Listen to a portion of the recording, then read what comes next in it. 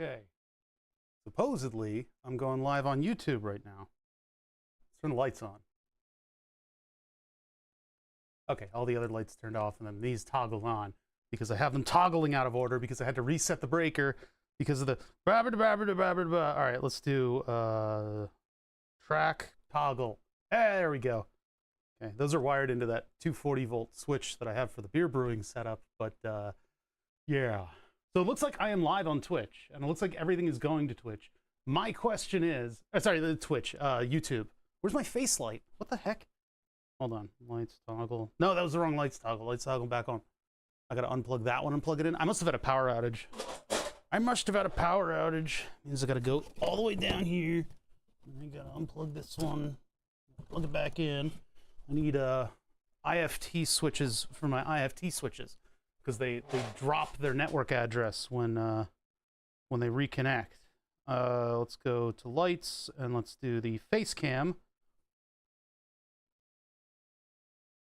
There it is. All right. Ugh. So I'm allowed to stream to YouTube and Twitch. The only question that I have, oh my God, there's all this like YouTube crap that I got to set up. And I don't think I can disable, I can't disable the YouTube chat at my level. Weird. I don't know how to do that.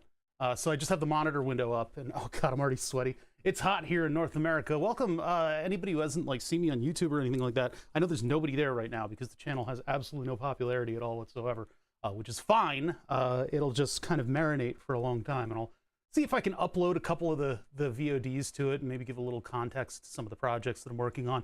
Everything else I really should go through and edit because so much has changed on the internet since I started making those projects. You know, I certain things fly in YouTube parlance that don't fly on Twitch and vice versa.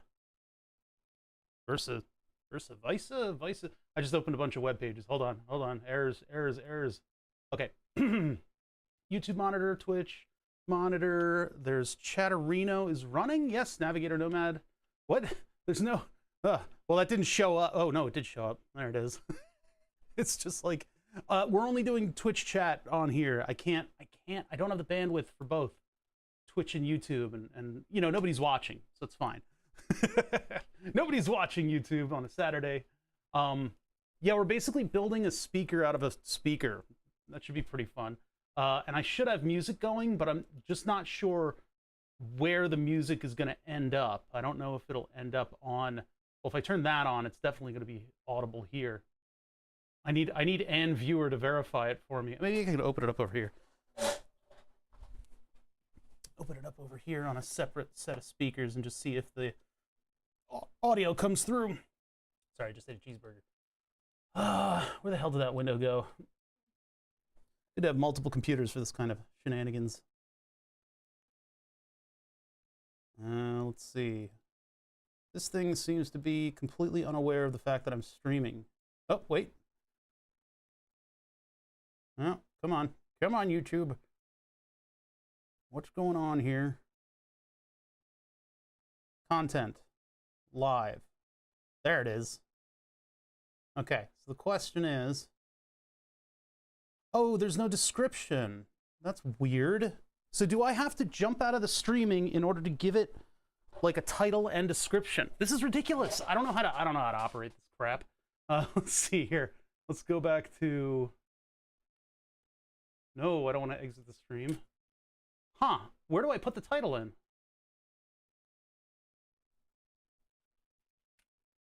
Just go to YouTube.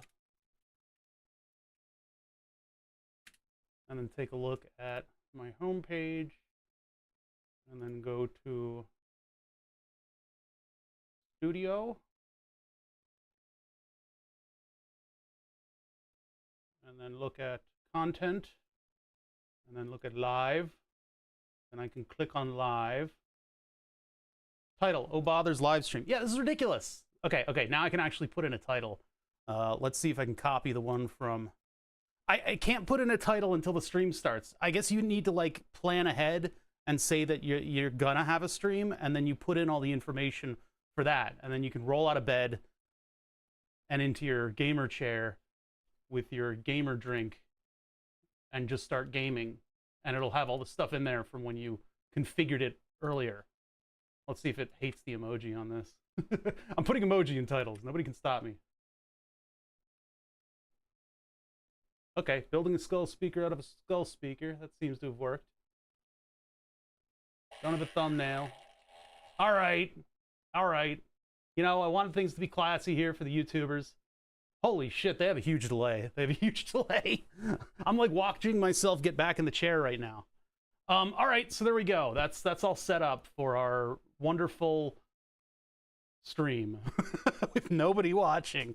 But you got to start somewhere. You got to start somewhere. I'm not playing music right now because I have no idea whether or not the music track is going to be muted on YouTube, because that's like the real dangerous place for me to put it, because YouTube will just go ah, and then I'll be like ah, and then die, and my stream will no longer be around. So, or at least my YouTube stream will no longer be around. And I desperately need engagement. I need more viewers. I don't need viewers that badly. It's just funny to be totally desperate. All right, so anybody who doesn't know, welcome to Twitch TV O'Bother. This is a Twitch channel. It's going to remain that way. I'm going to tooth and nail fight the YouTube advertisement monolith that exists. This is a Twitch stream where I work on electronics. We got a pretty simple project today, so it'll be really fun. And you know, we'll hopefully get it. I say one-day project. I should not ever say that. But I have been doing stuff in this shop for many, many years. I am in Philadelphia. Used to reverse engineer IDs. Then I did a little bit of medical device design work, and then I got fired. And so I decided that, you know what, I've been writing for Hackaday, like off and on a little bit, and I've been doing weird projects my whole life. So I decided that I would broadcast this stuff and actually start doing it on like an internet platform, you know, instead of just like making a potato cannon in the backyard and getting in trouble. I would focus in on the weirdo projects that we've done around here. And we've done a lot of really cool stuff. One of them is a force feedback steering wheel that uses actual car parts.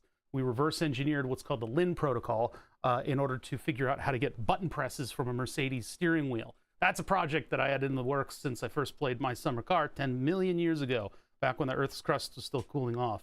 But the pièce de résistance, the big draw of this channel, our raison d'être. How many more of these can I work into one single sentence? Burn the subs. That's been an ongoing project since a little bit before the pandemic hit.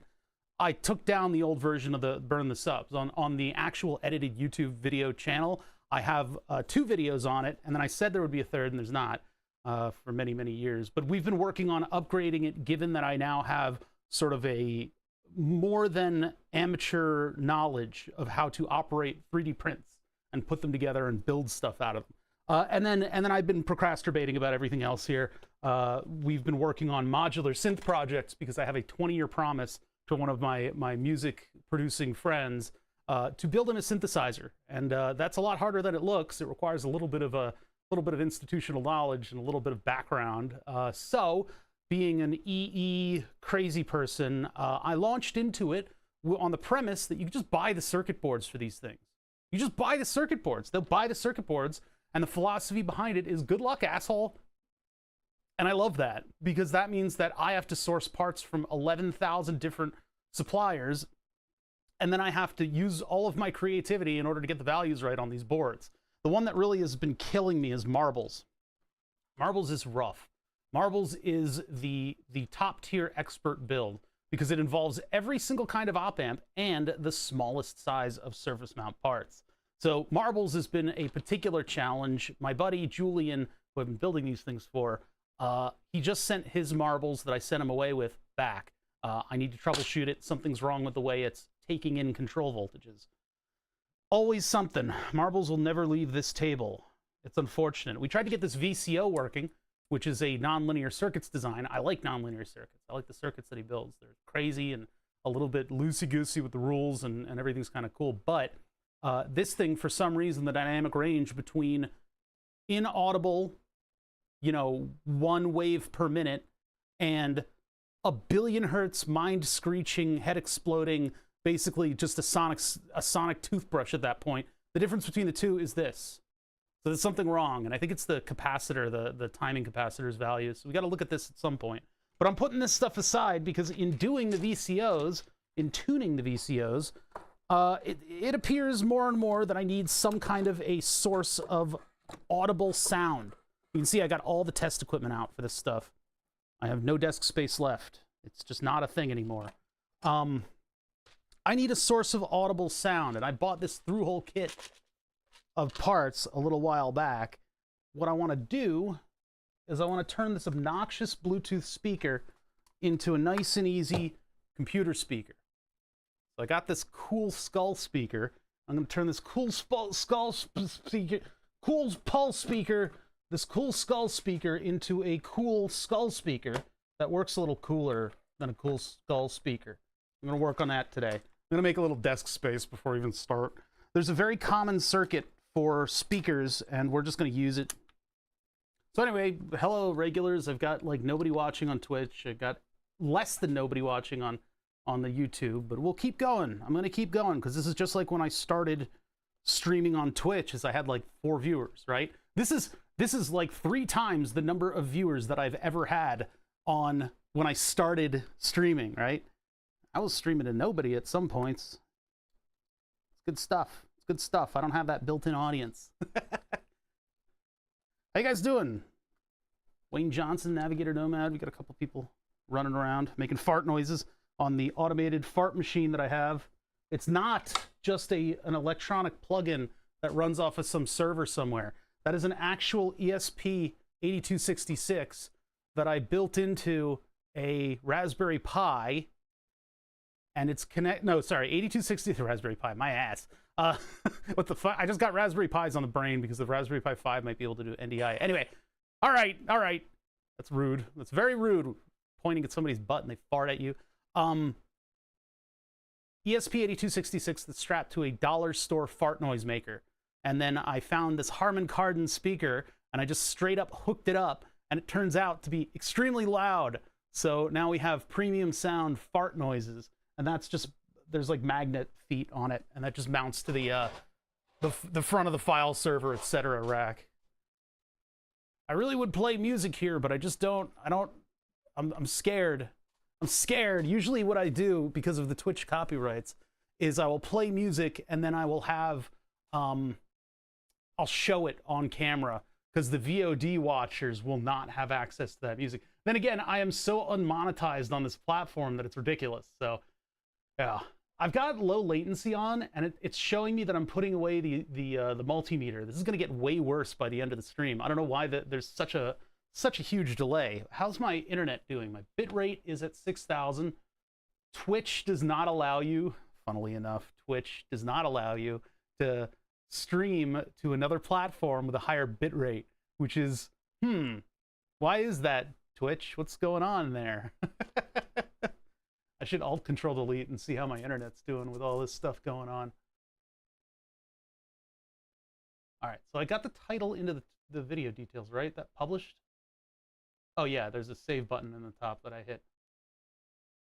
I don't know. I can risk it for the biscuit and open up some sound frequency waves, but I don't think YouTube is too charitable about using audio frequencies. Gangrene Fiend, how's it going? That's what the whole synthesizer project is supposed to do, but I mean, it's been going a little bit slower than I had anticipated, so I am unable to have music, uncopyrightable music on the stream yet. We'll figure it out.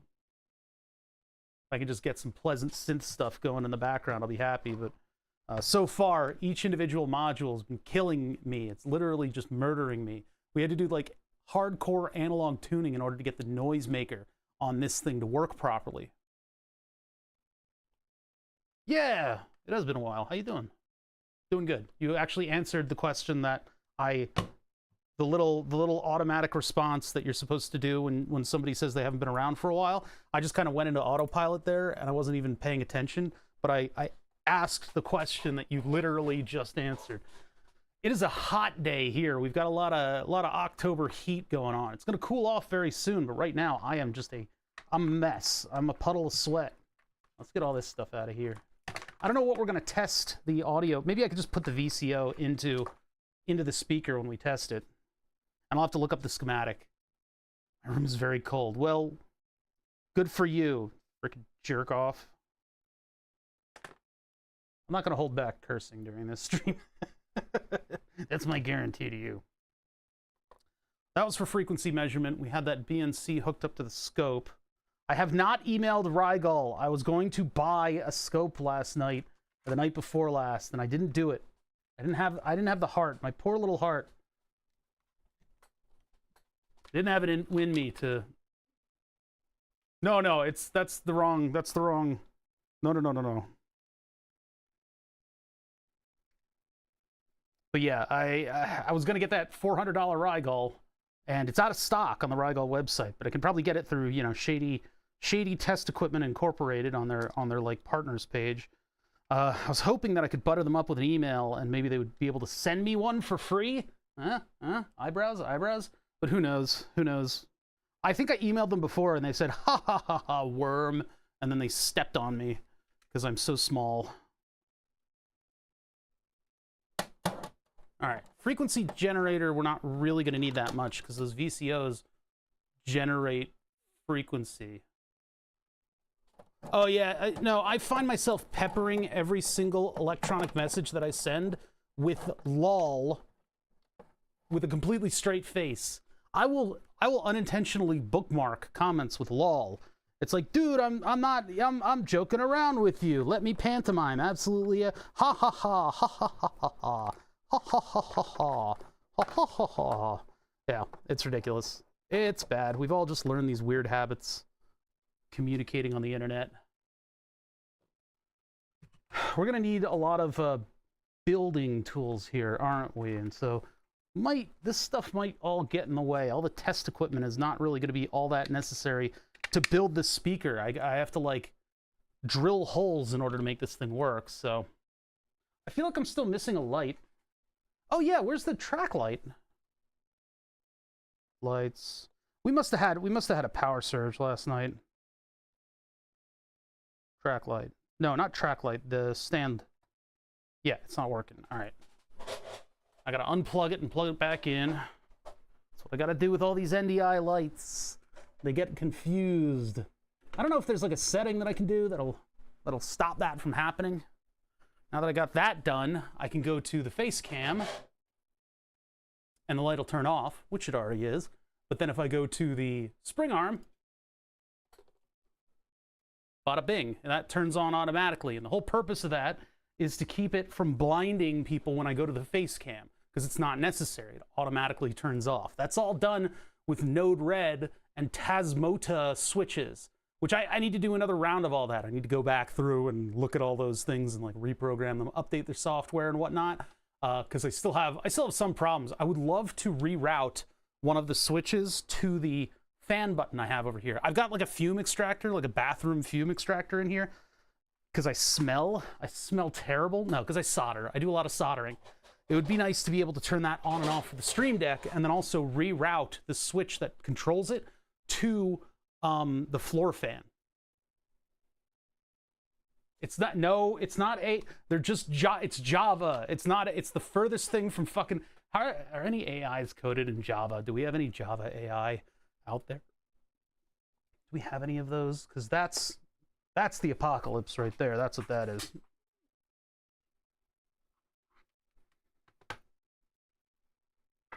I barely understand Java even to begin with, but Node-RED flows are even more confusing because it's like a flow, and then there's like the outward instruction, but then there's a whole entire like message history attached to it, and it's just confusing. Every time one of my amazing tech gurus explains it to me, LebTV Live, I suddenly understand it for about 10 minutes, and then it all leaks out of my brain. Hey, Chimera, how's it going? We're streaming to YouTube. You guys, your fuckwit little comments are going straight to YouTube now. Oh, it's been 13 minutes. I think I'm allowed to curse. It's been over that. Yeah, this is generally, okay, so I should explain. There's like nobody on YouTube right now, but I'll just explain it now so nobody can say that I never told you. But we do like an intro in front of the stream, and it doesn't look like your typical Twitch stream intro. Your typical Twitch stream intro is a splash screen that has like a timer on it. We don't do that. I sit here and I hang out with you guys because the alternative to running, well, because during that splash screen, I would just be sitting there, like, in complete and awkward... Uh-oh, I touched that. Didn't mean to do that. I would sit there in complete awkward silence, just staring at the furniture, like...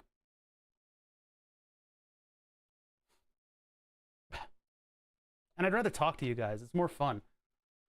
What do you guys think? Is frost magic or fire magic more powerful? I already have plenty of opinions on this because I read that yesterday. I didn't read any thread about it, but I did read a title that said, which do you think is more powerful, frost magic or fire magic? You guys saying frost. Or at least one of y'all degenerates is saying frost. And you know what? I actually agree with you. You know how hard it is to start a fire in the cold? I mean, I guess dryness and cold doesn't necessarily say you can't start a fire. Because frost magic would automatically be like derived from water magic, right? You don't get frost without there being water content. So if we're talking water versus fire, water is a hell of a lot more powerful than fire. Look at all you have to do to start a fire in the woods. It's incredible. Of course, it's rough. It gets everywhere. Well, we're not using this mixer, although the principles behind this we are using. I'll put that aside. And I do have a knob from that mixer that I want to use. Let's see if we can get that stuff out here. I can just do a little bit of preliminary parts gathering. Oh, this is a single potentiometer with a switch. Oh, but this one's a dual, and it doesn't have a switch. Yes, it does. What does that switch do? Wait a minute. Oh, you guys can't even see. I accidentally flipped over to a microscope.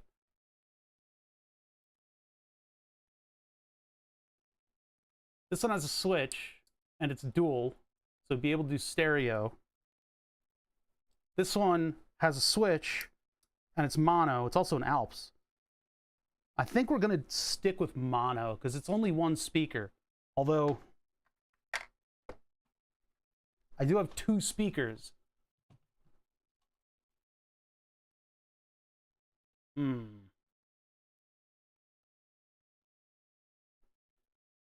Fire in the woods easy if you know what you're doing. I suppose so. I suppose so. Well, it depends on the weather conditions. If there is a little bit of water, you're SOL. This thing is really old. Oh my god, it's crumbling. Never mind. Oh, it's Harman Kardon too. I could have kept on the streak, but the rubber has become very brittle and disgusting. So I don't think I want these. Yeah, they're flat. These are dead. Damn it. Oh, that would have been cool. I could have kept my Harman Kardon streak going and put eyeballs in my Skellingtone. Yeah, the dangerous part about forest fire is that it actually dries stuff as it spreads. So I guess fire magic would build up better and cause more collateral necessarily, but water builds up too. You don't see a lot of fires in a flood. I don't know, man. I don't know. The water-fire debate rages on like a forest fire. Yeah, that crumbled. Damn it. This thing is too old. This is ancient, like, early Apple stuff. This is what I'm talking about with headphones, too. We've had this debate a couple of times about whether or not you should be breaking in your headphones. Well, these headphones are broke. They have been exploded. All of this rubber is deteriorating. The rubber gets worse and worse. When you first buy your headphones, they're great. And people, you know, somebody in chat, of course, said, yes, those farts are brought to you by Harman Kardon. They gave me the speaker. They did not give me they did not fund it in any way. We had to take apart a different product that had a Harman Kardon speakers in it. But anyway, yeah, these have sat in the basement for 20 years, so they're in pretty bad shape. Yeah. But anyway, headphones. Break in headphones. I mean, I know this is deterioration. It's a different thing. And we've had people come into chat and say they have frequency response curves that say that when you break in your headphones, they respond better. I guess it's down to the exact design of the speakers and the foam in it, but your foam's not going to get any better at springing your speaker back to where it needs to go. So, all right. Anyway, this is certified garbage. The only thing that I can get out of this would be the cable, just because this is a satellite speaker to a speaker system that is so old, there's just nothing useful inside of it at all. And this isn't even that great of a, I don't see where I'd need a, like an old Super Nintendo colored wire.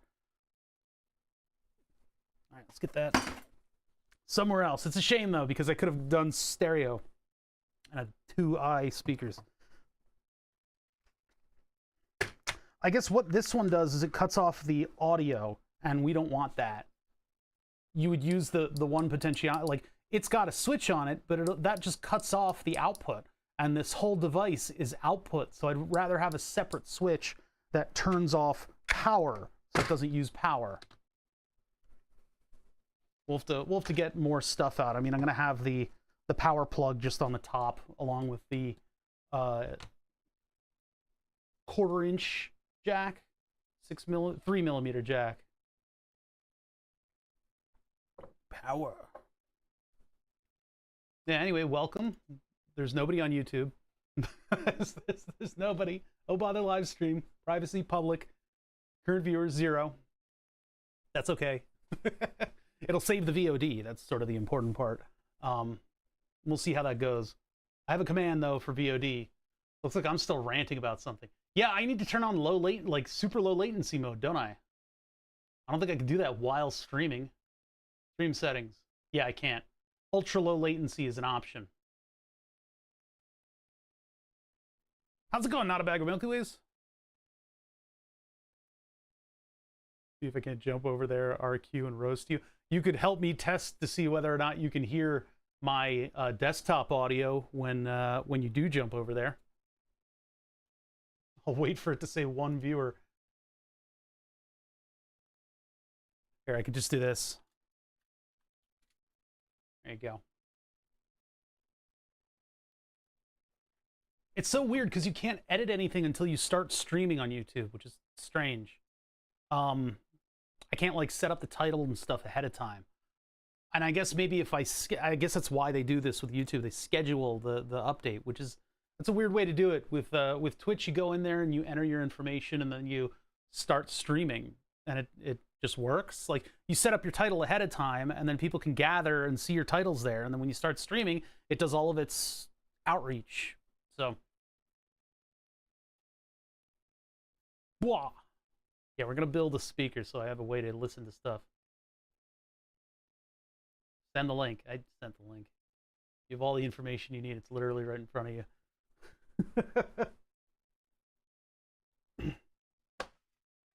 I'm not putting anything in writing. I don't owe you nothing. There'll be no accountability. You need to change the title when you're not streaming on Twitch? Yeah, that's the whole thing. You change the title and you get it to where you like it, and then you can start streaming. Or you can even put up something to tell people, like, hey, I'm not streaming today. Like,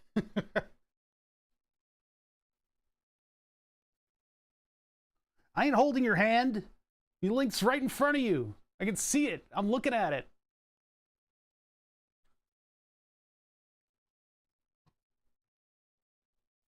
Expect somebody from Philly not to clap back. I've never heard of such ridiculousness. We've got kind of a layered effect going on with all the stuff here today, just because the speaker project came up out of nowhere. I didn't stream yesterday because I felt like a fucking Septibus ran me over. Like, it felt terrible.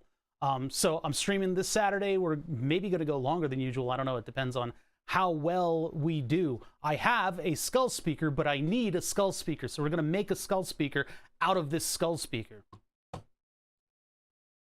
On tablet, when I come back and stream, it just cuts stream chat off. That's annoying. Yeah, I'll do, sometimes I'll put the stream up on a TV and I'll use my phone to like interact. But the latency on my TV is so much that like the streamer has moved on and the joke has been made. And then I'm like, what about this witty thing? And it's like, dude, shut up. It already happened. Like, I need to turn on low latency for YouTube because they're going to be in that situation right now. They're blatantly going to be in that situation because I'm looking right now and it's like, I'm just starting to talk about my skull speaker. They're back like 10 seconds ago. It's crazy. We're doing an experimental and a borderline experimental music-free intro here because I don't know what's going to be sent where. I just got the plugin that allows me to do 2 different stream outputs. Like when you wake up in the morning and, you know, everything's not primed yet and you go in 2 directions that are 90 degrees. Yeah, that's what I installed. So yeah. Cutins. Brain latency is usually too high for jokes. That's true. You get a little bit of that brain latency going. No, but with like when I'm watching on the TV, it's like I'm looking at the comments, and sometimes I'll even have the computer, which is down a stairwell, on the stream, because I'll have like the dog will have distracted me and the corgi will have distracted me, and I'm playing with her upstairs, and I'll be like, all right, let's just turn this on the TV, and then they'll say something, and I'll hear screaming downstairs, and then like 5 seconds later, screaming upstairs. My internet situation needs some very, very focused sort of revision around here. If I put something in the microwave, the TV stops broadcasting. Not like regular TV. It stops broadcasting, 2.4 gigahertz, the same frequency as the microwave. But the microwave is supposed to be insulated enough that it is not enough to kick out the TV smart stick's frickin' internet. I have 3 enormous, I don't know what you guys think I'm about to say here, but I gotta move the camera. 4 rather, enormous antennae up on that rack that hook up to the router. All the way up there, right? Big low latency antennas spread out nice and far. Lots and lots of reception. Nope, I barely get reception upstairs. I have to run a repeater on the 3rd floor. 2nd floor. I forget that we're in a basement. Welcome to my creepy basement. We're in a basement. I've spent so much of my life in basements. I hate it, but it's the only place that you can put something like this, I guess. Maybe if I move out to the land of no basements out west, I will be able to put a basement somewhere else. But for now, here on the East Coast, which is where I'm from, we have basements, and that's where this bullshit always ends up. This kind of stuff. All these streamer caves are underground. Why are the thermal cameras coming loose again? Because it's hot in here. What is the temperature in here? 74 degrees Fahrenheit. I have a fan on me that helps a little bit.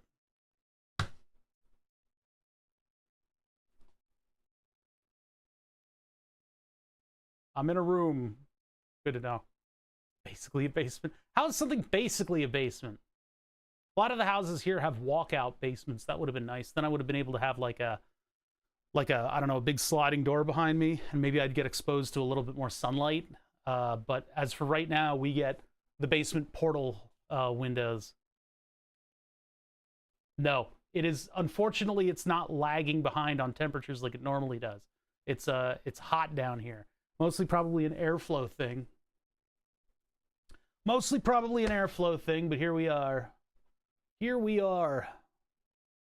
This shouldn't be too complicated of a project. The speakers like this are pretty simple. You basically just throw together this one single small schematic with one of these guys, the TDA 2030A.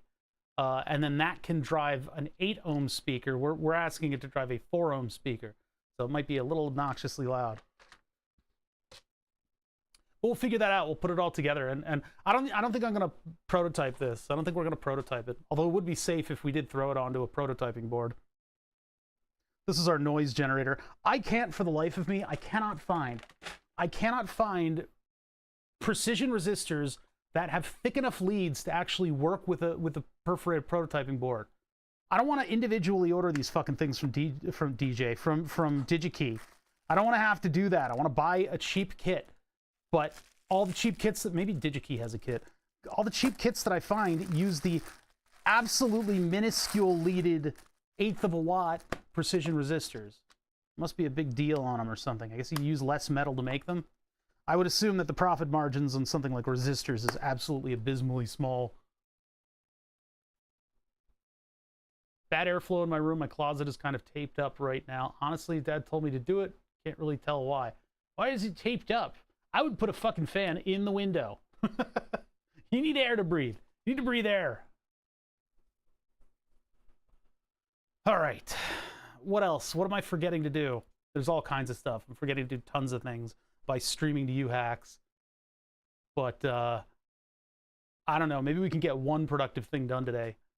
I guess the dog is sleeping upstairs. She had a kind of a raucous morning. She got to play with the neighbors several times and was very crazy when playing with them. And then she came downstairs and she almost put her face into my floor fan. So now I have to put the anti-dog board up in front of the fan, because otherwise I don't want this thing to claim a corgi ear. I know it's a teachable moment, but I'd rather her not be disfigured as a result. She sits with her face right up in there, and if her ear flicks just the wrong way, she's gonna be sorry. And I would try to make loud noises to like scare her from the fan, but she does not play those games. She's not afraid of leaf blowers.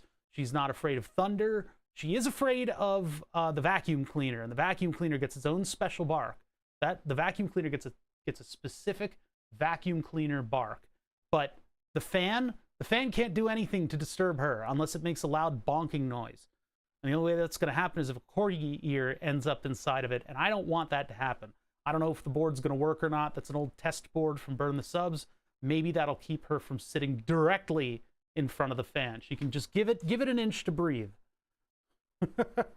I hope so anyway, because man, that concerned me. I was like, geez. She usually, when she's tired, she will sit with her ears back, indicating that she has cut off the rest of the world. She does not care what anything else is doing. If the ears are up, they are trained on something, right? But when they go back, that's when you know she's like actually trying to sleep. She's tired. She's done with everybody's stuff. But then the ear will come up and flick around, and it gets very close to those gratings for the fan. So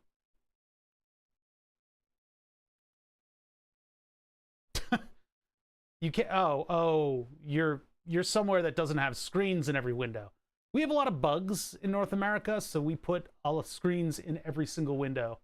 Every window gets screens. So cats running away is a non-issue with an open window. So this is the glamour of streaming both YouTube and Twitch at the same time. My God.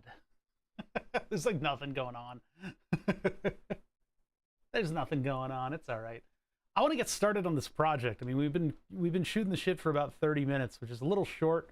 I like to keep it going. I can usually get to 45 before I run out of stupid stuff to talk about, but I think I want to get started on this actual project. And this is generally where I'd lower the volume of the music, but I don't have the wherewithal at the moment to know whether or not, you know, I'm actually broadcasting music out, because I think YouTube will ding me on that immediately, and Twitch is a little cooler about it. They're like, oh, we'll just mute it. And for Twitch, I have a separate track that does not include my desktop's audio, so I can just play music, play whatever I want.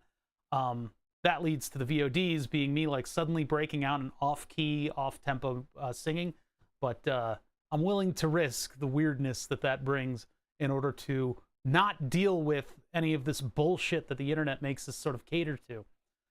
In the meantime, I'll just do silent intros until I can get enough momentum and knowledge of the platform. I'm sort of taking this at an approach where if I worry about every single detail, I won't do it. I won't get it done. So I'm just jumping into it. We're just doing it, starting the streaming, putting it out on YouTube. They can make whatever the hell thumbnail they want for my broadcast, and I'm just gonna let them do it. And we'll build up an archive of VODs on YouTube, and then we'll get that done. That'll be good. That'll be good. That'll be good. All right. Where did my OBS window go? There it is. Okay. What are we doing today? Well, okay. Like I said before, I have this skull speaker, but I need a skull speaker. So what I'm going to do is I'm going to take this skull speaker. I'm going to make it into a skull speaker. You see, the thing about this is that this skull speaker, I'm going to keep saying skull speaker until it completely loses all meaning. It's going to be a semantic satiation party. We had this thing apart last stream. I had been using this while building modular synthesizer stuff as a sound output. The only problem is every time I turn this thing on, it laughs at me with what is clearly a stolen sample from Vincent Price in Thriller. Turn it back off. This is what it takes to turn it on and off. I hate that. And it's not, Vincent Price is a legend. I don't mind it laughing at me full volume in Vincent Price every time I turn it on and off. But the utilization of the speaker is that I just want to have a volume knob that has a click on it that turns it on and off, on. That's it. So if I need the computer speaker and turn it on, and I can leave it over here on, and it won't drain a lithium ion battery and I won't have to recharge it, I won't have to plug it into USB, and it won't change my audio devices on my main computer. Apart from that, I thought it would be really cool if I did all of the electronics outside on the skull itself. Ow, that thing is actually kind of strong in that dimension. I was going to add extra speakers to it, but it turns out those extra speakers have turned into soup. They have just completely deteriorated. And we might miss the front teeth because those are the volume buttons on the digital speaker. I'm going to get rid of those electronics and we're just going to have just a basic speaker. So, looking at soup speakers, yeah, they were gross. They literally turned into like a flaky kind of grease liquid because the foam on them. They were old Harman Kardons. So yeah, a speaker like a powered speaker, a mono speaker. Powered speaker. Oh, I've already got it typed in here. Looking at what's available, the simplest thing that I can do, wow, is none of these. I think it was 12-volt speaker. Because I can just use one of the 12-volt supplies that I have. Well, that's the simplest thing I can use. That's a little bit unfeatured. God, I'm sweating. I'm sweating. It's hot down here. Which is bad. If I get too sweaty, I gotta stop because of my diabetes equipment. I am not supposed to keep going because I can sweat off all of my stuff. All the adhesive patches. 386. That's LM386. I have a couple of those. We could use one of those if you want. But, I mean, I guess the one that comes up a lot, this is a double version of it. This is a double version of it. It uses the TDA 2030. And the TDA 2030, the only reason I have any is because I've been doing these modular synthesizer things, and some of them require through-hole. So actually, there's an LM386 right there. But here's a TDA 2030, and I'm never going to use that for anything else. So, I mean, if it's a matter of putting the adhesive thing on your body or having unmanaged diabetes, I think the decision is clear. Where did I put it back into this case? I might have. Oh, let me get this out of the way. Where's that going? I'll just go right there for now. I'm a big mess. Yeah, I've got all kinds of parts in this little kit. Oh, yeah, here they are. And the TDA 2030 is among them. Now, one thing that I've seen is a heatsink on this. So I don't know if I need to source a heatsink for this. It's got this weird sort of offset pin design, and I was going to straighten out the pins and just put those in there. I would like more than one chip in this design, but I don't think I'm going to bother with buffers and stuff. I could buffer the input audio, and then, hold on, where's my microscope today? There it is. So yeah, TDA 2030. This big mamma jamma right here. So this thing, I guess, just powers speakers. It's a pretty powerful little audio amplifier. Who makes this? Who is that? Is that TI? Maybe it's TI. I don't know. Unrecognizable logo. Who knows? We'll never know. But yeah, TDA 2030. It's one of these weird giant packages that you see thrown onto heat sinks. I've seen a couple builds with this thing on it, and they have used heat sinks on it. I don't know if we'll need that. We have a 4-ohm speaker, and this thing is powering 2 8-ohm speakers. Since we're only doing mono, I have this switch that I found just randomly, and I think it's exactly for this kind of stuff. It's a 10 kilo-ohm switch with a potentiometer on it as well. So we can use this to do volume control and this to turn on and off the device. Easy peasy lemon squeezy. And then I just need to find a knob that looks cool on it. So let's see. Oops, right there.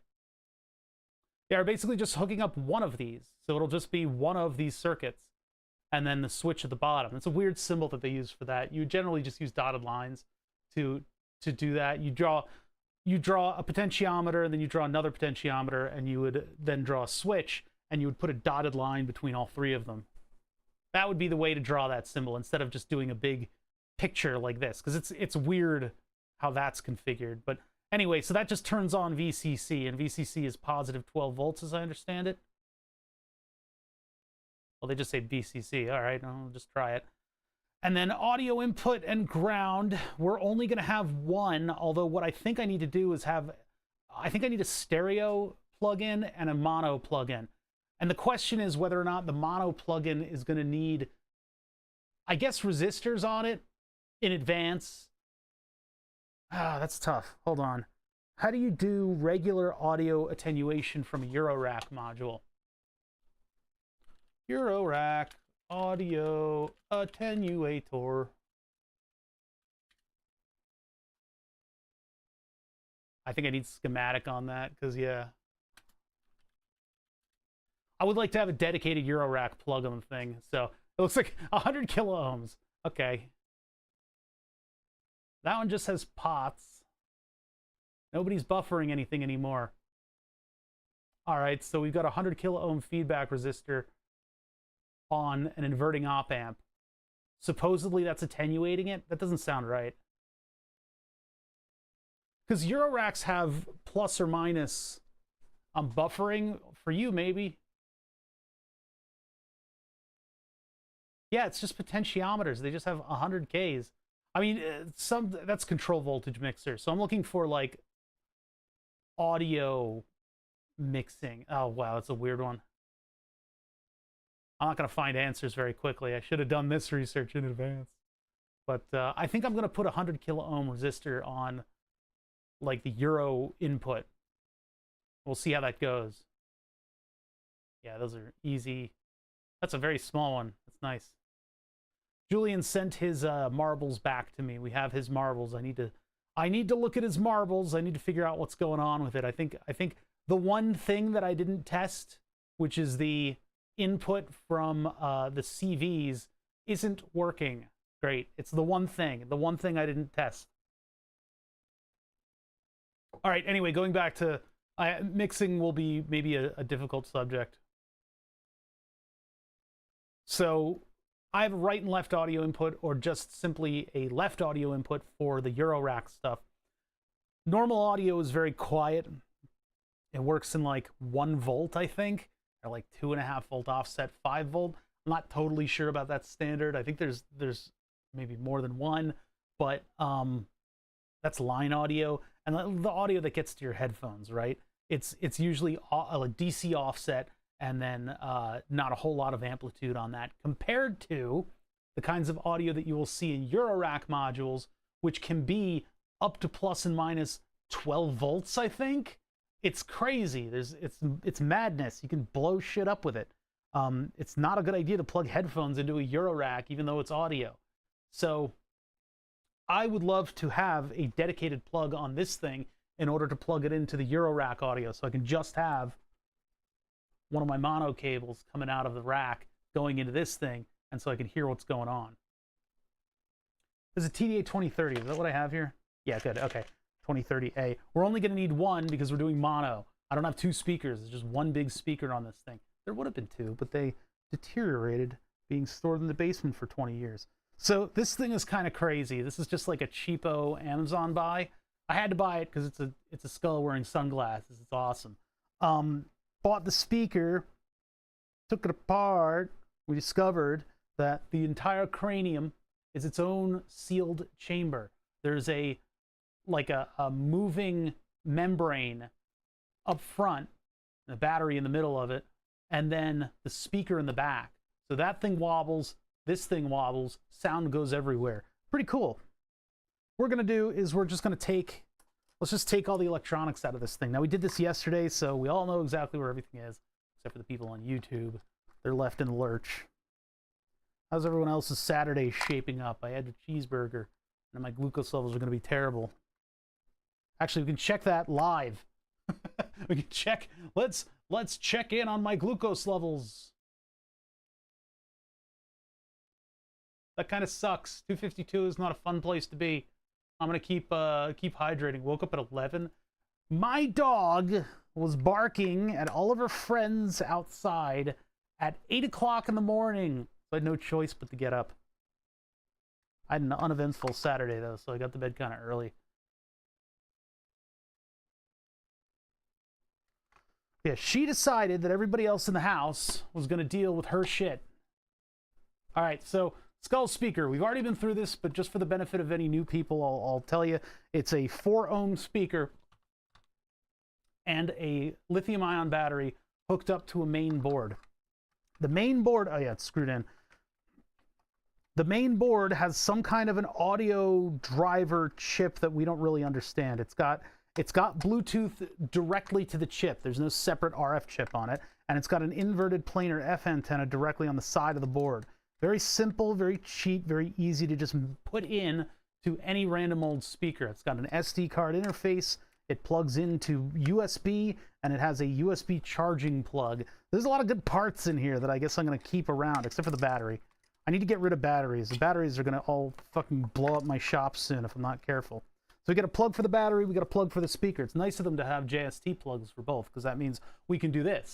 And now I have an unpowered speaker. All I need to do is install a JST plug somewhere, or rather, I mean, I could do jumpers inside of this thing.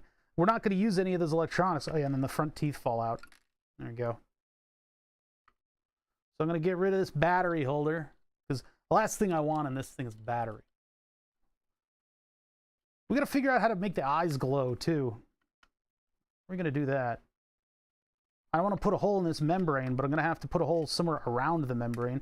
Maybe try to get the sunglasses off today. I could have made this into a... I want to use the MSG EQ7 chip to make a audio EQ control voltage maker. I just don't need this. It would be funny if I housed it in the skull. So this is the membrane on the front. It's hard to see. It's black plastic. The cameras hate showing that kind of stuff. If I put a lot of light on it, you can get kind of an impression here through the shadows and stuff. But like the speaker moves this plate and broadcasts audio elsewhere. Similar principle to the kitty litter speaker, which is just you get a bucket of kitty litter, you cut a radio like DIN panel, put a car radio in it, put a 12-volt battery inside, cut a couple holes on the outside for speakers, and somehow it makes incredible audio. It actually really can fill a room with good audio. And the reason behind that is that car speakers are a little bit more robust, and the kitty litter tub provides a nice resonance chamber for all of that audio to live in and breathe in. Oddly works. It's oddly effective. There's 3 screws that I see here. I see boom, boom, boom, 3 screw posts. They don't seem to correlate to the sunglasses, though. They're outside of the sunglasses. This thing was held on by 4 screw posts. I don't know what the 3 are doing. We're just looking at how we're going to get an LED in here. Most of the stuff on the speaker snaps on and off. Although I really don't want to break anything. But it looks like this is glued on. So I have a feeling that they did the screws to hold on the sunglasses, and then they glued this membrane on top of it. And that's going to keep... Wait, no, there's screw posts. Oh, sneaky, sneaky. Look at that. That is sneaky. Those are screw posts. Or rather, they're openings for a screwdriver to get in. I don't feel like I'm doing anything, though. Oh, no, never mind. They're not. Nope. Wait, they are. They're rounded. Are they clip posts? Hold on, I got a view inside of one. I can't see a damn thing. There are no screws in those screw posts. What? What? Huh? What the? Wait, how does that... Huh? Are they rivets? They could be plastic rivets. Because there's a rounded hole that goes all the way to the bottom, and then all I see is plastic with a hole in the middle. And the thought is, yeah, maybe they are just rivets. I don't want to break these.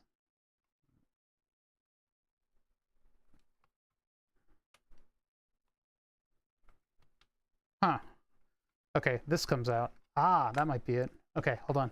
The mesh comes off.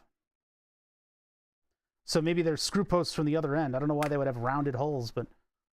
Okay, that broke a post. Oh, and look, there's a little mount for an LED right there. Perfect. That's where we will put an LED. Yeah, there's nothing there. I can run wires through there, though. Weird. Oh, that's cool. So we already have provisions for LEDs. Oh, those are screwed on from behind. Wait a minute. Both of these are going to break if I do this. How do I get the sunglasses off then? You see, there's a... And maybe this is something they do before they put the membrane on, but there's a screw right there. Right up there. Sherpa, thank you for subbing. Hey, I really appreciate that. You didn't have to go and do that, but you did. You did, and it shows. So, like, there's nothing in there. There's no screw. I can get a wire down there if I need to, which is perfect. There is an LED mount, which is just perfect. And then a screw hole from the other side. How in the hell do I do that? So I can't get this one out unless I get to that screw. I have a feeling that was a thing that they did without the membrane. Yeah, it is. It has like a Silastic that holds it on. So the membrane's held on with a Silastic, and I'd rather not screw with that, but I have a feeling that would go in second. The Silastic would be glued in. See what I mean about watching other content creators? I'm starting to like put inflections on my voice like Gonad does. I gotta watch that. Maybe we just break the other post. I know it's RTV, but I don't keep RTV. I don't keep that kind of stuff here. Because yeah, these will just press in. They're not going anywhere. So I guess I'm gonna break this one.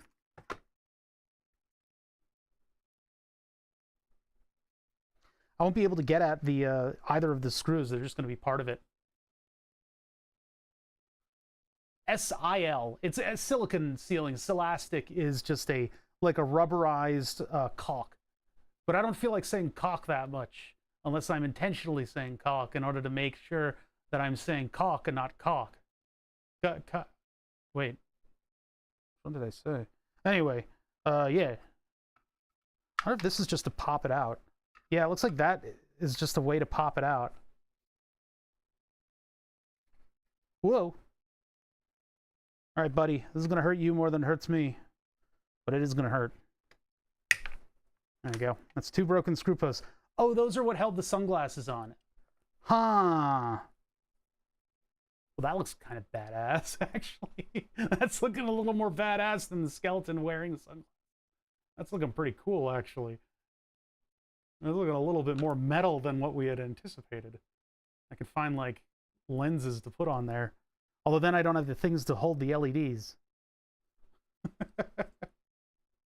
I guess I could just use those posts in order to reattach everything. Oh, and it's got little, like, shiny little cheeky things down here. I could put lasers in there.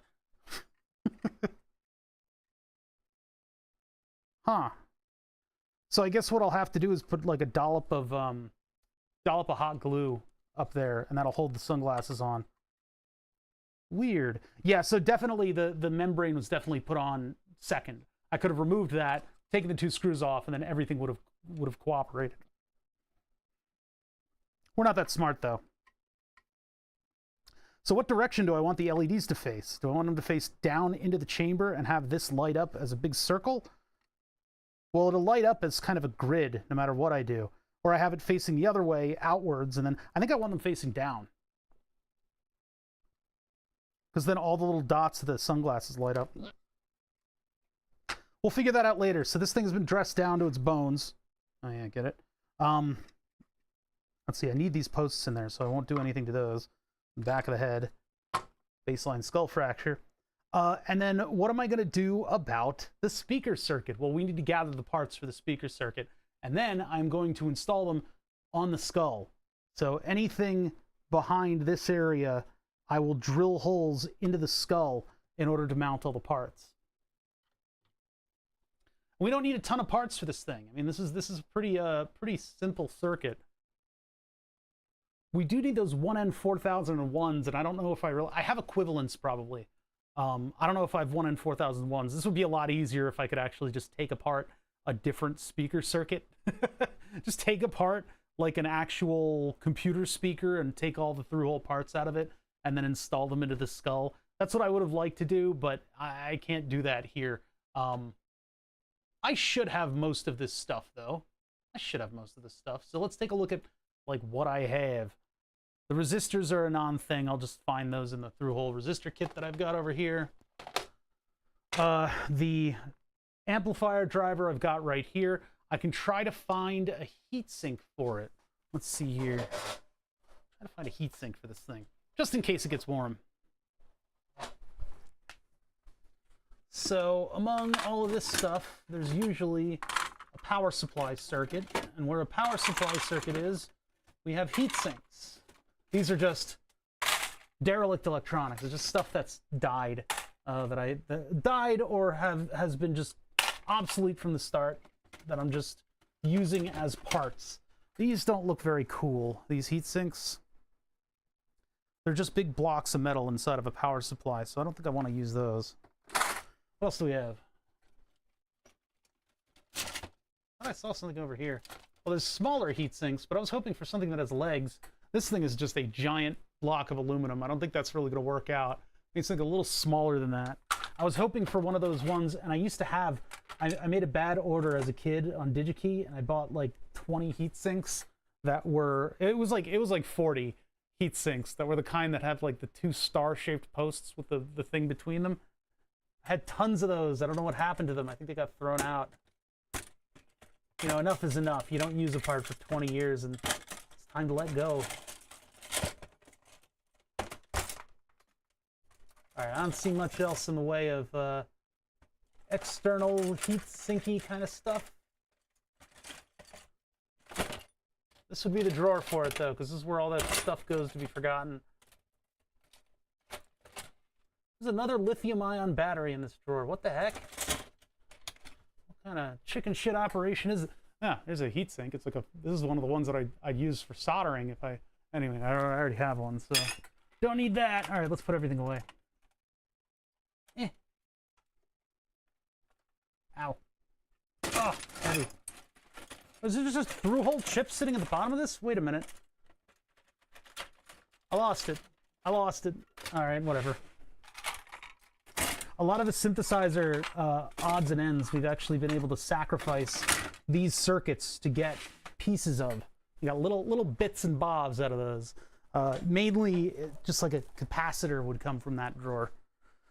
You know, your wayward capacitor, or maybe a just any old little thing. So this is clearly this is a power supply. This is one of those DC power supplies you can get from like Jameco, and there's all kinds of electronics that were supposed to be on it, but I have slowly picked off of this thing. Chief among them is this heatsink right here. So we're gonna grab this heatsink and we're gonna use this. And since it's an aluminum heatsink, it'll be a nice color contrast for it to sit. See, I was thinking that I would lay this chip down flat on the surface, because that way it wouldn't catch as much heat. Heat being like damage. It wouldn't get damaged by any old schmo brushing up against it. Plus, this thing is not terribly stable sitting on a desk, so if it gets bumped, it usually does it pretty much like falls on its face. So I was thinking that I could put this flat on here, but if I was going to put it upwards and really exemplify the fact that we've stapled a bunch of electronics to the outside of this, I need it to have something protecting it. And so that something will be the heatsink. I don't think it's going to be necessary to have a heatsink on it, but we will include it just in case. So this is a big 3-pin transistor heatsink. It's the perfect thing. It's just the right size for this. I didn't plan this ahead, by the way. I know you YouTube viewers are spoiled rotten with creators having planned stuff ahead. The sum total of the planning ahead that I did for this was having the idea yesterday, or last stream rather, and then looking up a couple things online in order to find like a circuit and like one or two other little resources. I haven't really done much. I'm not good at doing homework. So we need a lot of heat on this pin. I need like a lot of heat, and it's all going to get sunk away by the heat sink. Let's see. I can undo the screw and separate this from the transistor. So get the big screw out of there. And then we gotta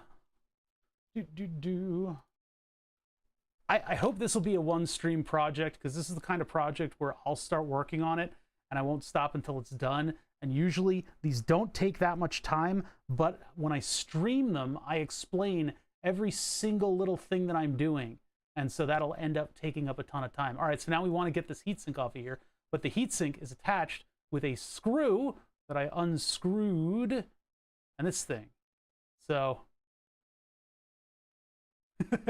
I think the only thing that I can play right now on it is going to be a something from the VCO. So it's just going to be like a wave. Yeah, and it's attached. It is attached to a heat sink, so it's going to sink all of my heat away. So for that, just a quick little one-stream project. Look, you guys are already memeing. There are tons of new people here now from YouTube, I guess. They're probably mostly just from Twitch and the fact that I use an emoji, because the YouTube thing says excellent connection, current viewers 0. So I'm trying. Anyway, so I have a Pace ADS200. I have a Pace ADS200. This is a 300 watt power supply, and I've got a big tip for it. And so hopefully this will be able to provide a whole hell of a lot of heat and get that pin to desolder. But we might run into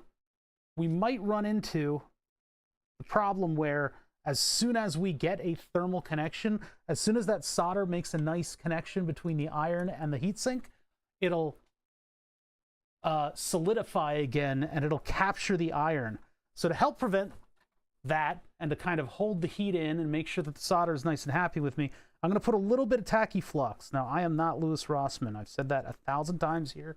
My chat bought me the same model of hot air thing, and then they bought his super expensive 45-degree angle tips. I'm not Louis Rossmann. Tachyflux sucks. It may make all your soldering nice and clean and simple, but it fucking sucks to clean up. And everything gets sticky as a result. It's terrible. So, you know, I'm not him. I don't have an ultrasonic cleaner that I flex all the time. This thing is hot as... Oh, no, it's not. It's not hot as hell. This thing will be hot as hell as soon as I hit the button on the solder station. I'm going to add a little bit of solder. This is partially leaded solder.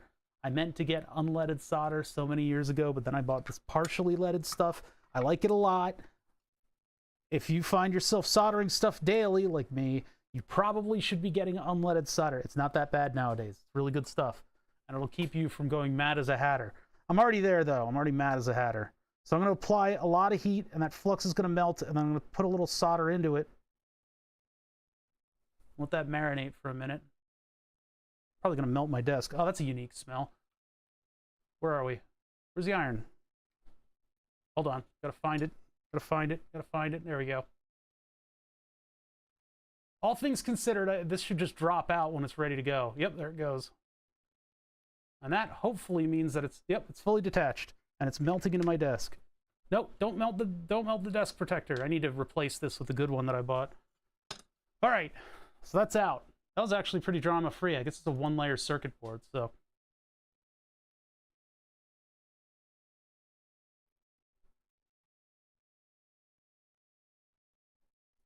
All right, so let's get this thing back up here.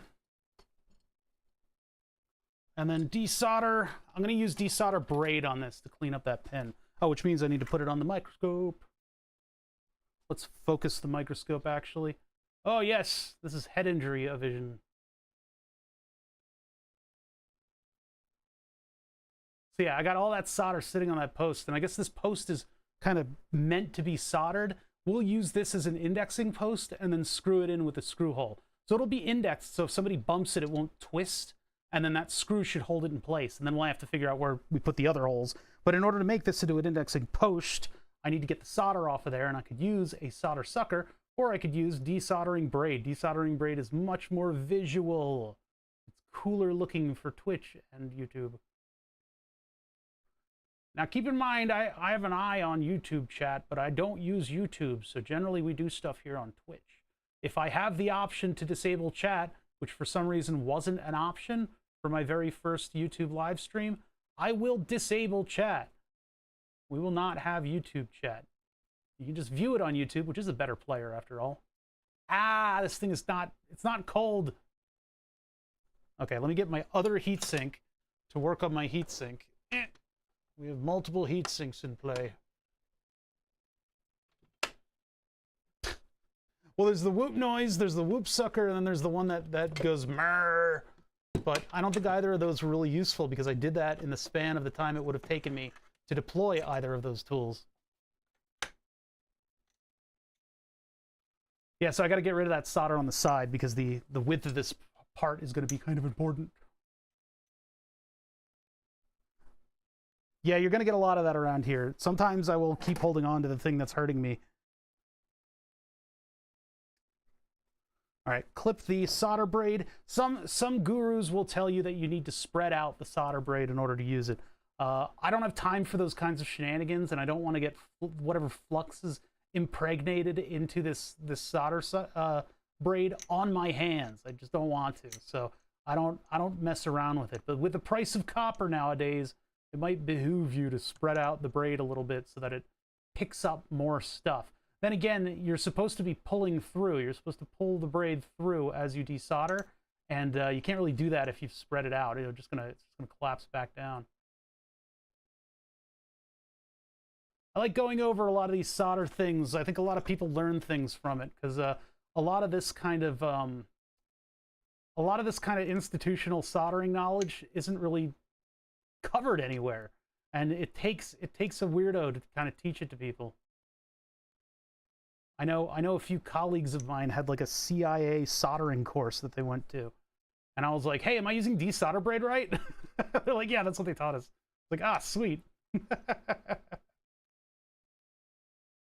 Yeah, I never took technicians courses or anything like that. I'm sure they teach that stuff there, but in like EE college, learning control systems and robotics, they did not teach you this stuff. They didn't, and there's like a lot to learn here in order to be competent with a soldering iron. You do some amazing stuff if you know what you're supposed to be doing in some places. All right, I'm gonna let that cool down for a minute, although it might help to mark its own holes. Where are we gonna put that?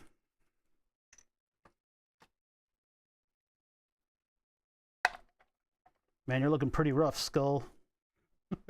We could have used the audio driver from the Skull, but I think it's funnier like this if I put a bunch of external electronics on this thing.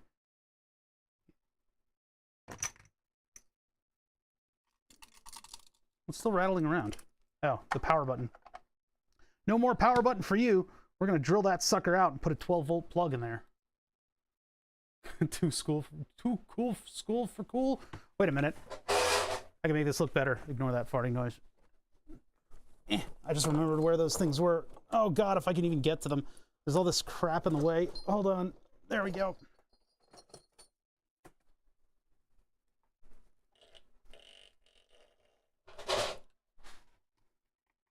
Nah, it's too small. It's like a shrunken head. It doesn't work with these. If I had like a baby's lab goggles from the days of yore. From the days of my what? Okay, so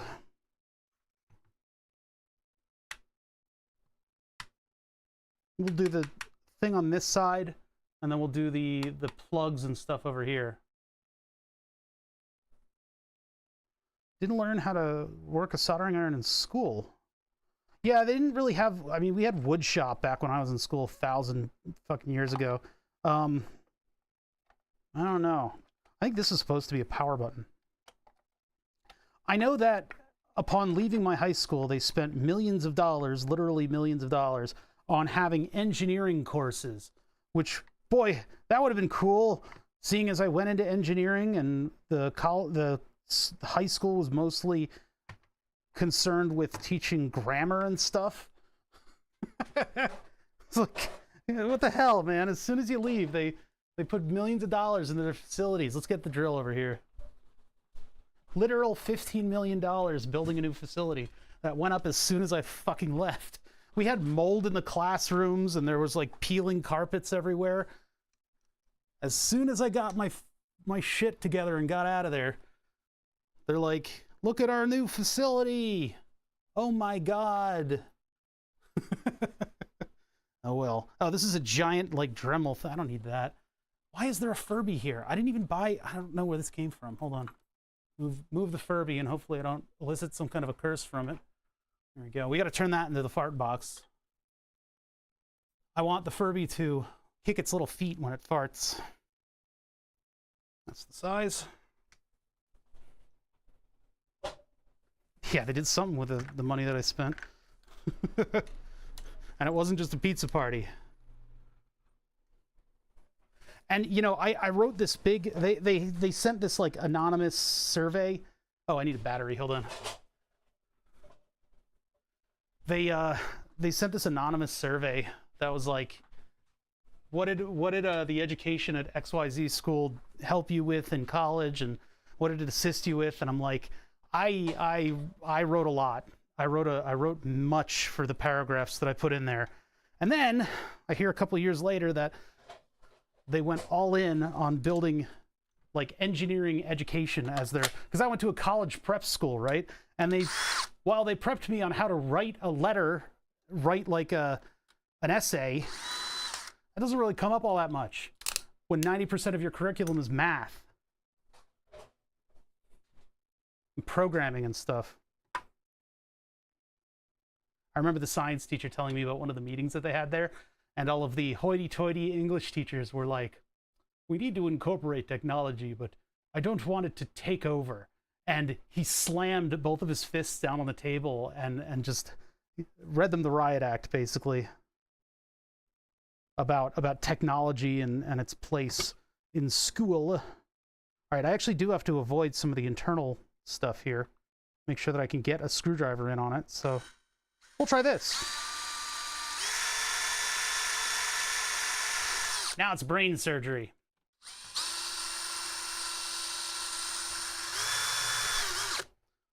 Bitch, I'm good at programming. You shut up. Don't listen to what they tell you. I'm awesome at programming. I just do it my own way. Bitch, are you for real? All right, let's get another hole. And I'll just mark that with a pin tool. And it'll be off by a little bit, but it doesn't matter. It's when we drill the holes for the pins that things will need to be get a little bit more crazy. Actually, it's going to be kind of hard to fit those.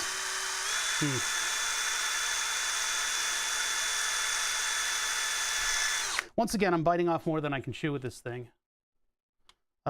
In that I am not quite thinking about where I'm going to be able to access these pins from.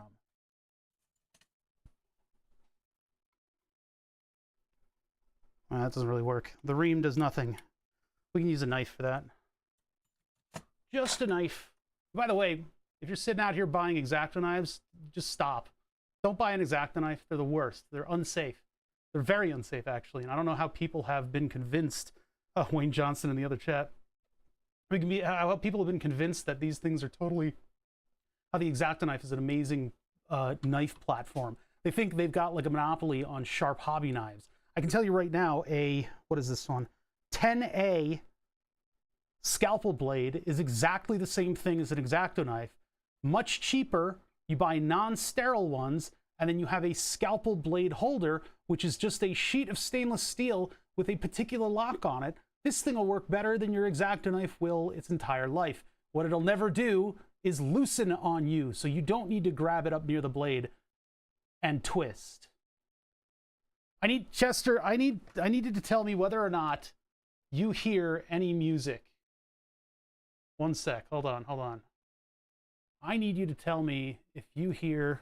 Here, let's do Julian's music. Get that for the Twitch chat. Played directly off of YouTube. Take a risk. Frozen Taquitos sounds like an actual relevant. Do you hear that? And then I'll stop it almost immediately.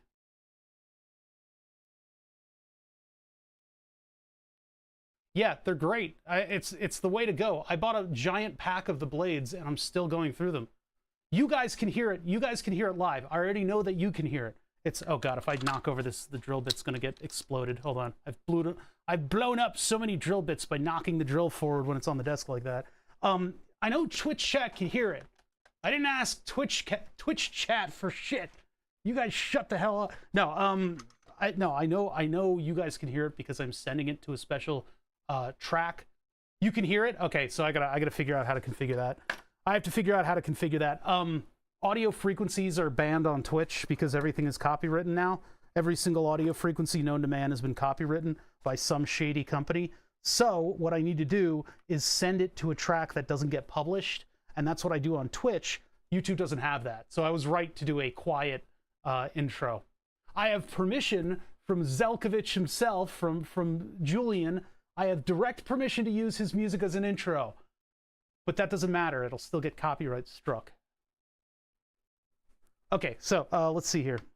I got 2 holes. And I'm going to use them. Let's just clean up those holes by running the knife near it. And that'll just clean everybody up. Give me some nice holes in the skull. I would encourage you guys to not do this to your own skulls. Maybe if you had a skull speaker, it would be a little bit more acceptable. But now we have 1 screw to go up there and hold on this heatsink. And that'll bolster my amplifier. Although I think I need to open this hole up a little bit more for the screw. Yeah, I mean, I could hit the screw with the soldering iron and make it totally give up, but I think I'll just use the knife to open it up a little bit more. Local musician launch party online 3 years ago for his new album. The replay was muted for copyright reasons. He's the copyright owner. Yeah, it's a mess. It's a mess. I have direct permission from the artist. They say, yes, use my music. But then if I use his music, either some entity that's trying to profit off of somebody else's music or his own record company will come after me. I don't think he's not signed on a record company or anything, which is, I think, why he even comes in here at all instead of just laughing at me. I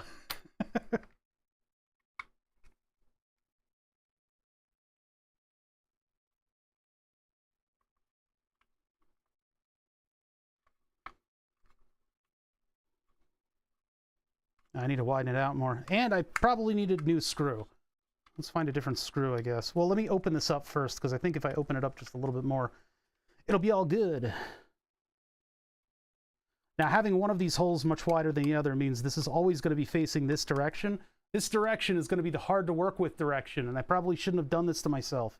Because if I make it face the other way, I guess I still have time to do that, although it'll be a little loose. If I make it face this way, then all the pins... That'll be even worse, actually, because then all the pins will be...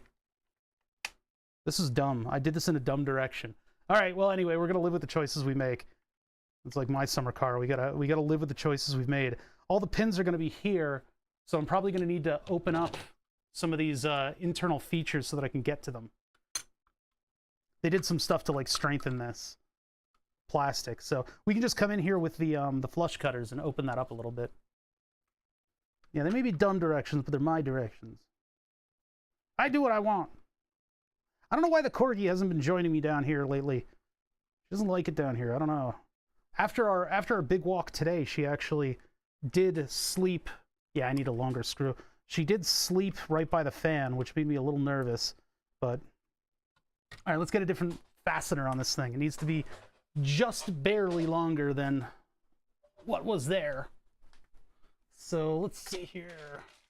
I gotta work quickly on this project if I'm gonna get a good amount of work done on it. To really put my best foot forward on my first YouTube stream. The very first one. This looks like an M3. I'm hoping it's an M3.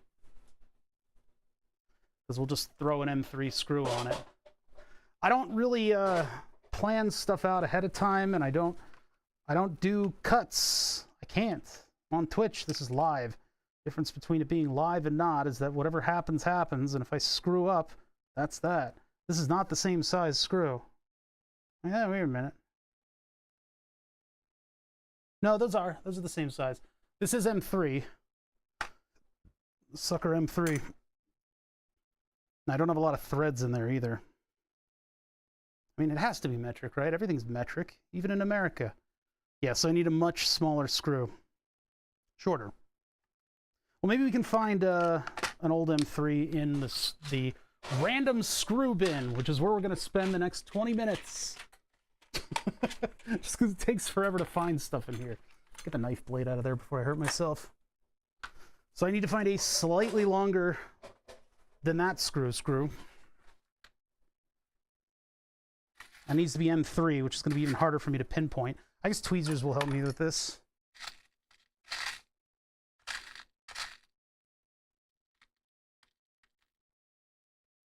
Washer would be nice. It's not necessary, though. That's pretty much exactly what I ordered. Ah, okay. Yeah, the random screw bin, it's like a an indicator of how mentally well the maker is. The more screws in the random screw bin, and the less you should probably trust the maker to be able to hold a conversation. Ugh. Okay.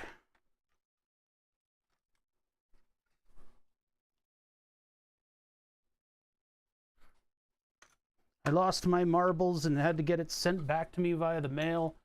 And then I've got all these screws that are loose. And we've got all this leakage current to deal with. This is a lot longer. I don't know if this will work. Let's just see.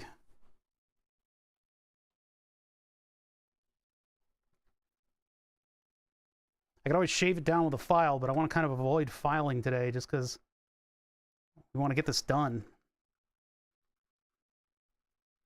Not exactly a loose fit. Yeah, that's too long already. That is the same height as the post.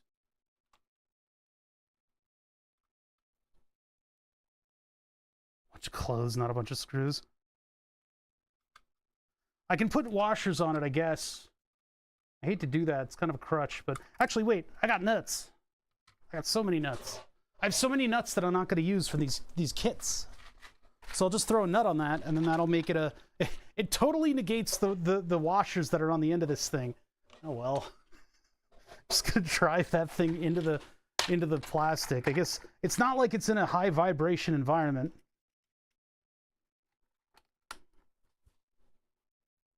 Washers would probably be the better call here, but oh well. You can get it together quick, or you can get it together well, or you can get it together cheap. You got to pick two of those. We're choosing to use stuff that's lying around, so that's going to make it too short. Okay, maybe we are. Yeah, we're in washer territory, actually. Okay, we'll just put another washer on it. What's 3 washers on a screw? Well, one's a lock washer, which are almost useless. Although chat, that was a thing that I got the wrong impression of. I was under the impression that lock washers were completely useless. They're not.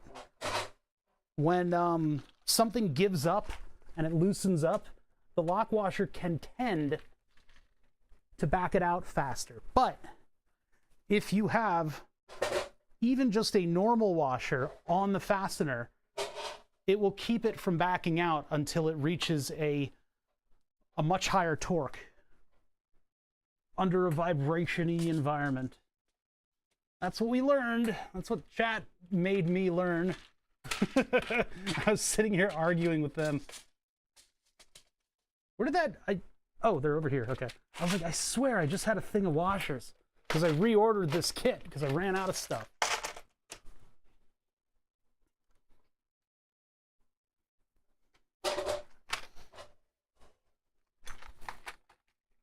I got cats in the belfry. All right, let's see. Let's just put any old one of these little guys on here.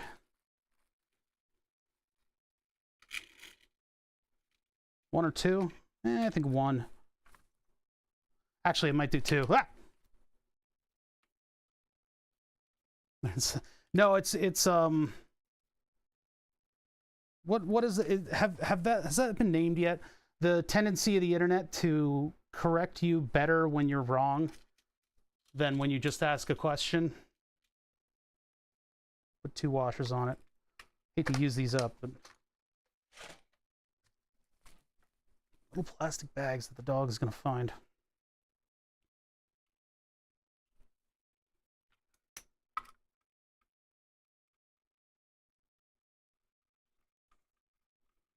All right, so that goes up there like that, and then I've got only a couple threads on the outset, and if I ever need to change it out, I'm going to get annoyed. And then that threads in. It doesn't seem to want to follow the curve. Okay, so I need to back this out a little bit. I need to get rid of 1 or 2 of the washers so that this thing can sit as flat as possible, because it's going to want to go in at an angle, and the washers are going to prevent it from doing that. I think just a regular old screw head would help it better. Is that Cunningham's? It's here to get a laugh. Well, I'm here to give laughs. I'm here to live, laugh, and love.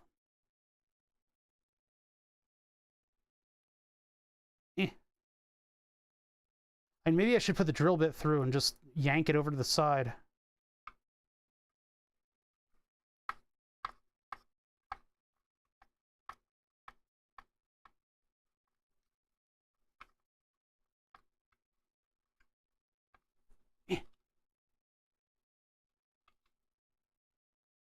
Whoa, whoa, I think that's cross-threading. Yeah, that's cross-threading. That's definitely crooked. All right, I need to yank this over to the side. This is where I break a drill bit. It's all right. I don't really value these drill bits very much. It's just a pile of... Oh, yeah, that right there. Okay, yeah, that'll do. Yep, that's perfect. Don't try this at home. Learn home brain surgery in just a few steps. Okay.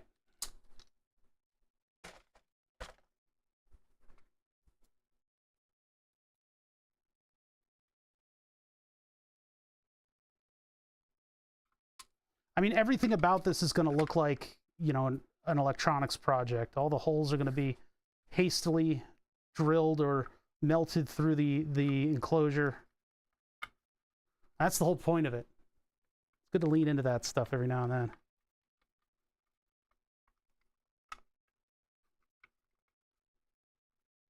I mean, the real way to do this would be to melt. It actually does need both washers. It's kind of loose right now. And this is bottomed out. Yeah. I need a couple washers in there to make it tight. Tight, tight, tight, tight, tight. Give me this back. Give me.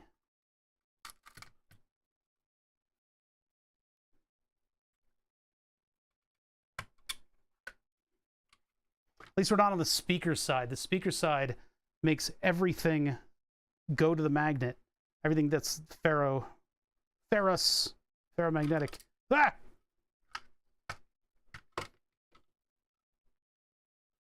How the hell am I going to work? Like, I have a lot of electronics that need to go into this thing. How's this? We're going to really have to core out a lot of this stuff, and then soldering to it's going to be even more of a challenge. I can do the smallest of surface mount. I can do BGAs. I can do all this wacky soldering, but when it comes to something that has a lot of plastic that's in the way, I don't know if I'm going to be able to really manage. Unless I lop off all the pins and do all of the wires on the outside. Maybe we'll do that. Yeah, there we go. That ain't going nowhere. It's going to take the brunt of an impact if this thing falls off a table.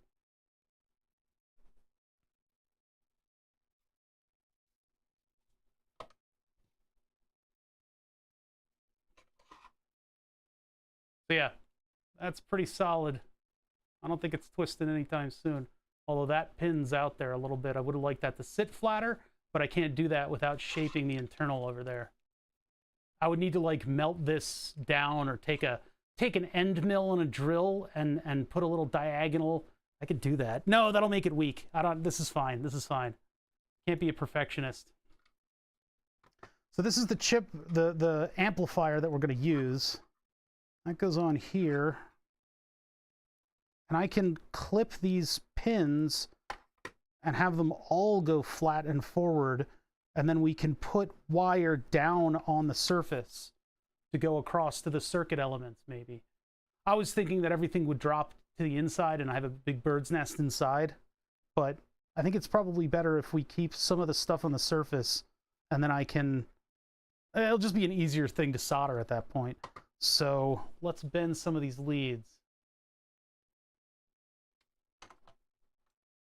Basically, I need these other two leads to follow all of its buddies, and then I'll cut the tabs off instead of having them go through holes. So what I'll do is I'll just take a pair of wire pliers, wire strippers, grab it there, bend it down, and do the same with the other one. I'll have to correct it a little bit. Now these pins you got to be real careful with. These pins have one bend in them. You can bend them once. That's it. That's all you get. You have one bend. After that, they just basically pop off. They are very particular about bending. And so should you be. All right, and then I'm going to flush cut these guys. We got all our pins right there.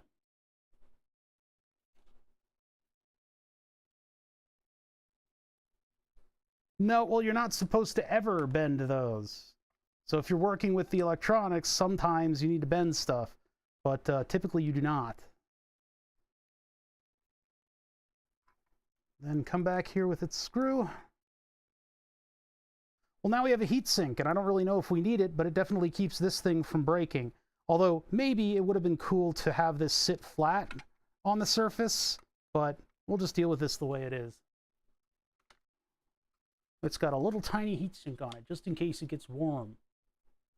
All right, so typically with a circuit, we'd start with power. We started with that part just because it's, oops. I was looking at me like that. Typically, we would start with, still the wrong scene. Start with power, right? Get your power in there and then figure out where everything else is going to go. This one starts with audio, and then it kind of it just says VCC on it. I don't know if this one is the 12-volt one or not.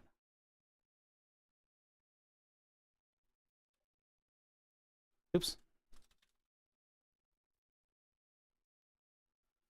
3.7 to 12. Use a small potentiometer. You can upper while measuring, blah, blah, blah, until you get 12 volt. We can data sheet TA 2030. You can see the maximum input voltage get to 24 volts.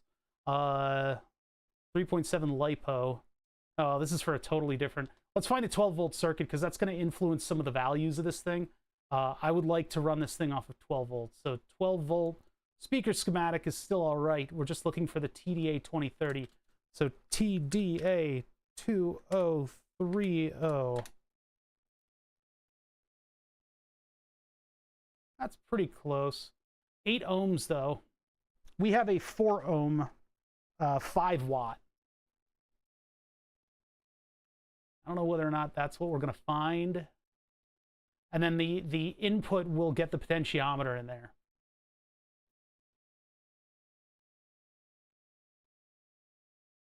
That's using 2 of them. I only have 1 heatsink mount, so I'm only going to use 1 of these things. And this one looks like it uses plus and... No, it just uses positive. Weird. Where's positive and ground? 15 volts. Bridge amplifier. Yeah, we don't need that. We'll just build this circuit and see what it does. Is that out of the data sheet?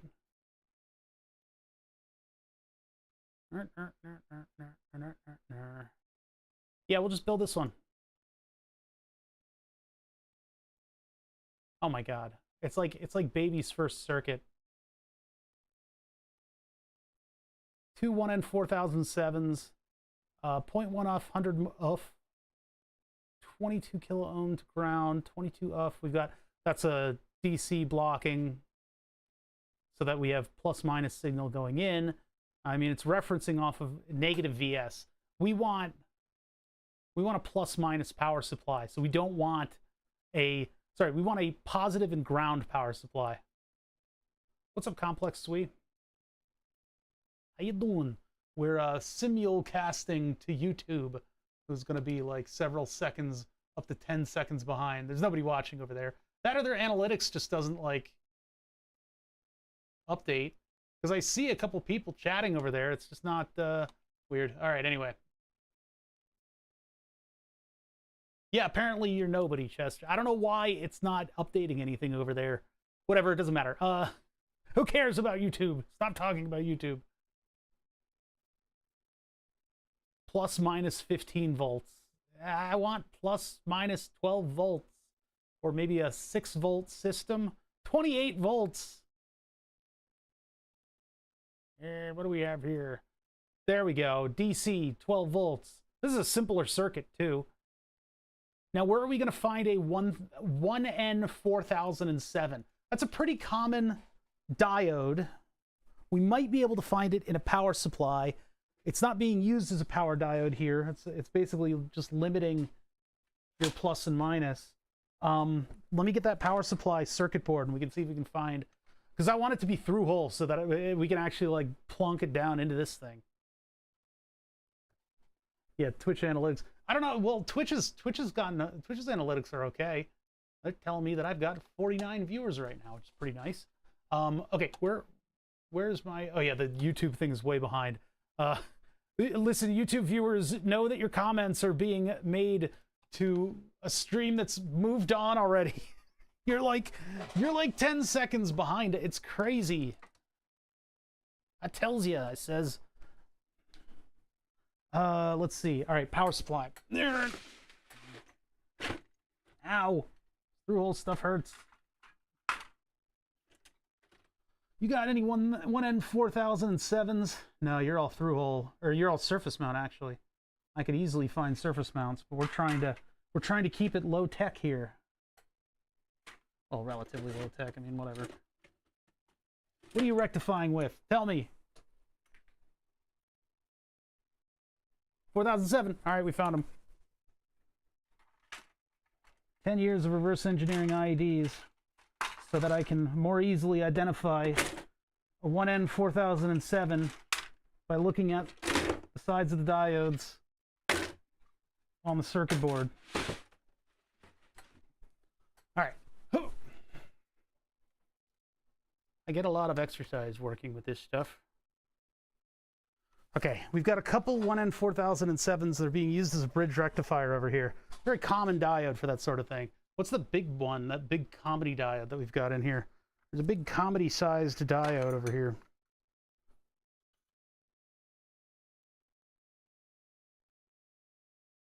$4,001. Oh, 401. Huh, that's a much more serious diode. The ones that I'm looking at are down here. Right here. Probably going to have to install them like this into the skull. But those are 4007s. LM324. Don't mind if I do. Let's see. There's a couple more, and they are somewhere. Man, putting the through-hole stuff on the microscope when I'm used to doing surface mount. Craziness. Absolute madness. Yeah, the big comedy diodes, unfortunately, I can't use. These are 1N4007s. That's another rectifier that we can just pull out. All right, let's get that one out. We'll get two of those out. Yeah, too bad none of them are laying down flat, because that's how I would have liked to install the diodes in this thing. Have them lay down flat, and then the two leads would hold it on nicely. What are the ones that I have over there? Are they 4007s? Hold on, I've got another thing of through-hole parts somewhere over here. Maybe we can find some 4007s and I can finally use those up. Or not. Or not. Where did they go? No. No. Those are connectors. One of the missing bins. Well, this one doesn't have them, so it would be the other one, which is right there.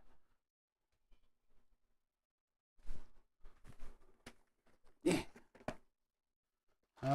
You got any diodes, man? These things, I think, are technically, I think these are diodes, but I don't think they're going to be 1N4007s. They would be kind of weird to use.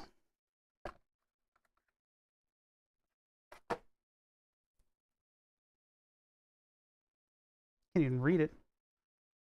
MBR6010. Please don't fall. Nope, wrong. MBR6010. I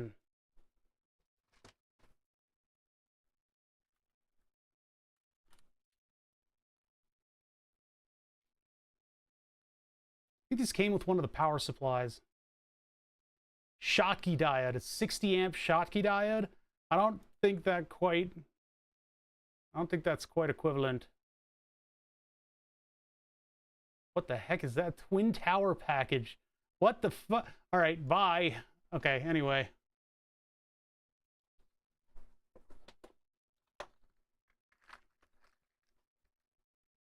Thought I had some through-hole diodes in here. Doesn't look like it. Doesn't look like it. I had a couple that were on a tape, a cut tape. But I guess they've gone to the winds by now. Don't got nothing. All right, never mind. Put that over here on the modular case, and then we can get the 4007s out of here. They're the ones in the middle of the board. Basically, all I need to do is get, I guess, tweezers or pliers on them, and then I can rip them out with the soldering iron. All right, let's see here. Actually, I do want to use the tweezers, so let me get the screwdrivers out of the way. Dealing with big through-hole stuff is as much a physical project as it is an electrical one. We got all kinds of wire cutters and stuff out. We've still got the big iron on here, so the big iron on my tip.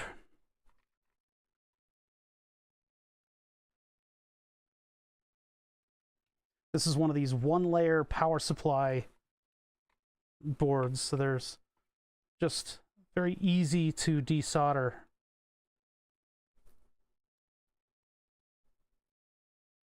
Just have to be on the right pins, which I don't know if I am.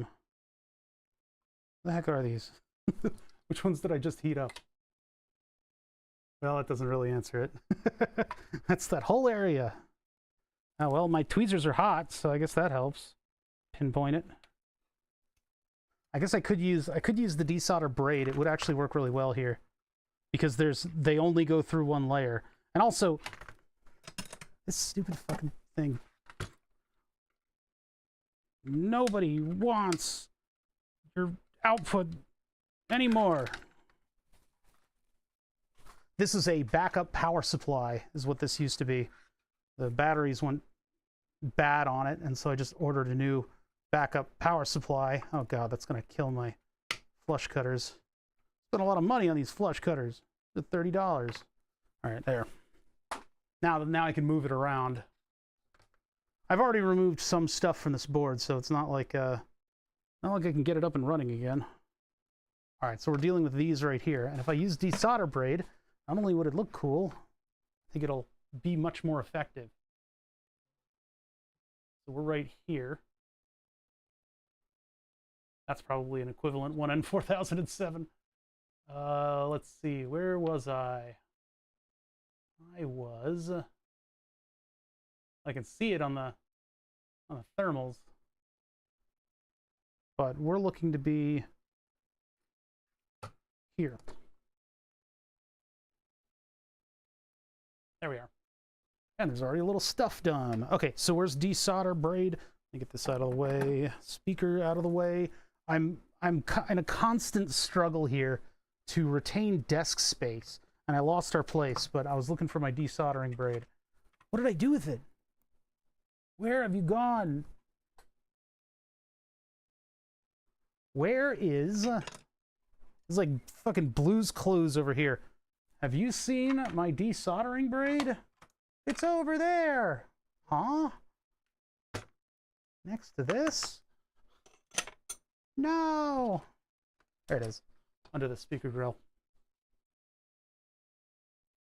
Alright, so now I am here. There we go. I'm just going to remove solder from this stuff. This is just a bridge rectifier, and we're taking all of its solder away. I might need a little flux on that. Yeah, that's not flowing properly. Get you some flux. Although it did almost fully desolder.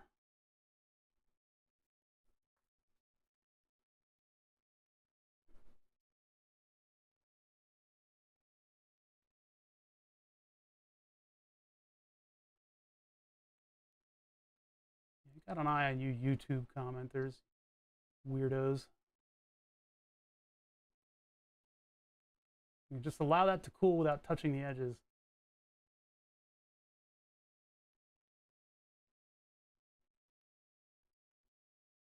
I don't know which ones are precisely the diodes. I think most of these are in this area, but you can see what happens with old solder when you don't refresh it at all. It doesn't like to flow. So if I take a little bit of modern solder and I just apply a little bit of it, that rosin core, as well as the non-crystallized metal, mix in a little bit and just freshen it up. Allow that heat to flow around. Look at that, it instantly desoldered itself. That's the beauty of desoldering. So nothing, nothing, nothing up until, oh God, I hit it with the solder, didn't I? He's standing right behind me, isn't he? All right, there we go. Get a little bit of that into there. And I'm not even hitting it with a braid at that point. There's like a piece of solder on the braid. It's bugging me. Come on. Yeah, and then you just kind of like work it away from that point. And then I think I need to get these and those. I don't know how many pins there are on these things. This should be, what, 8 pins? I guess this is where the powered desoldering gun would be a little bit better. Let's move a little bit more center. More centered, more solder, more stuff. Once you gather all the parts, I get to start figuring out the cool part of like putting them all to, oh, that diode just dropped away. There's one on the floor.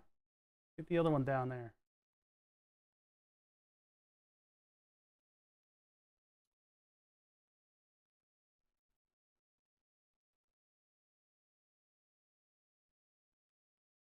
That one's ready to go. Then I think this is one, and then this is one. I guess I didn't need to do that, but whatever. How dare you judge me? All right, get that one. Get a little bit of extra slaughter on it. R58 was never installed. Sad tale.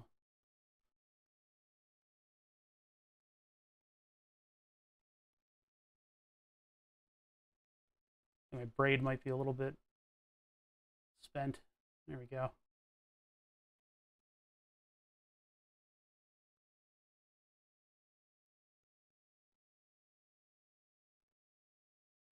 right, that one's ready to go. Just get this one, and then we're golden. We have 4 of these. We only need 2, but I figured I'd just get them all.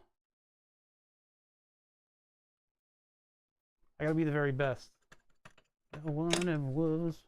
Okay. 1N4007's got. I got them. Probably just, here. Pull these out with tweezers. I don't want to touch them yet. They're still too hot. Much as I like burning myself on camera. All right, there's 1N4007. Those are pretty easy to come by. Those will just be our protection diodes on that part. We're still gathering parts, so let's go to the next category of part.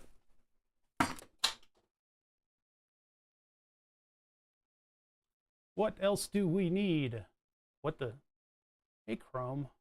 Hey, man. Do you like want to show me what that was? Oh, that's the CEM3340. We're not dealing with that right now. We're doing this one. And we're just wigging it with the 12 volts. Oh my God. I hate the internet nowadays. Just show me this. That's all I need. I don't need all this waffle. Blah, blah, blah. Okay, here we go. Yak, yak, yak. Get a job. Okay. 12 volts, 100U, 1N4007s. We need resistors I got in abundance. Those are only 1Ks. That'll be really easy. 100 UF and 47 UF. Those are also easy to come by. And then the rest is just getting that circuit together. This is a really simple circuit. I kind of feel like I should have complicated it a little bit more than what we're getting out of this. But I guess we'll start with the simplest one, and getting it together is the big priority. Oh, yeah, and I'll need to do 12 volt LEDs. But yeah, let's keep it with this really simple one, I guess. Exactly. It's I have that whole movie memorized. I'll admit it. I'll admit it. Here in the crucible of my shame. Capacitors. I have a whole thing of capacitors. I should have the right one. The sooner I get this done, the sooner we get back to the modular stuff, the sooner we get to burn the subs. So, you know. So I need a 47 UF, a 100 UF, and that's it in this circuit. This is a very simple audio amplifier, which is what we need. 3 Amigos. How does that hold up? Probably pretty well. Now, some of the other ones used much different values of caps and stuff. I don't know what's going on with that. The 100 UF looks like it's decoupling here, even though you'd use a 0.1 for that. I'll follow this circuit, I guess. I wanted to have nice big capacitors on it just for comedy. But 47 UF versus a 470, I'm going to go with 47. We'll just be safe about that. 220? No. Some of the other circuits use 220.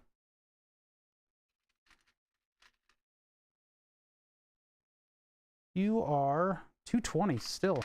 These are going to be tiny, aren't they? 47. Then I need 100. 100. 1,000. 330. 1,000. There's 100. 30. 1,000. I mean, if I need 1,000 U, hey, I'm good. Good for it. 220. Did we use all the hundreds in the another through-hole thing? It's pretty all right. I should watch Blazing Saddles again. There's one that I haven't seen in a long time. 70. They're all 1,000. Is the 100 going to be this size? It's going to be this size, isn't it? Maybe this tiny little thing. Hey! Nobody said you could do that.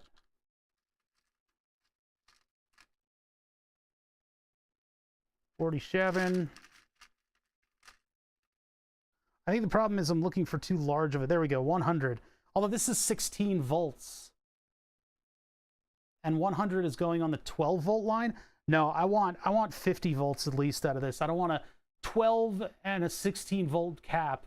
I don't really want the capacitor to be on its like on the line, you know. Ben 10. Oh man. I never watched. That was beyond my days. I know I look young. Zooms in on dark circles under eyes.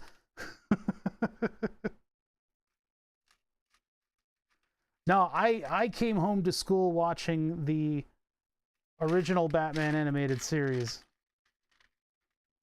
Which, boy, oh boy, does that make you into a cartoon snob. You're like, yeah, I had the best iteration of Batman, like, conceived. Everybody's been trying to claw back to that mark since. 100. 1,000. Damn it. I want a big comedy capacitor. I don't need it to be small. I want a 50 volt 100 UF. That's the size of a bug. Oh, there we go. I found it. That's exactly what I was asking for. All right. Hey, perfect. 147 in 50 volts. So those will be perfectly safe. The rest of it's resistors. We have 3 1Ks. Whoa, that's the whole circuit. What the heck? Arthur and Wild Kratts. I remember a little bit of Arthur. Wow, this is a very simple circuit, so we can actually spread out pretty far with this thing. Volume knob and sound input. I'll put the volume knob on this side, and I'll put the input on the other side of the shell. So we need a big hole right here. So volume knob is the first thing. What I'm going to do, there's actually 2 holes involved in the volume knob, but we'll start with one. The one hole is an index, and that's super vital. This thing keeps your volume knob from loosening itself and spinning. So I'm going to put this like right here. That'll be right in this part. Now, I should have memorized all the biological terms that all of these different things are. Let me open this thing up a little bit. I went to school, we didn't have TV. What?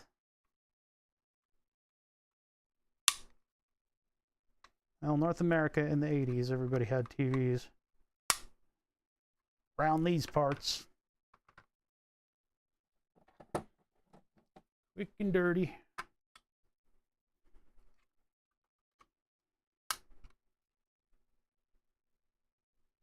I'm sacrificing the premium sound quality that this thing brings to the table by changing.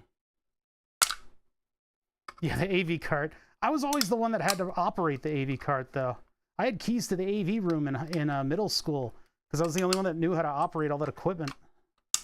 I wanted to play computer games on the projector. I think I did at one point when I was a senior.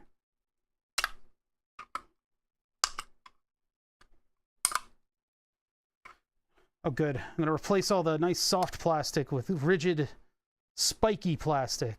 Nice. Need a little bit more room, though. I gotta be careful not to snap off the mounting post. Wouldn't be a disaster, but... Yeah, exactly. That's all it took. Some of them were on, like, it was like presentation stuff, so you had to, like, flip it to a mode, and it's like basically what my parents do to operate the TV nowadays. They just flip it to HDMI 3 and turn things on in order. It was too much for some of the staff, so they were like, "Here, you do this, kid. Here are the keys." I'm like, "Sweet. I'm gonna watch porn on this thing."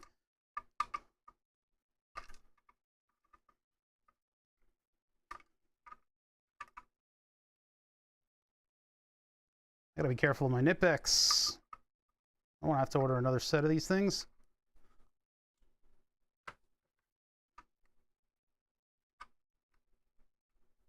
I would show you guys this better, but it's hard to show ripping out pieces of plastic. Now there's this whole open area.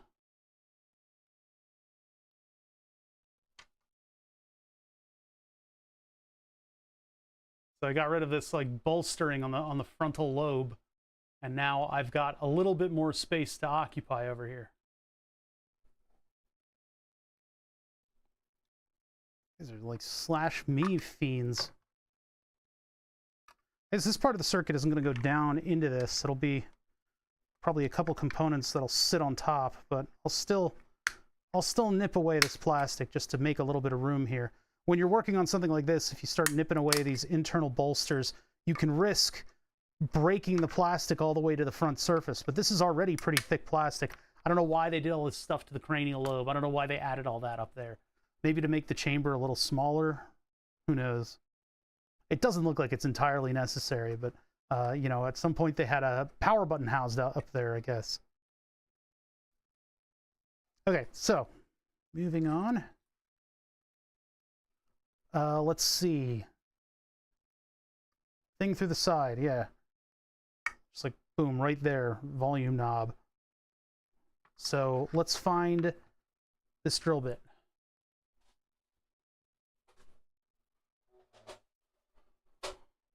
I don't know what client you're viewing it on, or if you have BTTV or Chatterino or whatever else. Oh, do I need to do BTTV and Chatterino for YouTube chat? Well, I just want to disable YouTube chat. I don't want to deal with all the complexity of this.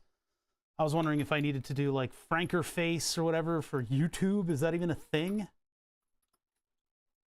But I'm gonna, as soon as I have the option to, I'm going to disable YouTube chat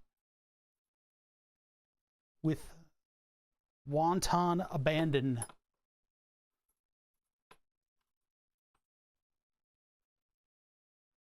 Okay, there, that's the size. I mean, it's kind of the size. It kind of works. Although the step drill might be a better idea here, but I'm going to use this.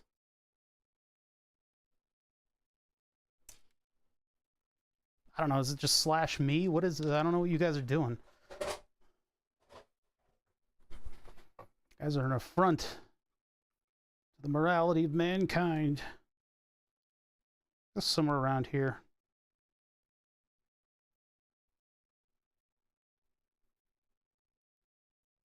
Okay, there's a dent in the skull. And then this thing. What's up, Groovy? How's it going? So we are co-streaming to YouTube and Twitch at the same time. I'm not Rob Oz. I don't already have a captive audience, so I need to build it. And that's how I'm building it. We're going to drill into this guy's fucking skull. He looks pretty excited.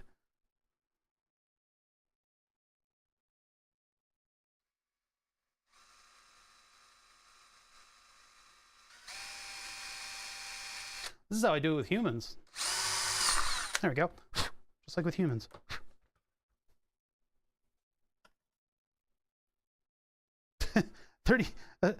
Don't open the YouTube stream. They've got like 45 seconds of latency. It's insane. It's absolutely nuts. This is what's called a repair ream. This is what makes your holes round. Reaming, that is. And a repair ream is a wonderful companion for quick little stupid projects like this. Because you can make your holes round, and if you drill in plastic, you can slightly widen all of the holes very easily with this sort of tool. It's a huge, huge help. Although I kind of overdid it with that, it still should be okay. So I want this thing to be up here. So I'm going to scratch it with its own tab. The tab is a vital part of the operation of this volume knob.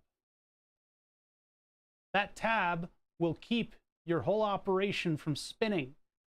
And it'll make sure that when you screw this thing in, it stays screwed in. If somebody turns it off extra hard, they could start that nut moving around, and then you're in trouble. Then you're in trouble. You got a whole world of hurt. Okay, so smaller drill bit. Did it end up in my glass? No, I'm going to drink some water so I don't dehydrate here. And then I need to find what I did. What did I do? Let me tell you what I did. There it is. I'm considering getting a 3D printer. I heard Bambu Labs P1S. Price 1S is on par with the Prusa Mark IV. Bud, I have no idea. I never know what to tell people with 3D printers because I got a... my printer is so old that I've completely changed it over the years, and it is no longer the same as it was. It's just not something I could recommend even people try to buy because it's just so different from what it used to be. So when people like come here, I mean, yeah, there are people here that know about all kinds of 3D printers. The heck? It was like extra strong. I just don't know I don't know what to tell people to do. I don't know what to tell people to do. I found something that works a million years ago and it works. Know a lot about the nuance of 3D printing, but I don't know a lot about the, like, I need to buy a product that does X. Well, I don't know. Okay, too small. Hole is too small. I could force the issue by tightening down the fastener, or I can just spoon drill it a little bit with the scalpel. The repair ream doesn't quite fit in this size, so, which is a personal problem. That tab looks like the top of my KYB strut top, so I had to chisel through. These things are this. Oh, it actually needs to be a little bit north of where it is. So I can do that with the scalpel pretty easily. I gotta work a little bit more out on the bench. I gotta move you guys a little closer, get my light in here. Everything, like the walls are closing in on me right now just because we've had so many projects going on simultaneously. This is just another offshoot project. This is not the main thing. But I've wanted to do this for a while, and since Spooky Month is right upon us, Tuesday is Halloween, I figured I'd do this today. We'd have a little Halloween time, making a fun little thing. What's weird is that it started off as a skull speaker, and it will finish this as a skull speaker. So there's not really a whole lot of creativity going on here, but I need a less technological powered speaker. This thing is liable to amplify cell phones and stuff too, but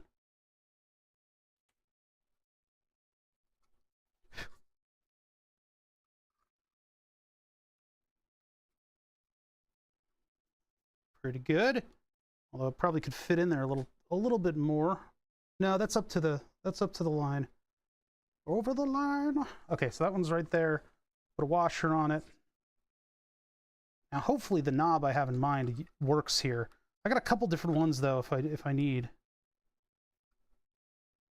Where's my sockets? Where did they go? They were out just a minute ago. And probably ended up back in the drawer. Hold on. I'm gonna hop over here. Yeah, here they are. I can get to everything to solder that. This one's gonna be a concern.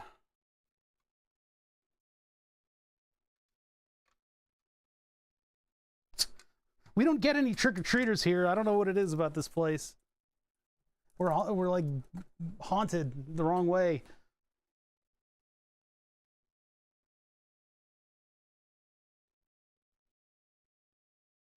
Okay. Power switch and volume. And then audio input's going to be back here because I also want it to plug in up at the top. Audio input in the speaker are going to be like maybe the side, but it needs to be like at a weird angle. So there's a post right here. If I do it there or there, right in the front. Nah, it needs to be the side. I think I'm going here because when you split it, it'll then have another cable that I can have hook up to there. And that'll just go together like that. If I need to work on it, I can open it up like that. So let's get audio connectors. These are going to both be a 1/4 inch. One of them is going to have a 100 kilo ohm resistor added to it. Hopefully that'll get it to be in the same range as the 12 volt. I don't know. I don't know if that's how I should do it though. All the times that I look up attenuators for modular rack audio,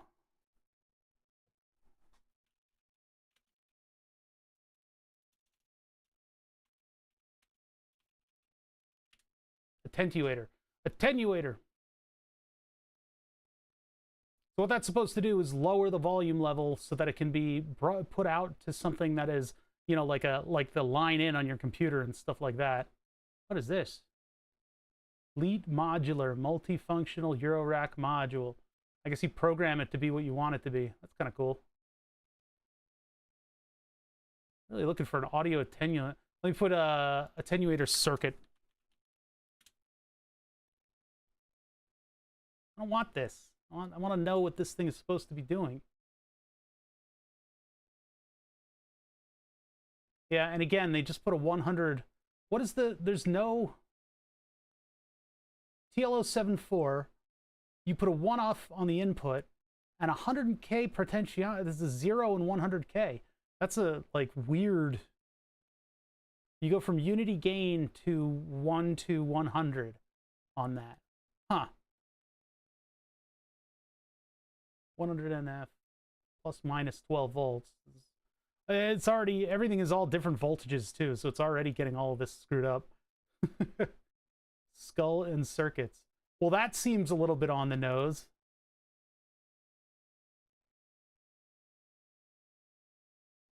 Also available at Thonk. All right. 10K, 20K. You're referencing it, offsetting the reference, and then you've got, you're referencing it versus a lower volume version of itself that could go all the way to ground. And with ground, that would be 220K, so it would be just 1-to-1. And then you've got a 1K on the output to attenuate it. Now, maybe attenuate isn't the word that I'm looking for. What is it? Modular synth audio output circuit. 1068-1. That's sort of what I'm talking about. Am I going to have to put this into the circuit in order to have, you have to be at school for Halloween. You got to find like a really easy costume. Building a module for the module Eurorack model. Module mono. While the above standard page does not specify an output impedance for the module outputs, it seems that in general, this is the region 100 ohms to 1K output impedance is specified as 100 kilo ohms. My final output stage is an op-amp based amplifier. I need to specify the drop, oh boy, I can't even pay attention to this anymore.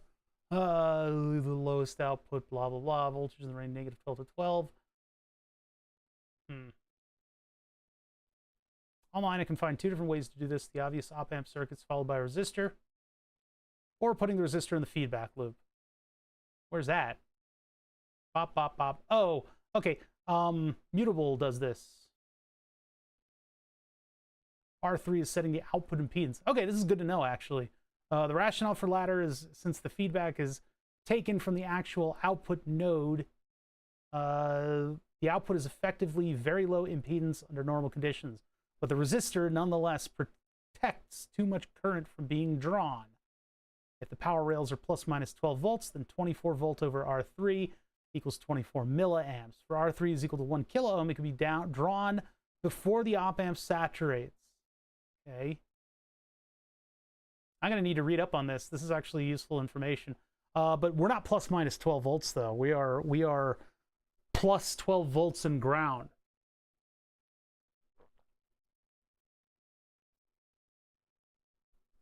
Still, nevertheless, I wonder if I can voltage divider the positive, have a capacitor in there just in case. That's a little complicated, though. We can keep it simple for now, and I can just build this thing the way that the other schematic does it. We'll just keep it simple right now unless I can figure out some other way. And I'll keep the audio attenuator that I have. Although I should probably look up that circuit, but I can always build it in this side of the skull. But let's put a skull hole basically here. I'll just mark it with a smaller drill bit.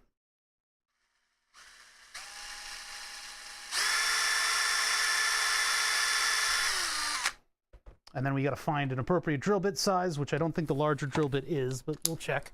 And I'll just hook the stereo. I think I'll do the stereo module, the stereo input rather, to two 100 kilo ohm resistors that just go together to the input of the amplifier. Or no, they go to the 47 microfarad cap. Okay. Okay, so I need an audio connector. That would be, let's see here, this bin.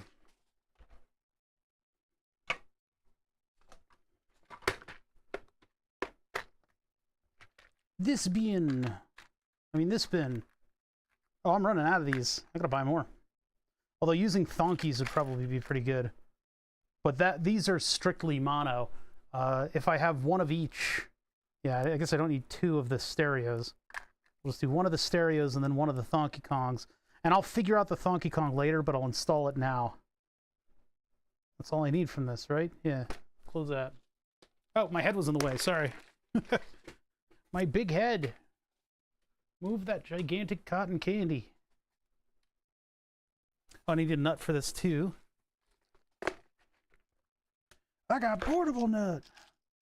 You guys remember that what was it? PSP commercial?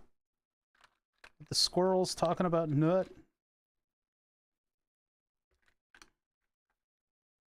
That one is a gold fastener. I kind of want to have a silver one on this because it's a skull. And we already have one gold fastener. I have the round Thonky Kong connectors. I was hoping for a hex. I think I'm out of them. All right, we'll have to use a round one then. If it's gotta be, it's gotta be. that has had real estate in my brain since its inception. I got portable nut. It's just like it's just lodged in my skull. I can't get it out. All right, that'll do. Got a lot of cool stuff in here, but I haven't been able to utilize a lot of it because I've needed panel connectors for all of the stuff in the Euro rack. That is definitely way too big. All right, let me go get another drill bit.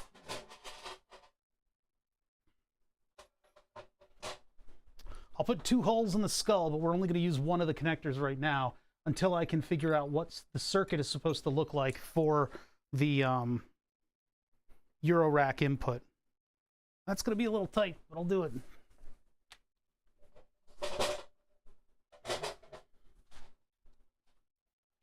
I really wish I could have found an actual computer speaker I use through-hole stuff that we could fully desolder, and then I could use all those parts on the outside of this, and I wouldn't have to worry so much about what the schematic looked like.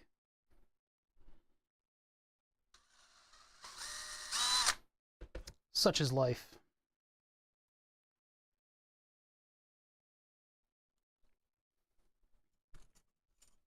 A little bit larger.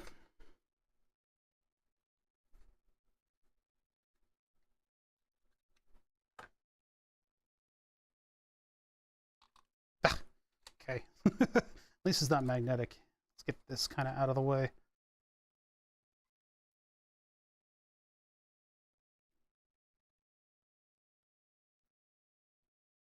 I guess I could get the speaker. Yeah, let's take the speaker out so I can maneuver around here.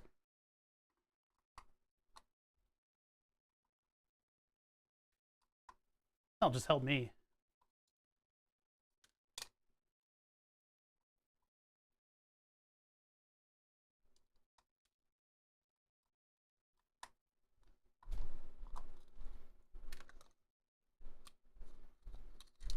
Oh yeah, look at all this room.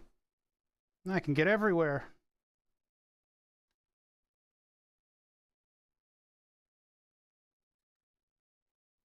Oh, no wonder it's not quite large enough yet.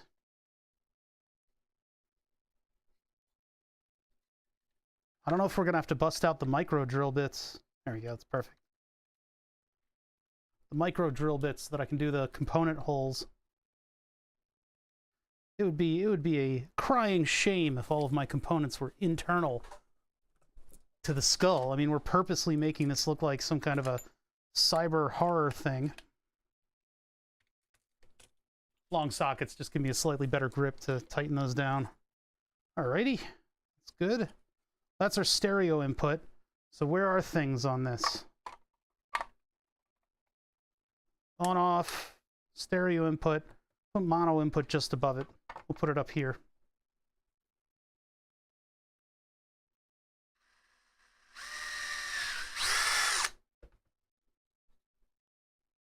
There is our mono input. Oh yeah, I need to widen it out.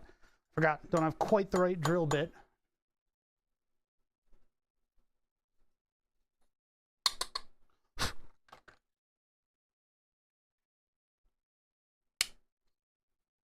Nice little click from that. Oh, and I didn't drill it close enough to the post. The post could have offered me a little bit of spin relief. It could have kept it from spinning. Ah, well, no biggie.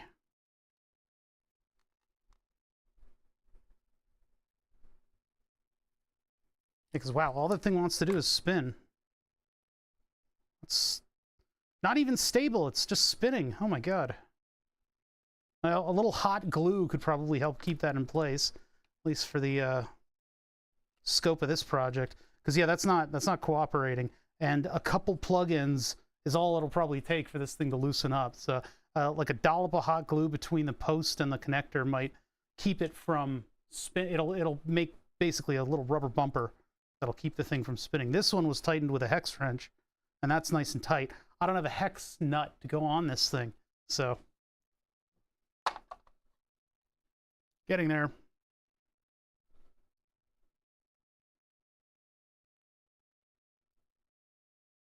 Should probably bend these a little bit close. Well, okay, we'll just keep it the way it is. Okay, what's next? Well, next I need to clean off my desk a little bit here because we've done almost all the hardware. LEDs. I need 2 LEDs. We need to figure out what color the internals are going to be. What's up, Wayne Johnson? What are you doing? Why are you doing this to me? All right, let's see. I got a couple different types of red LED. I don't know if I want to do, because if I do ones with lenses, let's get this way out of the way. Hold on. Get this way out of the way. If I do red LEDs with lenses, it'll cast light directly in front of it. If I do the ones that I have here with no lens on it, it's just a flat top, I think it'll send most of the light to the sides. It might illuminate the chamber a little bit more. Or if I wanted to have little beady red eyes, I could flip them around the other way. Let's just, hold on, let's take a look at these.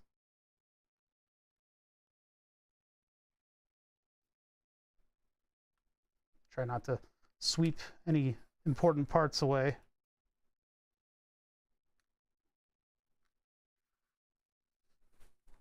Test that out. See what size LEDs the face actually takes.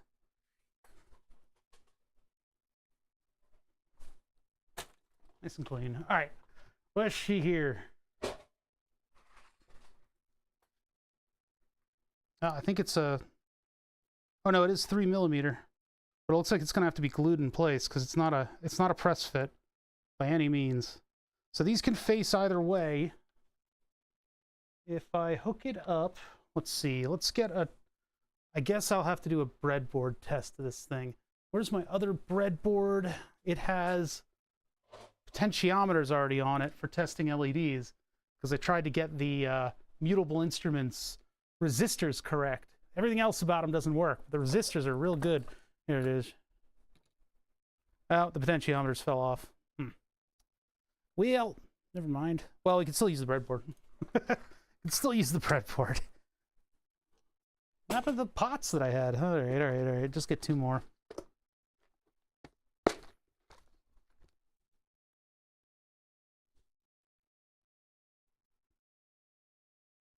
B103. That's 10K. That should be good.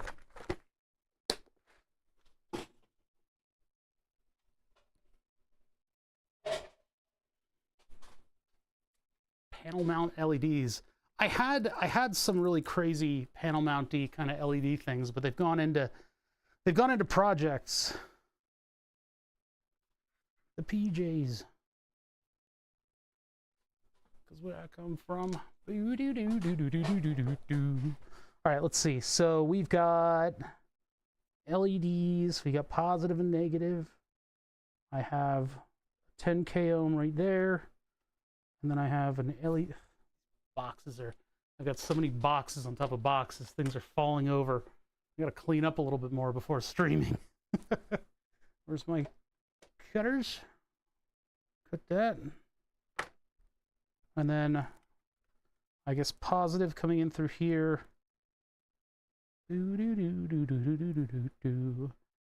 Positive is coming in there, then the LED. LED, no, we'll do the LED next. And we do the big toilet bowl in the LED is negative. Flip that over like that. I could use this on a, what do you call it? On a wire. If this is on a long wire, it would be a lot better because then I'd be able to move the LED around and see it. And this will go to common.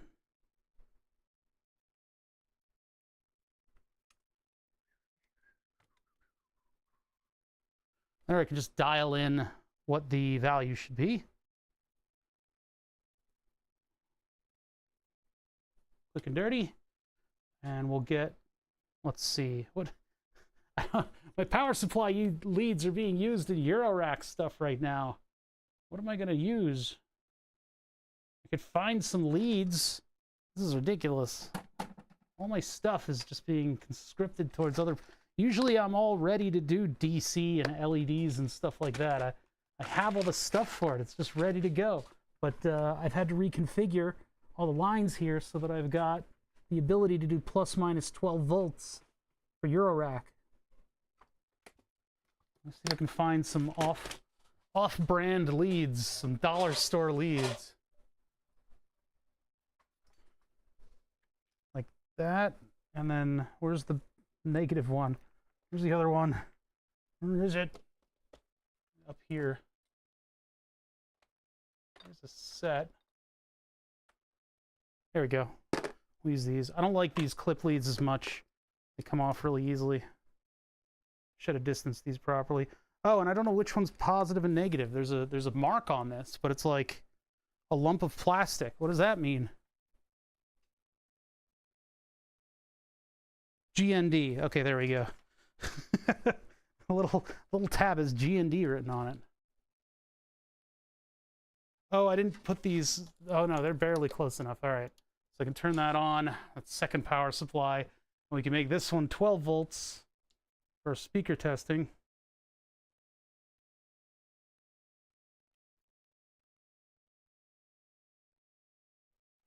You know, I could have used the ground to +12 as well, but that's in there and it's clip leads and they're all in weird places. So all right, so positive and negative. And this red LED is going to go crazy.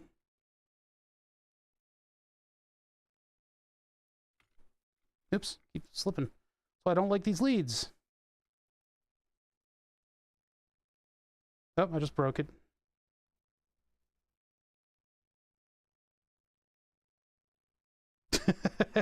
There's a sweet spot that I completely destroyed.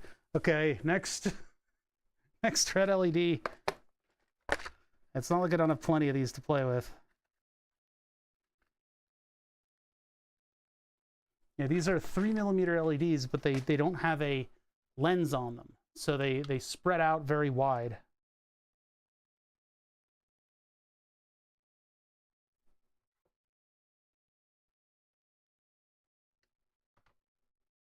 So positive is there, positive's on the upper part. You wouldn't understand it.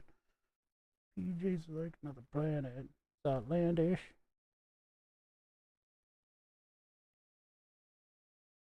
Oh, that was the point. That was the end point there. Last one. I could just calculate the current and not put it on a potentiometer, or I could give it like a lower end resistor, less than 1K maybe, as like a limit. But I am just playing around. Doesn't really matter that much if we blow up a couple of these. That's what these do. They don't have... Here, get you guys a little closer here. No lens on the front, which makes them a terrible indicator, but they're a good illuminator. They send off a lot of that light to the side instead of focusing it with a lens. This would be if I was going into like a... If I was illuminating a piece of plastic, whereas indicator LEDs will have the translucent stuff on them. This camera keeps loosening itself. I swear, one of these days I'm going to snap and buy a real camera for these streams. So I do have alternatives that have lenses on them. Those might be better for this application, because we are trying to illuminate like a chamber using that. I don't know. What's that going to look like? Yeah, those will look like little beady dots, which isn't a bad look.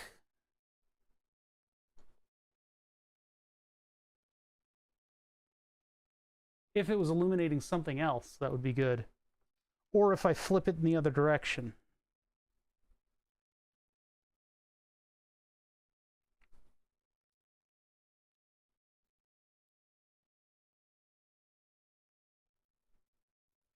That's a little too subtle, I think. Let's see what an actual lensed LED looks like in there.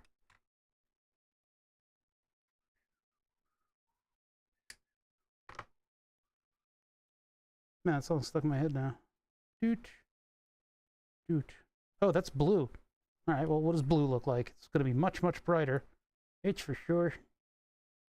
Why doesn't it, like, fit in any more than that? It just, like, starts to fit in. That's it. That's still projecting light outward. So that's, like, really bright and annoying. But if it were facing the other way, it would be illuminating this chamber in blue, which might have a particular look to it. This one has a lens. I mean, I might just use the blues on that. What's in this bin? Oh, I have larger reds. What is this one? I also have diffused ones, but since it's not just the LED that you're looking at, I'd rather use use up the non-lensed ones. I have a lot of LEDs. Oh, this is another.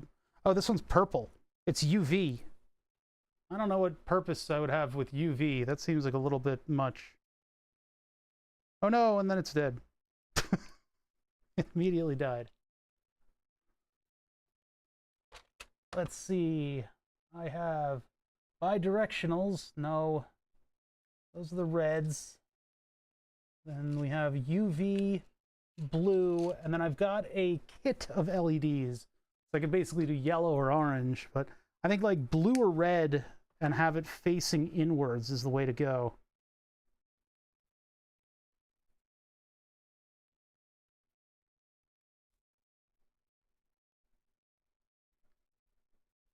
Whoa, why is it like that? Oh boy, there's smoke. All right, well, that one died. A warrior's death. Turn the current all the way down. It's kind of a crapshoot which one you get on this in this bin. Bin's been through a lot. I don't do a lot. I don't like doing a lot with the surface or the through-hole LEDs. I like my surface mount ones. I got way more choices there. I've got pink ones than the surface mount ones.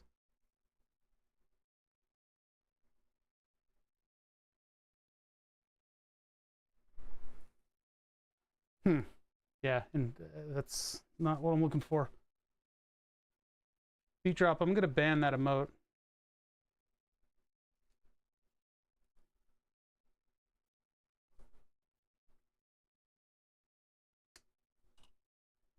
All right, and then see what this one is from a different chamber of the bin.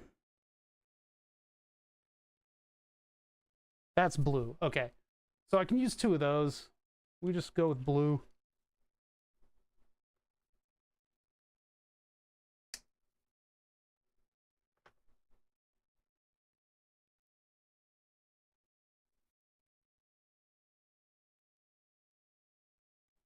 Just go with blue. No, it's just like I'm sick of looking at it now. You've used it 3 times with no context in 3 streams in a row. Just find another emote, man. It's irrelevant.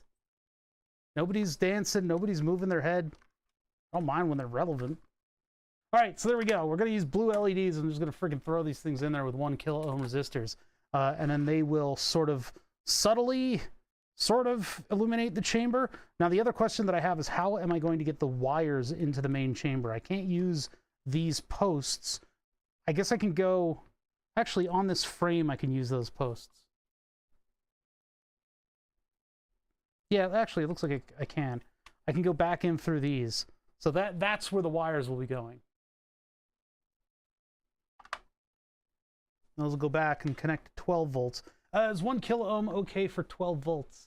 Well, I've got the 10K hooked up with the LEDs pretty bright. If we measure this right now, that'll tell me if I need to use a 1K or a 10K resistor. Just get this thing out, put it up to ohms, just put it away. Ohms. And then go from this pin. Wait, what pin was I? Oh yeah, this pin to this pin. 1.7. So if I get a 2K resistor, I can do that. I'll put it on the outside of the skull, of course. So what I'll do is I'll use wires to get out to the outside, and then I'll have 2K resistors basically like on the front temple or whatever. Now things get interesting. Now we're going to use the very, very tiny drill bit in order to make holes for our 2K resistors.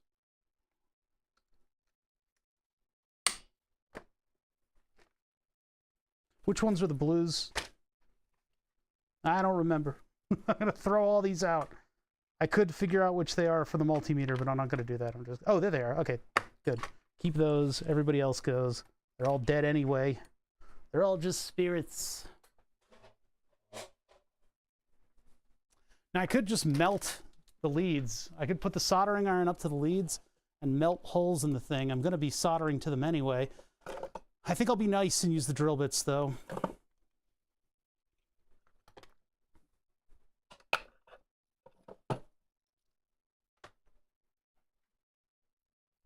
I'll need hot glue to hold the LEDs in.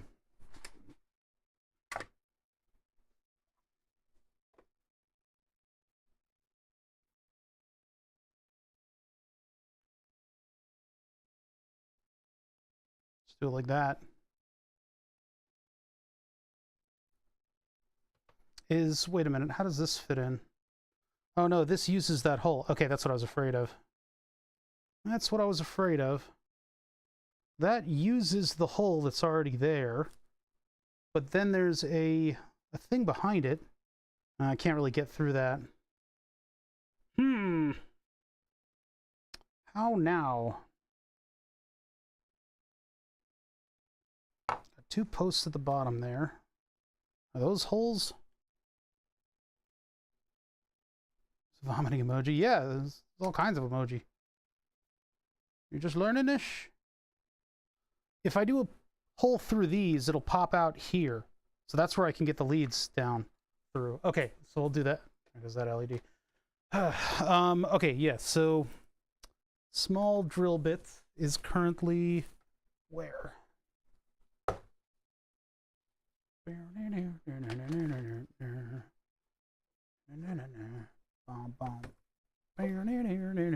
Where did the drill bit go?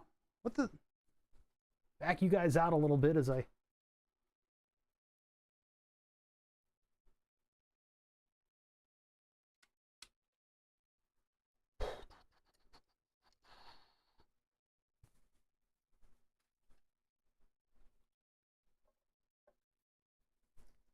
Where is... Oh, it's in between the other 2 drill bits. All right.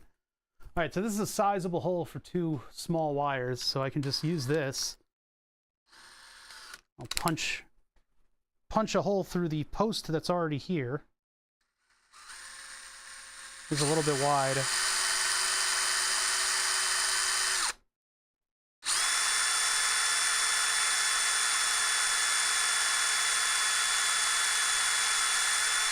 I don't want that to start melting. I'm going to give it a second to cool off. See how hot that tip is from all the friction.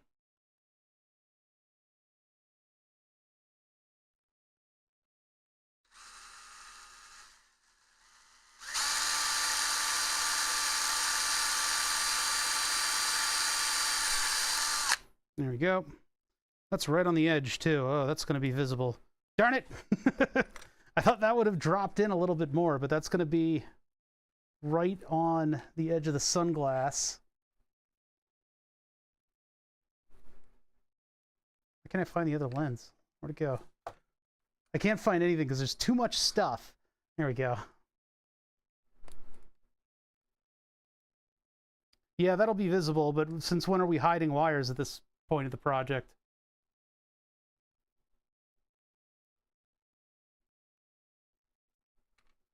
Bro, you come in here with the same emote over and over again. Like, what am I supposed to do? I'm not here to be nice to you. All right, let's cut this.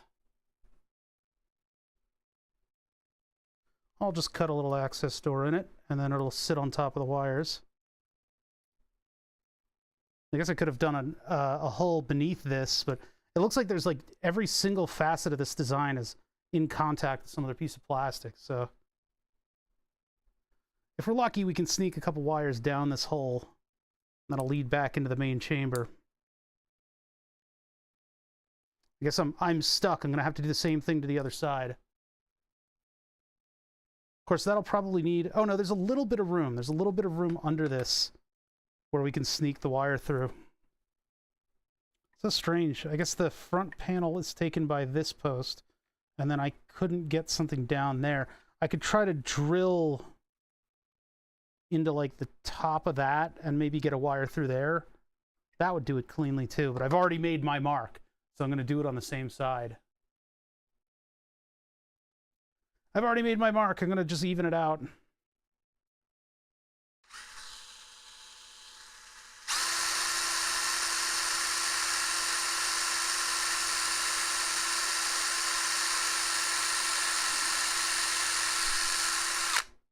The whole nature of this is that all the wires and stuff are exposed, so... This one came through properly. Damn it. This one of them have to work perfectly and the other one screws up. Oh, man. Probably was at an angle for this one. Yeah, this one did exactly what I wanted it to do. It popped into an area that has a couple little supports for the piece that pops in but doesn't interfere with it. Whereas the other one was bent a little bit and it came off onto the seam of the glasses, so it's going to be visible, but only barely. I could put something over it if I need to, but I'm not really that far concerned with it. So, all right, next is hot glue. I'm going to hot glue the LEDs in.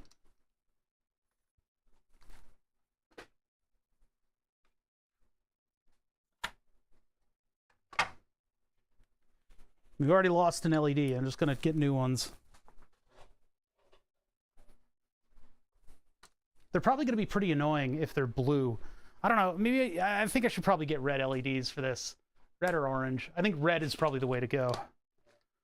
If I wanted to do a blue LED, I could do it in just the left eye, and then it would be a Sans reference, but I don't think we need to do that. I think what I need to do is get my through-hole LED kit over here. I also have googly eyes if I need it, but now we'll just put red LEDs behind it. We'll put some red LEDs in there. And I'll finally be happy. Red, white, red.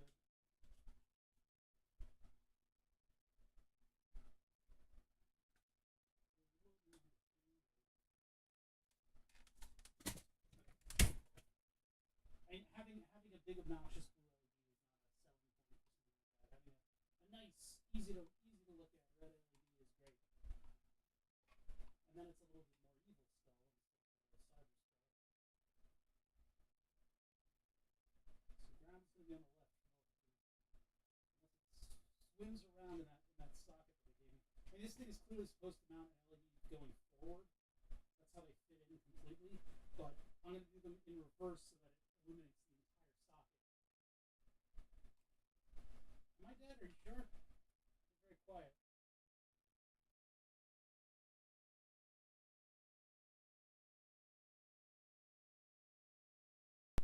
My microphone fell off.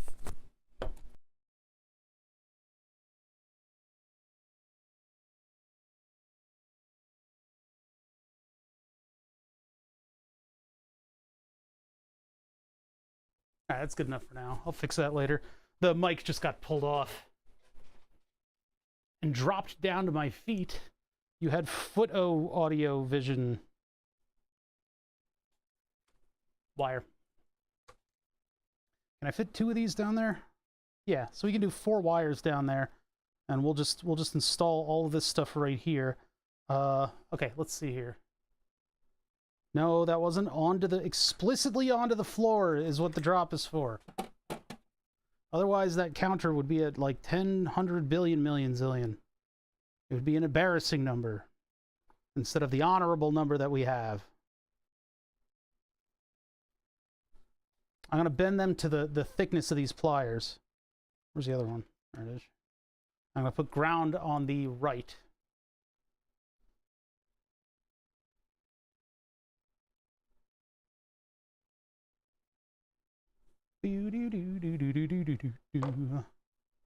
Ah, that song, it's Handsome Boy Modeling School. It's stuck in my head. It's off that album. The Projects.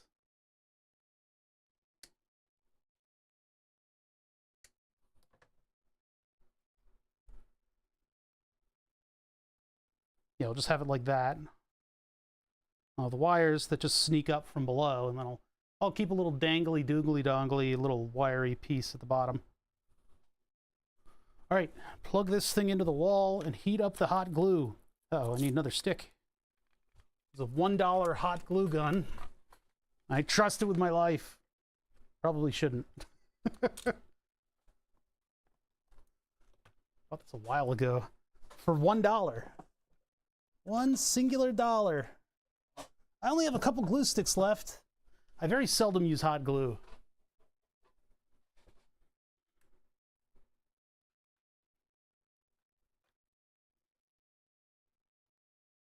But this is just the kind of project to take hot glue. Just that sort of thing.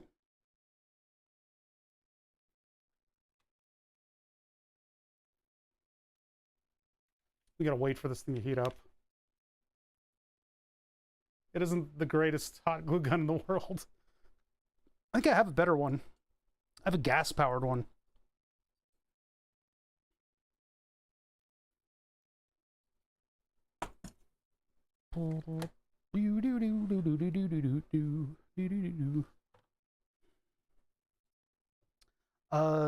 Yeah, we'll do the wires next, and I'll leave enough of a pigtail on the wires that we can have them trailing out of here.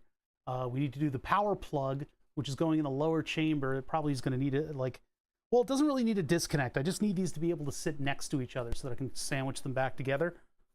We can do kind of a bang-up job of this. We don't really need it to be perfect. I could potentially print a base for this thing. That would be a nice thing for it to have. There's a couple other spots where it might want some hot glue just to keep it together, but we got to work on the, like the circuit part of the circuit, the actual connections that's going to make this thing run. I got those 1N4007s, and those are both coming off of pin 3 and 5. So these two short ones here, and I can put the diode down on the surface and then drill 2 holes where they will drop down below. And then that'll connect to pin 4. It's pins 3 and 5. 1, 2, 3, 5, and then one of them connects to 4, and the other one connects from 4 to 5. Yikes, that's a little weird. I might have to drill that one down and go below. How are we doing with hot glue? Not yet. Is it even heating up at all? Yep, it is, and I'm going to get a burn. Owie, owie, owie. Nope, not burn level yet.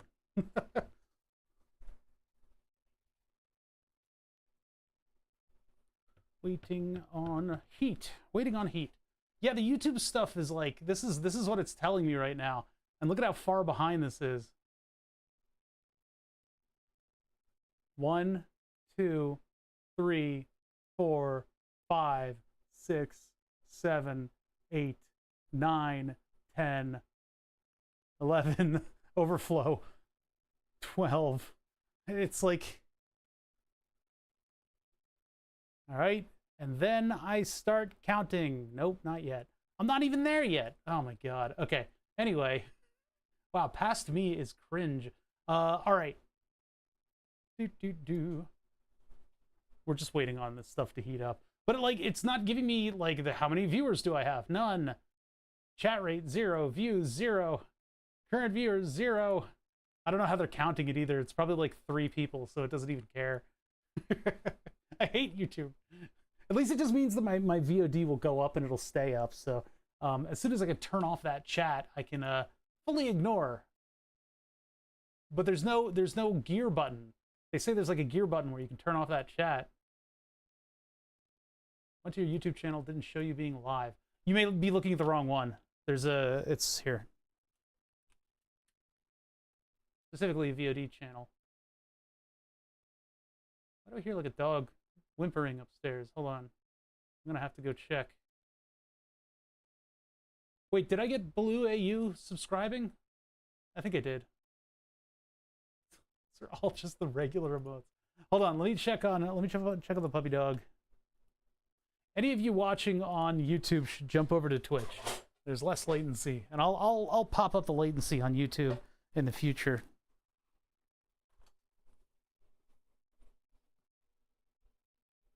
Double stream and mute one. Oh my God. I don't need you to do that.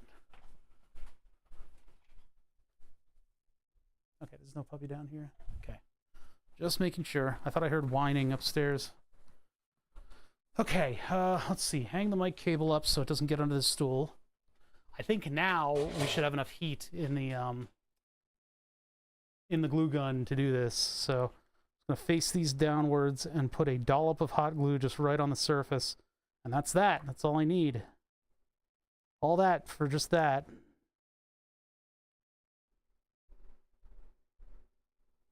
There we go. So now those will illuminate the chamber below it with red light. Of course, I still need to hook them up, but...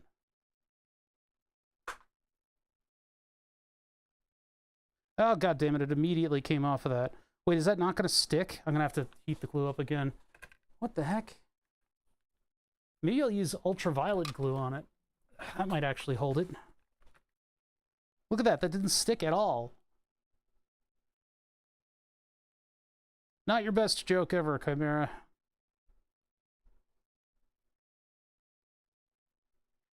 Say, wow, thank you so much for that joke. It was great. Really appreciate it.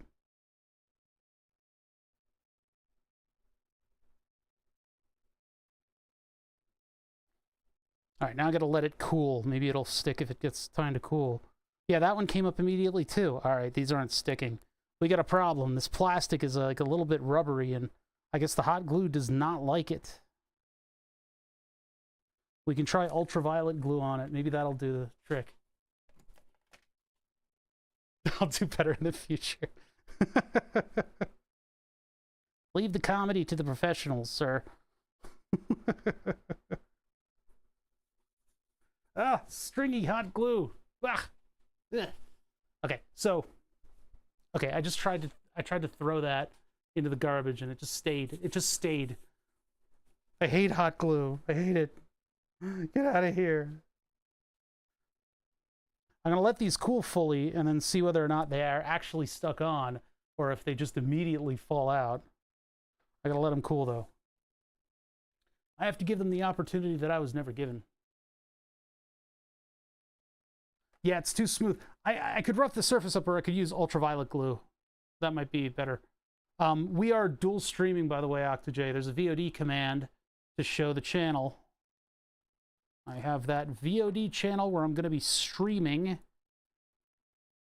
And maybe it'll grab a little bit of traction and it'll bring some people over from YouTube. That would be kind of neat. We've been kind of a Twitch channel for a long time, and they finally laxed up their rules a little bit so that I'm able to actually dual stream to more than just Twitch. Which means that our VODs, our e-waste, stays around forever. We will have permanent e-waste in that our streams will be recorded over on Twitch or over on YouTube as well. Please. The only thing about co-streaming is that yeah, I know. No, but Twitch is still kind of toxic about it. I'm not allowed to stream at a higher bit rate to another platform, which is just crazy. That immediately. What the heck? All right. We got to use UV epoxy on this. Yeah, they announced it at TwitchCon. It's pretty cool. But again, there's still that little toxic note that like, hey, you can't do a higher bit rate though. It's like, what? Wait a minute. What? What? All right, ultraviolet epoxy. Cool stuff. You simply put it onto the surface and then you activate it with an ultraviolet light. So that's what we'll do. I guess people who go to nail salons will probably know about this stuff more than we will. I was delighted when I learned about this stuff's existence. It's so much easier to work with. A little bit greasy, but you can put it in a syringe and use that syringe to apply it very accurately to stuff. I just have it sitting in a big thing.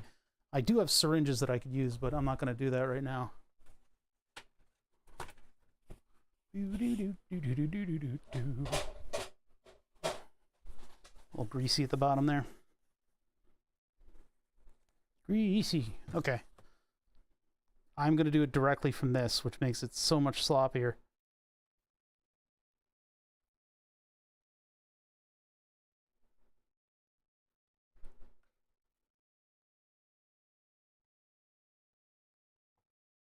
No, damn it. Well, whatever.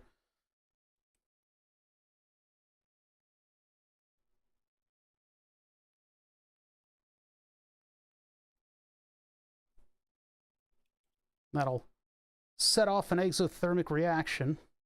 That'll set the glue.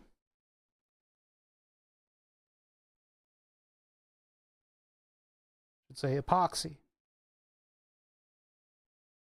But giving its flowy, liquidy state, hopefully it'll get into everything and be able to kind of hold itself in place without my LEDs falling out.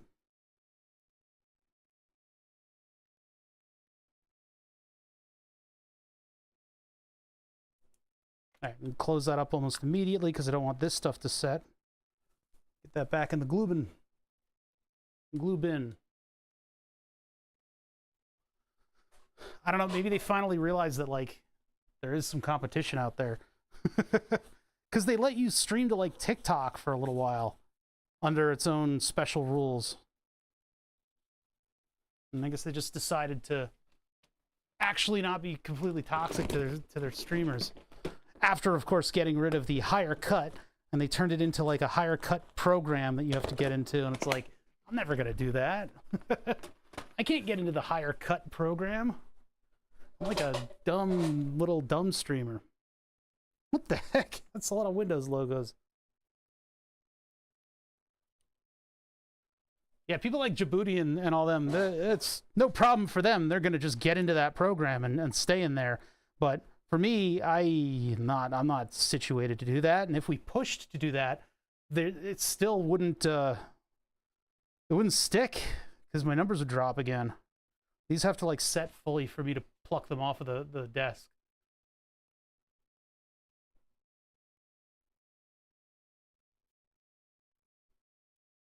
All right, work continues on the Skull radio.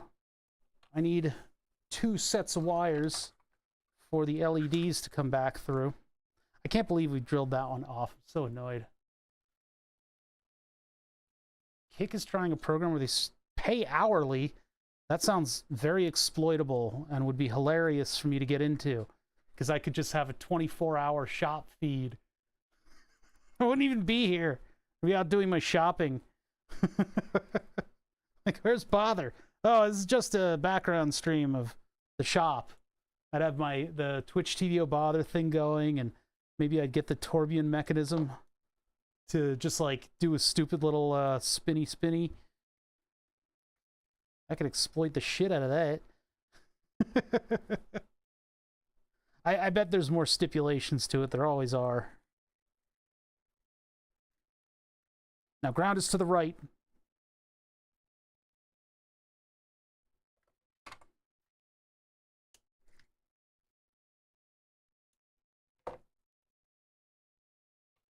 This is from Amazon, and I forget what I was searching, but it just came up in my results, and I was like, whoa, I gotta get this, because it would be hilarious to have at a LAN party. All right, that's held in. That's all it took, was a little bit of UV glue. It's a family heirloom. I had a roommate that had a human skull, and he thinks it's his grandfather's. That's even peeling up. I can see a bubble forming underneath that. This is like, I don't know, this stuff is something else. There's like no grip on it. I don't necessarily want it to get a super good grip, because it's good if I can break it down later, as long as it just holds it in place. But I hope that when we work with this, it's going to be like forces are going to be twisting that. So I don't know what'll happen there. Let's just get this wired up though. Wired up. I actually like it without the sunglasses on. It looks way more cyber. Looks like some kind of a cyber thing. You wouldn't understand. It's a cyber thing.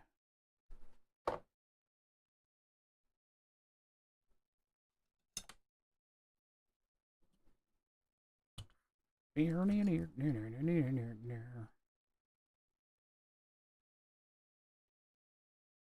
right, I need to turn on the iron.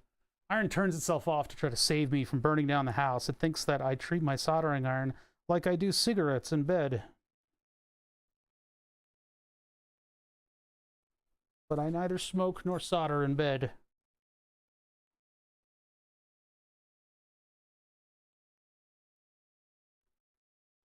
I'm going to pre-tin all these leads so that they solder easily, more easierlier.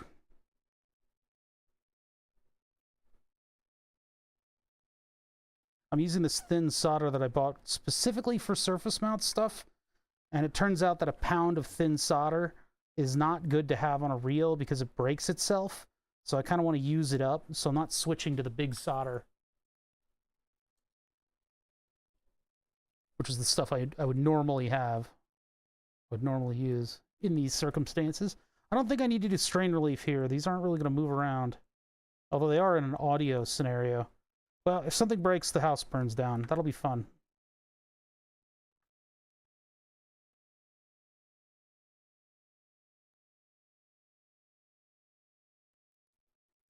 And the other one.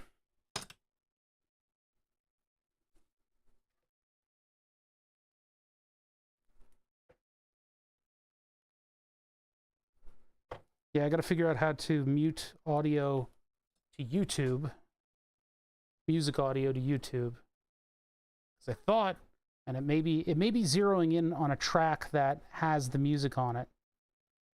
I think my saved VODs are going to have music on it too. So the question is, like, do I just post to YouTube with the music, since I'm not exactly monetizing my time? Brought to you by...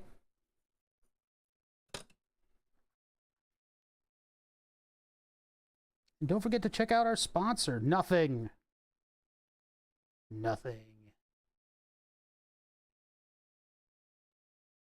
I don't know. I don't know what's happening right now. I don't think the videos are going to be monetized. They're going to be posted, but what about later on, or what about, you know, like, I don't know.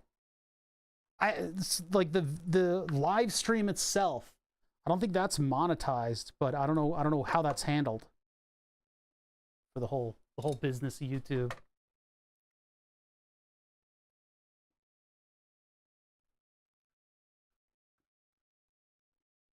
This is some real prop making kind of stuff that I'm doing right here, hiding wires and stuff.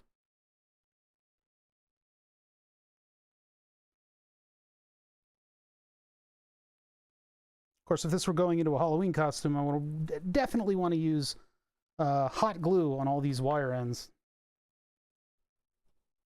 Never just let your wires flex. What are you taught? What does that even mean?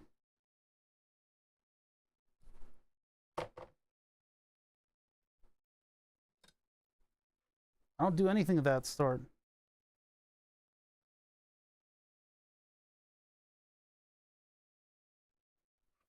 Twitch chat says a normal thing challenge.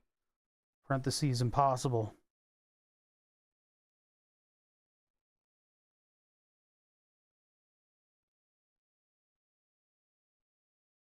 That's not a very good solder job, but I'm going to leave it.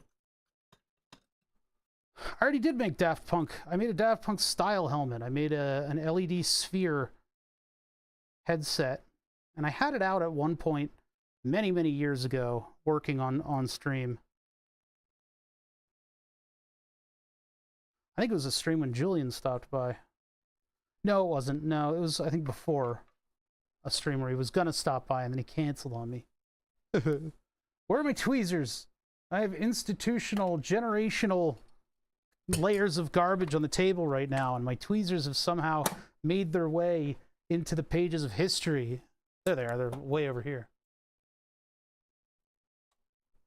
Way over here. Just gonna fix this one a little bit. It's kind of standing up too high. I'm not doing this on the microscope. If I was, all of the inner perfectionist tendencies that I have would be coming out to play. Yeah, look at that. Ugh. Okay. I don't want to grab this at the jacket too high up, because then when the iron heats it up, it will melt the jacket. Don't got much choice, though. Yeah, that'll melt the jacket and make it look all weird and jank. I guess this is okay. We can live with this. You know, if you were super duper serial about making this exactly right, the way to do that would be to have a crimped connector that would go to, like, you could do a connector that would slide onto the LED, or you could do like a crimped, then soldered, like a male pin connector. Sorry, it's sub and dom, not male and female.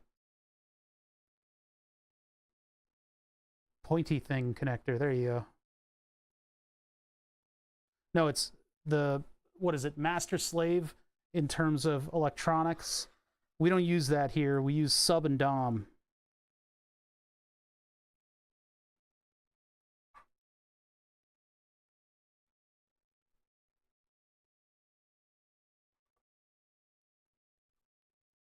Oh, the glue gun's not hot anymore. I guess I could just press fit everything. I can just press fit everything. Oh my god. Come here. Where's the other one? Are these also screw posts that are involved with... No, they're not. They were screw posts that were involved with connecting the battery in place, but We don't have that anymore. So that's an interest. They're reusing a lot of their posts for multiple different tasks. And so are we.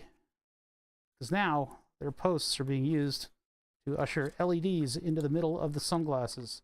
We're not going to have red eyes. We're going to have red glowing eye sockets. I guess I could have had an LED facing forward as well, but this'll do. So we should probably set this up for a test. Yeah, should probably do that. Oh my god, this greasy fucking UV epoxy is always going to be part of this desk now, isn't it? I can get most of it by doing that. It's like sticking to my hands. Ah! Yuck! Stop it! Nasty shit. Get out. I don't know how people put that on their nails.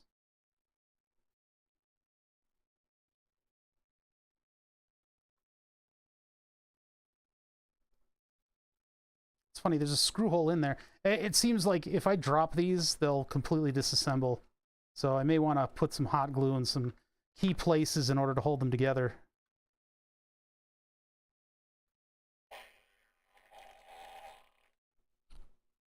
Is there a controller that makes the LEDs go in time with the music? That exists, I'm sure. I don't have that. This is this used to be a Bluetooth speaker, and I couldn't tolerate it as such. So what we're doing is we're putting new internals in it in order to make it into a dumb speaker. And so the circuit for the dumb speaker that I have does not have like blinking LED stuff on it. I could put that on it, but what I need is a thin screw that'll go in there and hold the sunglasses on. Like a thinner one than what I have. Because these'll pop off right now. They'll just pop right off. And if I get a screw on the outside, that'll hold them together. So I need to add that screw. There's already provisions for it. I just need a smaller screw head. So let me see what I can find. Let's bring out the rando screw bin again. There it is. There it is. The most cheapo LED strips have that. Yeah, these are just LEDs. These are just LEDs that we put in the sockets. And I'm going to put a 2 kilo ohm resistor to the power supply so that you know if your speaker is powered on or not. I don't need fancy stuff. I don't even know what the audio levels inside of this thing are going to be yet. So we're doing kind of a very haphazard job of this because unlike a lot of YouTube creators, I haven't planned shit. I don't know what I'm doing.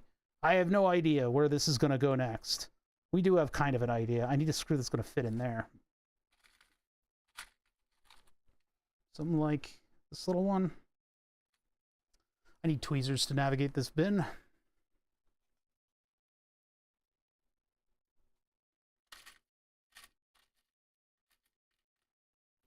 I don't want to try to portray myself as an expert in anything. I'm mostly an expert at not being inept. Only a little, though. This is exactly what I'm looking for. This right here.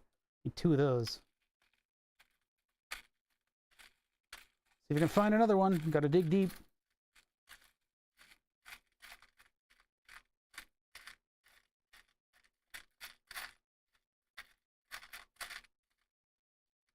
No.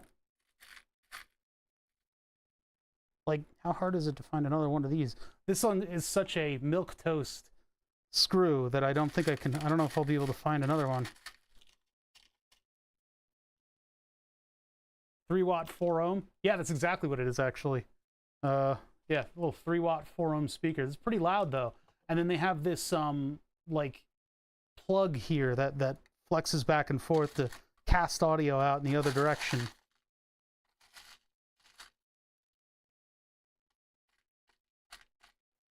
Jar Jar pillows, completely cursed. I'll find 2 of those maybe. Well, actually, those are similar enough that maybe I'll just use both of those. Let's try it.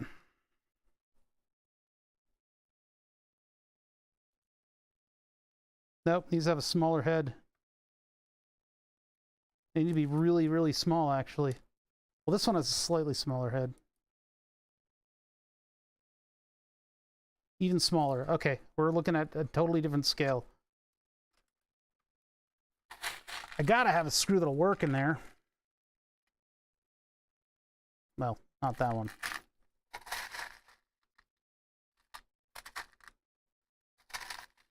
Needs to be absolutely minuscule. What's my glucose level doing? I'm feeling a little hypoglycemic-y. 195. That's actually okay, good. Look at that. Look at that lump, that lumpo. That's less than it used to be when I'd get like a fast food cheeseburger. Oops, I forgot that I'm overlaying it onto this. Yeah, you can see that this is actually Android Auto Pancreas system dealing with my shit. This thing has to put up with my shit. It's my phone speaking to an Omnipod pod and listening to data from a Dexcom. And it's doing this all in the background while I stream. So it's been getting these super micro boluses in order to bring my glucose level back down appropriately and safely. Turn that off.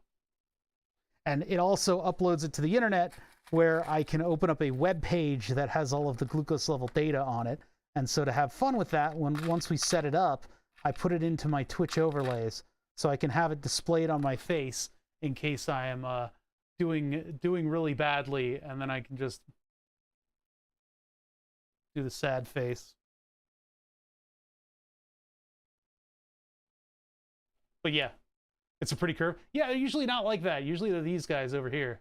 These it's usually like this, where it sticks around until my stomach decides to have mercy on me and finally drain out, so that I can get my glucose levels back in control.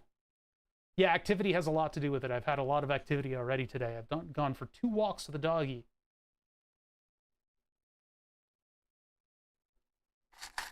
Which helps massively when it comes to wrangling glucose levels. I also did manually inject just a buttload of insulin before I had the cheeseburger.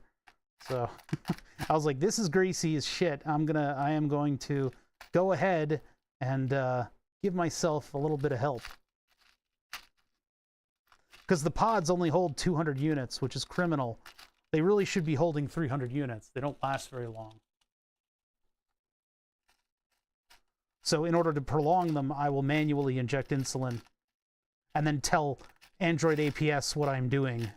Usually I'll get the recommendation of how much insulin to give from Android APS, and then I'll tell it that I am not letting it inject that. I said, I'll do it myself. This is actually not screwing in. This is just screwing into the feature. Wait a sec, I'm missing the thing entirely when I try that. Hold on. Yeah, that's one thing that the one thing that diabetics have over regular normal people is that we can inject insulin ahead of time. People can't do that. But then again, their body also listens to their own insulin, so I may have to just hot glue the sunglasses back on if I can't find an appropriate screw, which is a weird place to be because I have a very large variety of just random ass screws from all the stuff that I've broken. I mean, taken apart, studied, things that I've studied over the years. This is a very large mental problem. I mean, screw bin of screws. Bomb, bomb, bomb. Yeah, it needs to be like much smaller than what I'm looking at. I don't know why I'm like calibrated to look at a certain size of screw, and I need to rethink.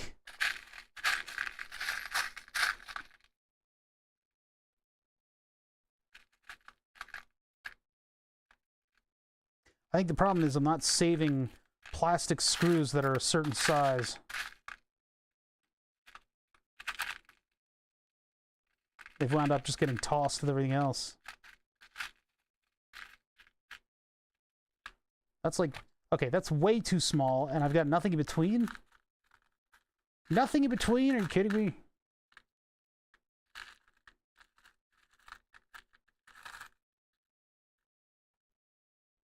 Would that even hold? Let's check.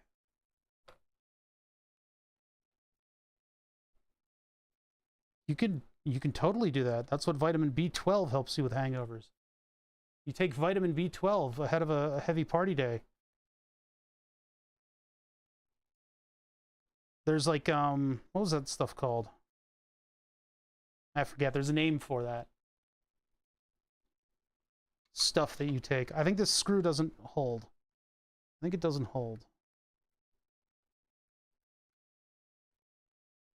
Oh, it's not long enough. It fits in there. It's just not. gripping anything. It's not long enough. Damn it. Which means it's not going to want to back out either. Yeah, it's not moving. Okay. Well, that means I got to take the whole glasses off. Press down on this.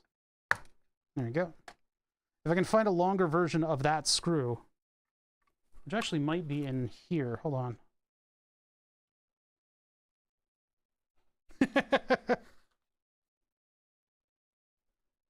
I forget what the stuff was called. Djibouti Show was talking about it a bunch a long time ago. Here in an hour. Back. There's like, it was like a hangover like prevention thing, and it was mostly B12. There might have been a couple other things in there. You take it like while you're drinking, and then your body doesn't do whatever it does to create whatever makes you super hungover. Means you gotta have the wherewithal to take it ahead of time, though. Okay, yeah, this is one of these screws. Okay, so if I find, I mean, the only ones I got are much longer. This one's pretty, that's a lot of thread. I need something in between. I guess I could always cut these screws, but I think there's only two sizes left. This is, the screws that I'm looking through right now are stainless steel, and they are leftovers from a DigiKey order where I ordered a bin full of screws. This is a wonderful big bin full of screws at all these sizes, but they're all English. They're not metric. Oh my God! All the bins of stuff that I've been taking out are starting to pile up all around me, and I fear the end is coming. The walls are closing in. They're upon us. Okay, let's just see if this super duper long screw will hold in the sunglasses. Dun dun dun.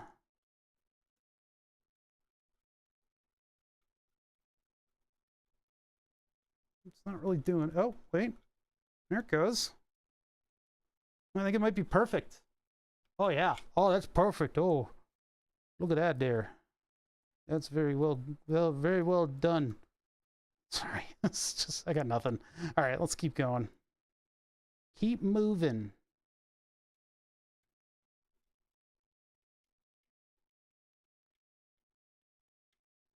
I'm going as quickly as I can. I don't know if this will be a one-stream project. It would be a very cool inaugural thing to have a one-stream project work out on this stream for once. But I don't know if that's going to be the case. All right. We haven't even gotten into the circuit yet. Fun, though. Having a good time. So if I want to see what this will look like with the LEDs, what happened there? There's like drippies. Make sure that's on there. I think, oh yeah, that won't move now. Yeah, because that's holding the whole thing together. It's not actually screwed all the way in. Where did the screwdriver go? It's over here.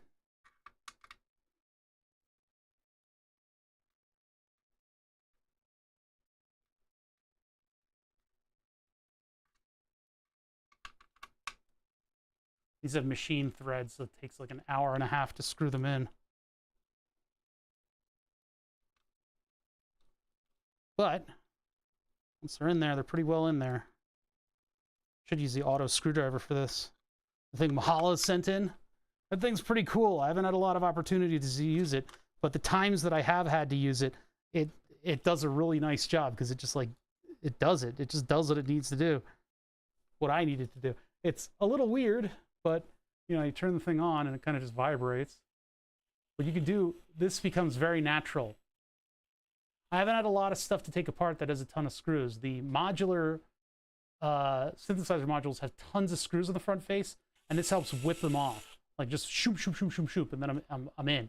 But yeah, I don't know. There will be opportunities in the future, though.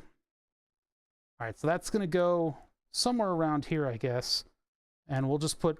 I'll just put the two resistors somewhere. We'll just do them like right here. That way, this one can thread down and under, and they'll both get the same treatment, and then we can hook the power supply up to them and see what they look like. But I need 2 kilo ohm resistors, and I guess I've got an overabundance of these precision quarter watt I have not been able to find precision resistors that have thicker leads, and these are trouble because they don't quite make contact in the solderless breadboard. Maybe in those solderless breadboards that haven't been broken in, but all of my other electronics are old enough that they have much larger leads. So for those older electronics to get good connections to the inner workings of the board means that these don't work. 4M7, probably not.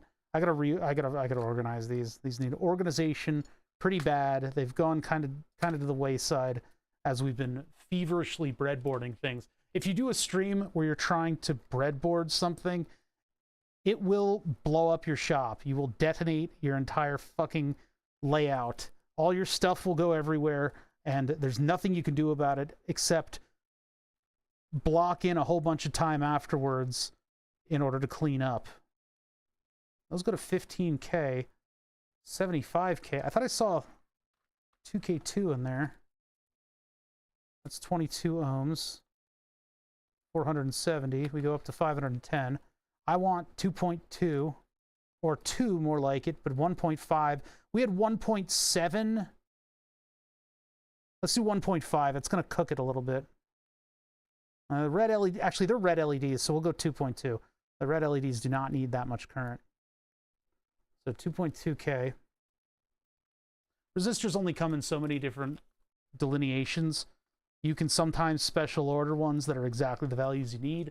Unless you're doing hardcore analog electronics, really, you don't need the value that you calculated. You need something kind of close to it, and then you can make up for it. Or you can combine resistors in order to make things proper.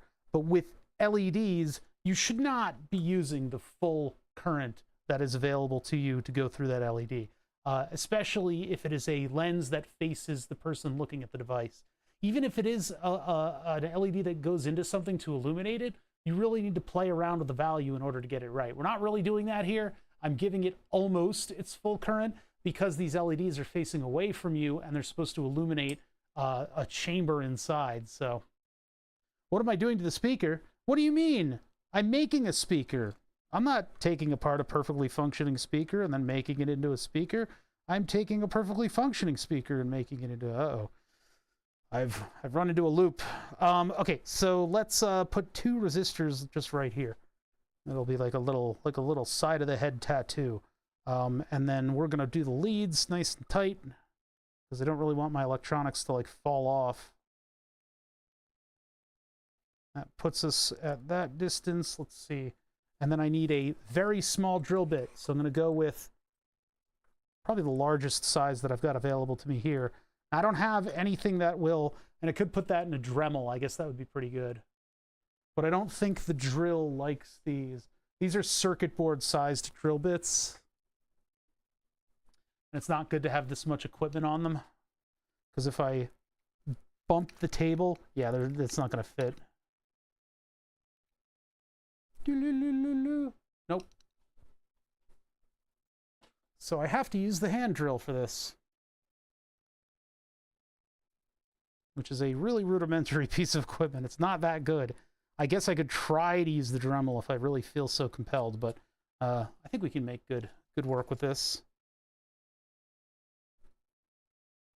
Let's go right here. Welcome to the Tedium Dome. This is where I ruined my wrist. There we go. I don't have a like a shuck for the handheld screwdriver.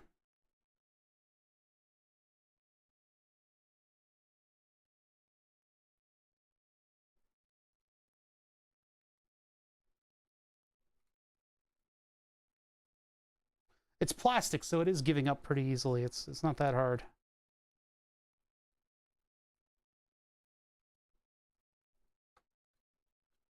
All right, now where are they going to?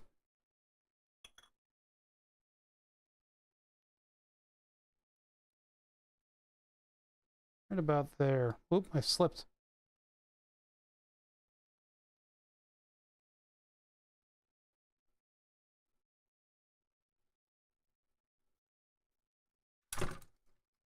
And I broke the bit. Yep, that's all it takes. Well, I can still use what's left. It's just not going to be as accurate. The base of the skull slipped, and then it twisted the bit. And that's all it takes. The tip is now gone. But it'll still work-ish.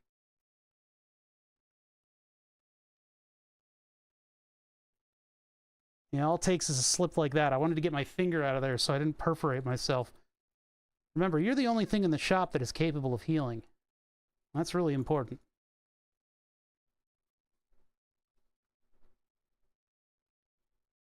I should note, just for the YouTube audience, that I'm being bitterly sarcastic about that, and your life is precious. Don't get in the way of any of your tools. You're the softest thing in the shop. It doesn't really appear to be drilling in. It's not as effective without the rest of the drill bit on there, huh? Oh, there might be a little bit of drill bit. Yeah, there's still some drill bit in there. Okay, how do we do that? Well, it's not poking through yet. Almost.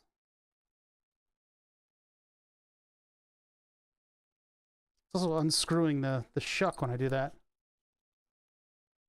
Ha ha ha. How do I do this? Whoa, okay, never mind.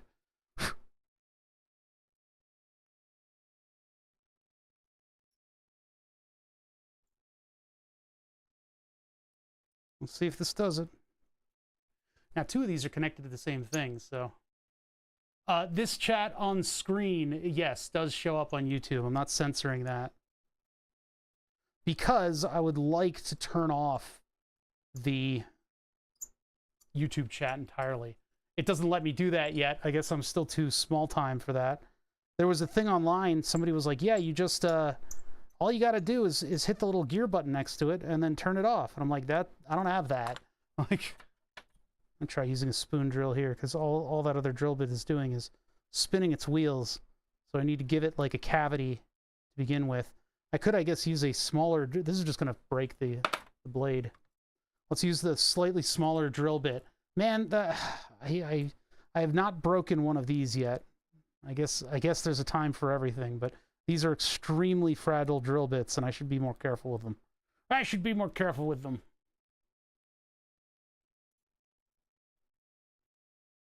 Yeah, that's the thing, is I'm replying to...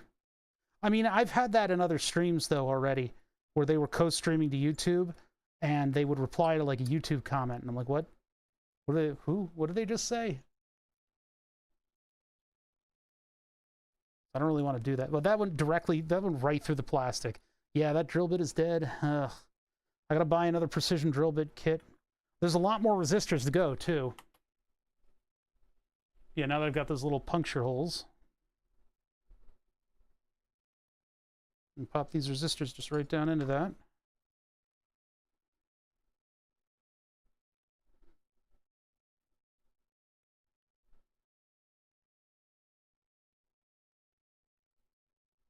Just like so. And then I'll bend the leads flat down and clip the excess on the one side. Those two are going to be ground, so actually I need to bend... Oh, let's see. I guess I'll use the tweezers to do it. I'll just bend the lead at a right angle.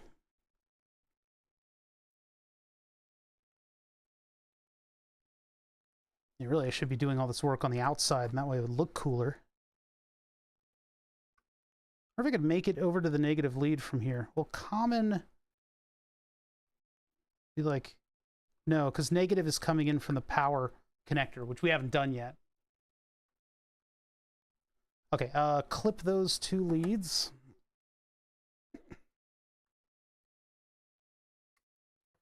And then I'll take the positive wires and I'll go up and I'll go to those. Well, yeah, that would be positive. So actually, if I do this connection here, I need to bend it like up this way. So I need to... That's the idea.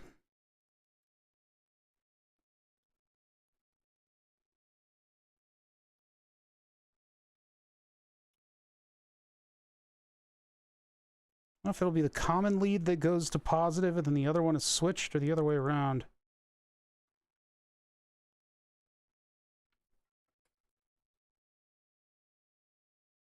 Yeah, it needs a little bit more space than that. All right, so I'm gonna have to, I'll have to get a little creative with that.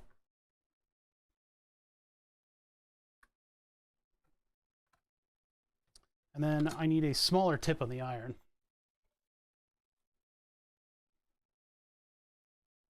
Vacuum tubes have heaters in them, which would not be good with the plastic. They're like little light bulbs. Also, I'm not just gonna, like, on your whim, create a tube speaker.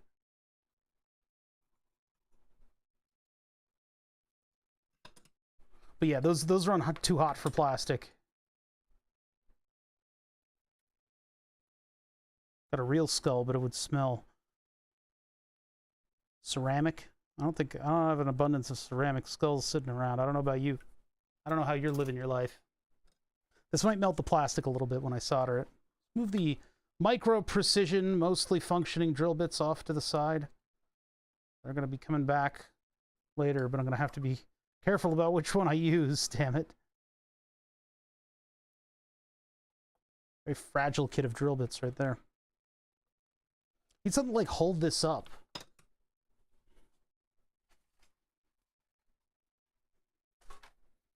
Try to, like, maneuver myself around here. I don't know where grounds are going yet.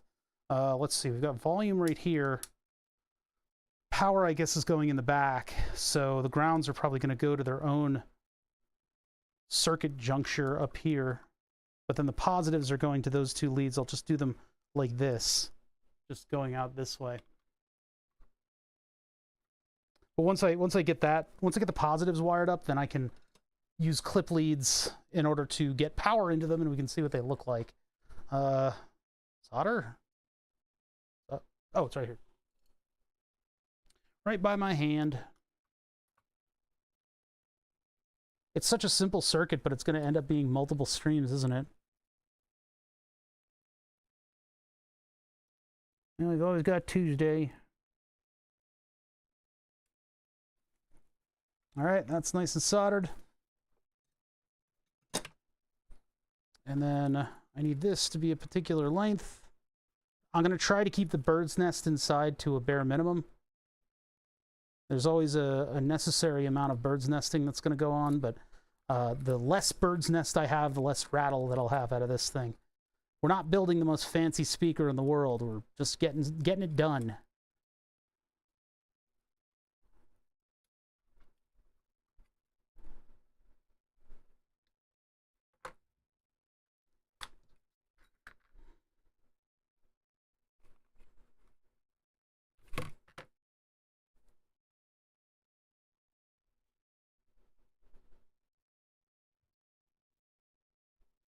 Oh yeah, you guys can hear me. Thermal camera, how much time did it cost me? What? Well, I had to design my own enclosure for it. It's a Group Gets thermal webcam with a Lepton 3.5. And considering how much money I make on Twitch, it costs me more than the amount of time I've been streaming. It cost me like a month. A month of streams. Get the tab muted. How fucking dare you treat me like that? I don't deserve that. Let's get this soldered. I gotta pre-tin everything. It makes it just easier to solder on.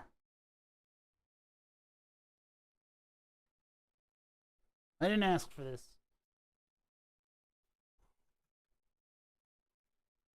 Oh, I'm the dummy because you asked me how much time it cost me. Oh, no, you didn't say time in there at all. I feel like I'm gaslit by my own reading of comments. Yeah, you gotta look up the prices because they fluctuate.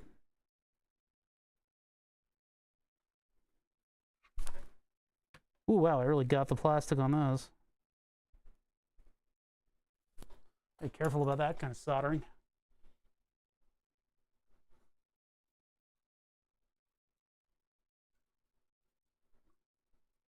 Ah, it's all getting in the way. All right. I've not done something like this in the recent string of projects, so this is all kind of new to me. I've done something similar to this, just not this kind of stuff. All right, let's see here. trying to maneuver all my hands and stuff in the right direction. Get this stuff soldered in.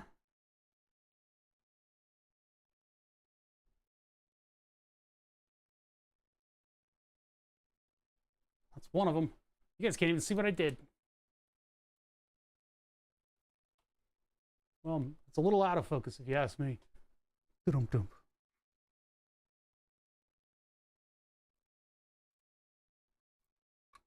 Man, these are just getting in the way. Just the worst. All right. That. It's also the irregular shape of the skull. It's not like it sits flat on anything.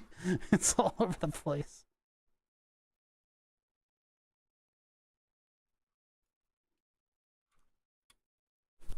Oh, now I'm caught in the solder reel. I think it might be aesthetic. It really is just kind of stabilizing the audio driver. But I've also seen, oh crap, I've seen these kinds of amplifier circuits have a heatsink on there. Where did the pin go?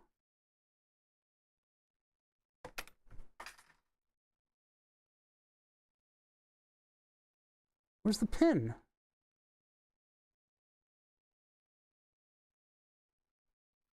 What the hell?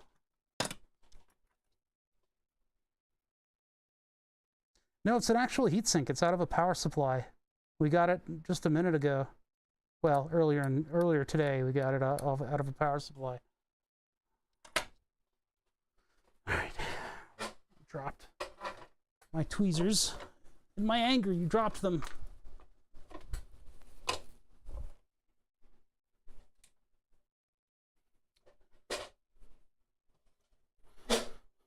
The transistor is actually out of a kit of analog, like of op amps and stuff that I got on Amazon. So that's where this is coming from. And I had to kind of bend the leads because I didn't want to do all of the through holes there because I can't get to it in that position.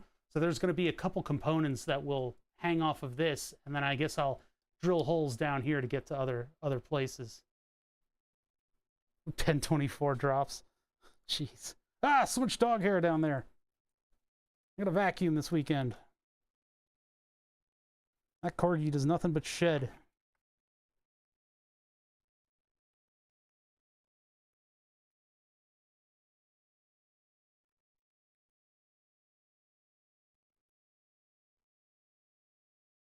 Trying to hold this thing steady, but it's a skull. I don't know how those Warhammer dudes do this, but they're attaching all kinds of hardware to their brains. What the Where is my pin, first off? Alright, first problem is that I don't know where this freaking pin is. It's sunk into the plastic, and so now I just can't even see it. There it is. There you is. Okay, there's the pin. See if I can get solder on the pin. This is why the microscope is such an advantage around here. Also, my shadow is getting in the way of this light, just because of the shape of the thing we're working on is crazy. Getting frustrated.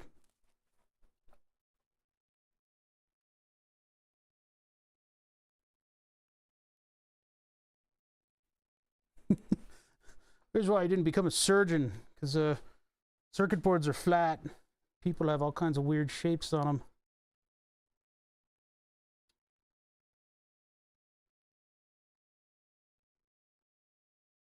There we go. Yeah. I wouldn't be a very good Ripper Doc at this point, considering all the damage that I'm doing.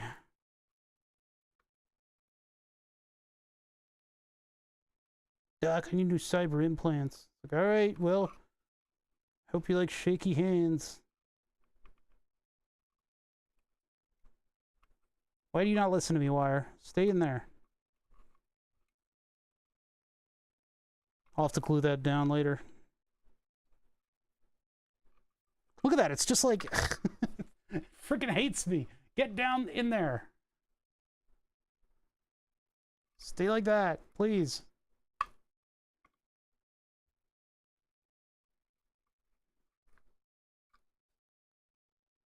Kind of lit. Now it's coming out. All right, let's ground these on the power supply and then give the other ones 12 volts.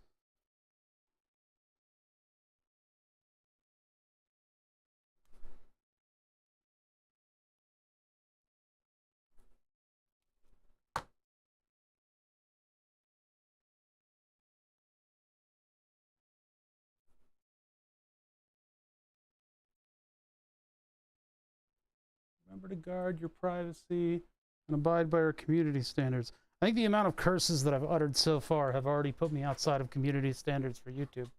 I don't think they're going to be too charitable about that. All the weird stuff that I've been talking about. I don't know. We'll see. We'll see if I get either a visit from the police or some kind of a letter. Dear sir, we see you've used audio frequencies in your stream. May God have mercy on your soul. All right, I got to turn the power supply back on. It takes like a half hour. Power supply back on. I can move this light away. You get a little bit of a ambiance. Hook that up there.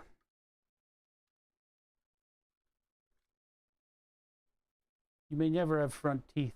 12 volts. Power on. Oh, no, wait, that's the wrong button. Power on.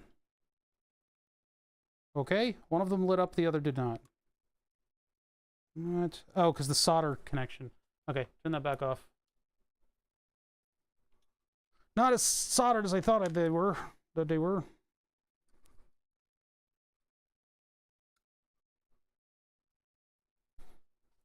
get back in there. Of course, now I can't see anything.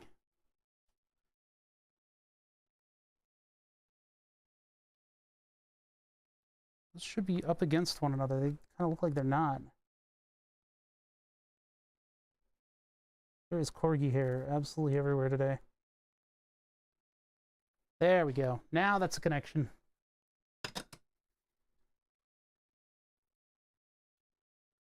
So now if I go from here,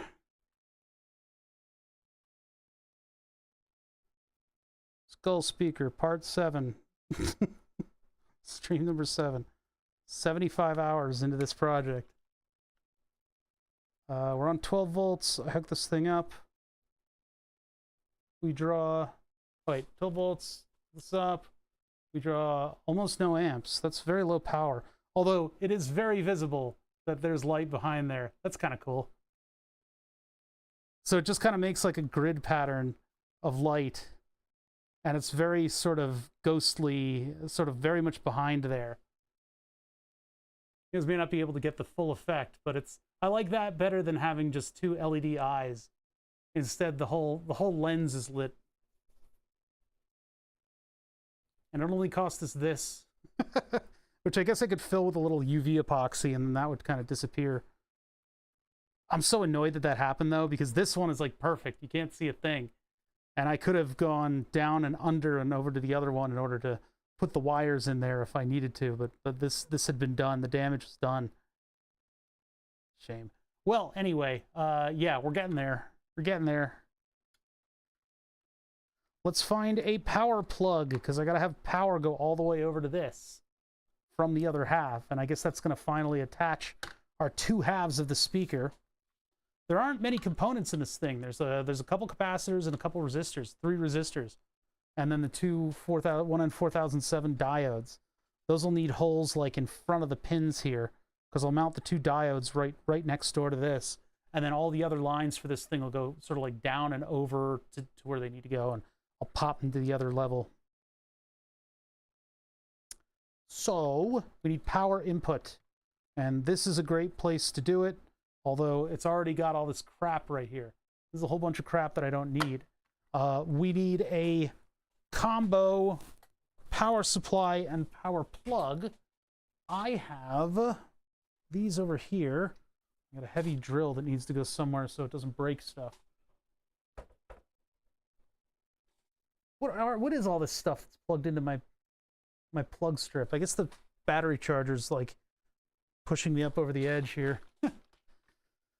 I could put the power plug like down and around or in the vicinity of the rest of the stuff.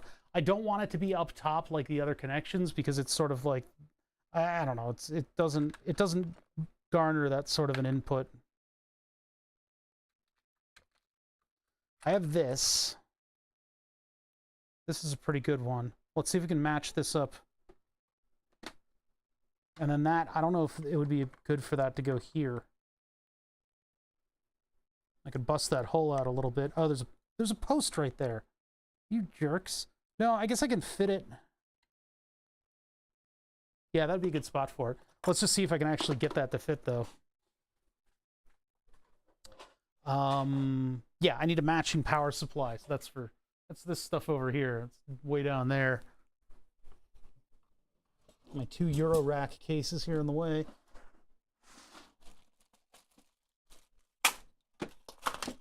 Julian and Dave were super nice, and they gave me Julian's second case. But I'm not going to use any of the power on Julian's case. I think I'm going to hook it up to my other case and use that power, because there's so much of it.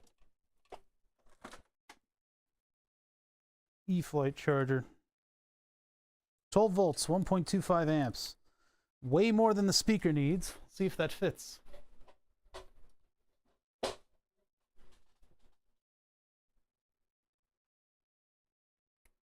Oh, it's perfect.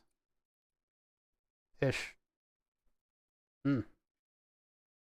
This has one of those split pins, and I think this power supply is a little bit small for the split pin. The barrel jack. So it's really kind of, the split pin has to hit it just right in order for it to fit in.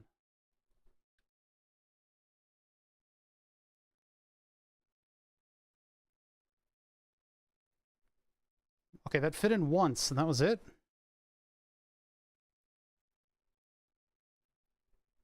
What the heck? What happened here? How come you fit once? Wait a minute. That doesn't make any sense. Oh, maybe it's the unlock, the switch tab not cooperating. Yeah. I gotta push the switch tab a little bit in.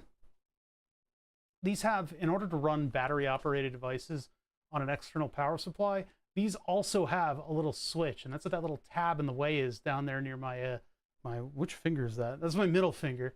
That tab right there will disconnect when you plug in the power supply, and that way if you connect that tab, actually wait, that tab is ground. Shouldn't it be touching? Well, there's 3 pins and 2 leads. One of them is a disconnect lead.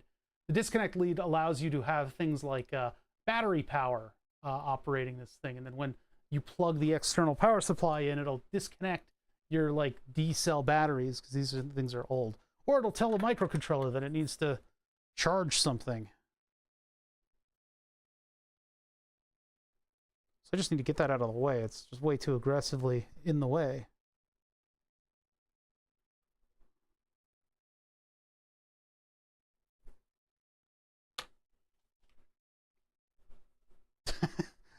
Look, it's that season, man.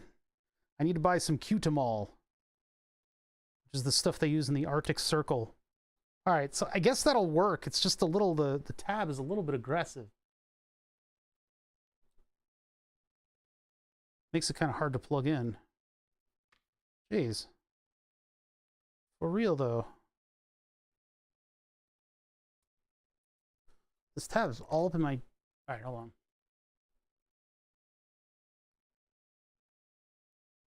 Yeah, I used to get extremely dry skin around this season, around October.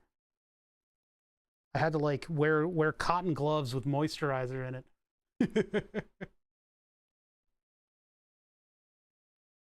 Prairies, what are you, out on the plains or some shit? What the fuck? Out here in the mountains. This is really annoying. It's the right size plug. It would work, but this tab is in the way. If I could grab it and twist, I could at least get it a little bit out of the way, but there's something like either this takes like a totally different socket or there's just something wrong with it. The Canadian, you never hear about the Canadian planes, that's for sure. We're dual streaming right now. You should get in on that. On a dual YouTube streaming.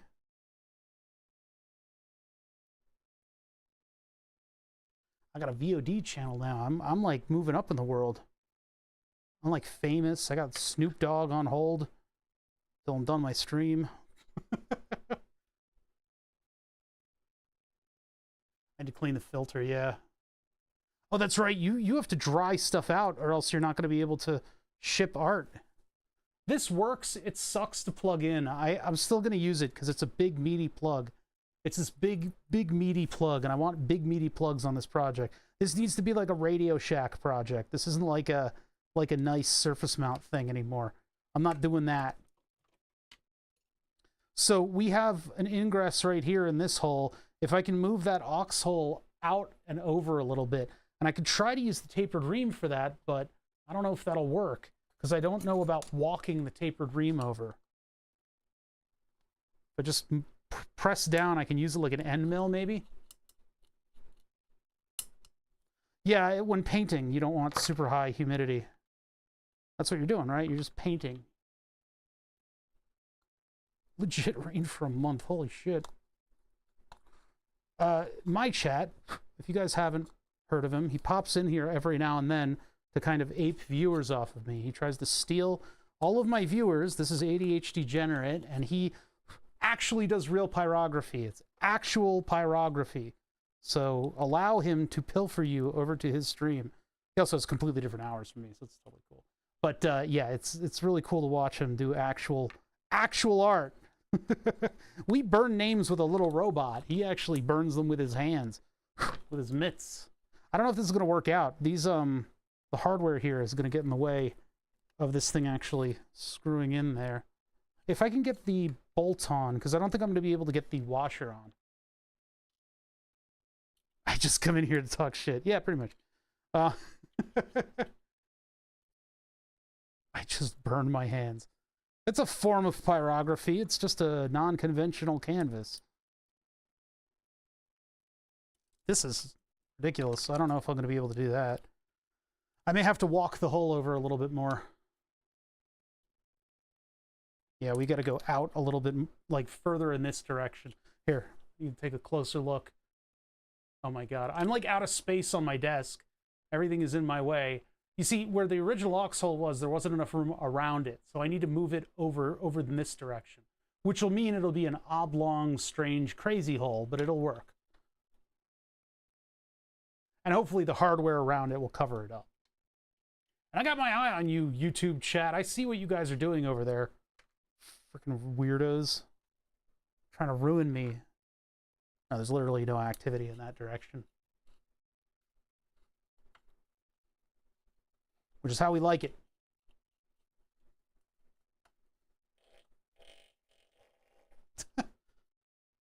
That's true. I haven't hooked the fart box up to YouTube chat. There's like nowhere for the fastener to grip now. I've opened this thing up so completely. I don't know if this is going to like work at all. I don't know. Not looking good. Certainly isn't going to be easy for me to tighten this down.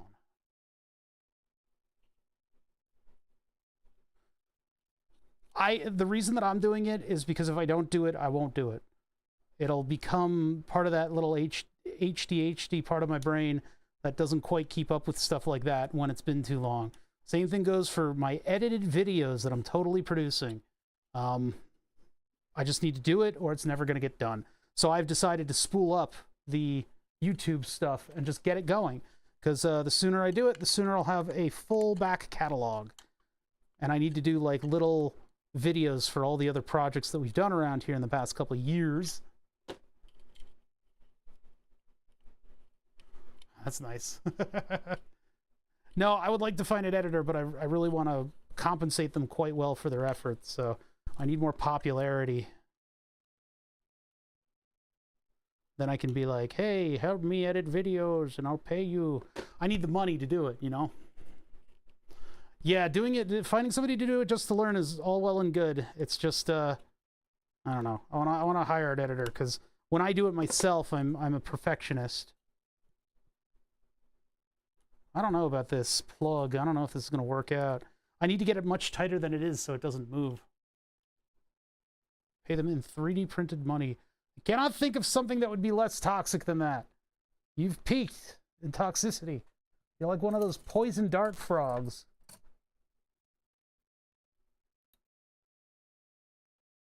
As my corgi starts barking at the door. Oh my god. Really into it. Something has violated our airspace. It must be dealt with.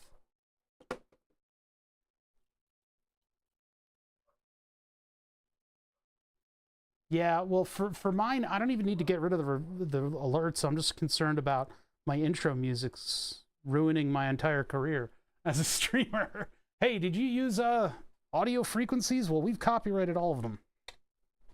Now you got to pay us. Your stream revenue is now mine. Every YouTuber has one of these irritating videos where they go off about how their money is being stolen by third parties that are claiming copyright on like 1 kilohertz audio waves. So it's a kind of a scary thing to get into. You're like, well, I could have my whole YouTube presence just wiped after months of contribution. I'm doing the equivalent of barking at the door. Why would you do this?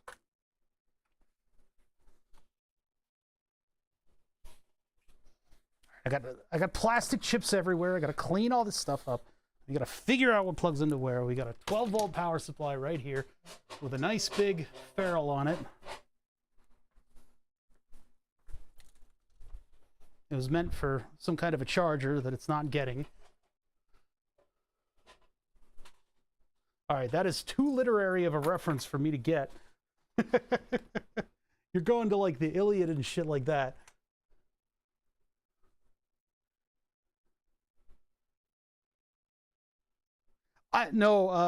You careful with that ADHD. We talked about exactly that earlier. In spite of the fact that Julian does not have a record label and he doesn't have anything like that, and has explicitly, specifically said, Father, you can use my music on my stream. He has said this. There's still a possibility that something comes along and copyrights his music because Twitch muted it. And it's like, wait, how did you mute it? Who entered your music as a copyrightable claim? Because Twitch won't mute it unless they have it in their like scanning database. So it's like, what did that? So this thing is kind of annoying to deal with. But if you kind of get it, if you get it, you know, if you know, you know, that'll work out. So will that twist it all? No, it's pretty good. God, that's ghetto. I love it. I love how ghetto it is. It doesn't quite fit right. You just got to wiggle it. There it is. No, they're uploaded to YouTube because I was playing his YouTube videos. I don't think any of those other services have that kind of agreement with them. That unplugs really easily, but then it doesn't plug back in. There. You have to kind of hit it at an angle, and it goes in.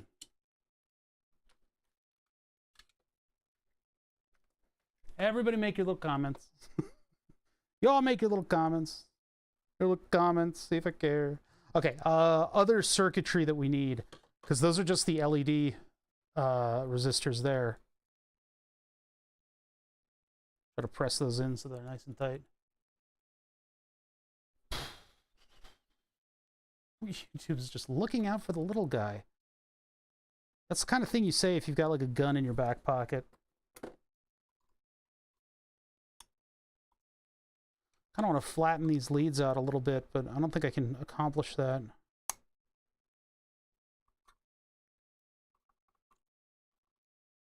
Make them look a little bit more professional than they are. I guess they don't have to be, but... So if I take these 1N4148s, what orientation do they have to be in? Where do my 4148s have to face? So positive 12 volt DC into pin 5 into the anode of 1N4, no, the cathode. And then anode into pin 3, anode into pin 4. So I can do anode into pin 3, anode into pin 4. That, and then move the one over to where it needs to be. And then the junction of those goes to the speaker. Okay. This is going to be a weird circuit. It's going to come together in kind of a weird way, but I think what it's doing is it's keeping it from cutting off. Is my intuition here is that when you get to the cutoff volume level, the cutoff amplitude, it'll just let current go through the diode. So see you on the triode. We'll put them right about here. There's a little scratch mark that I can use. These are the thick ones, so I gotta use the only drill bit that I have that's that small. So those I put up here. And then I got the hand drill. And I gotta use the second to largest size, not the largest. Because I broke the largest. Where'd I put it? There it is. It's right here.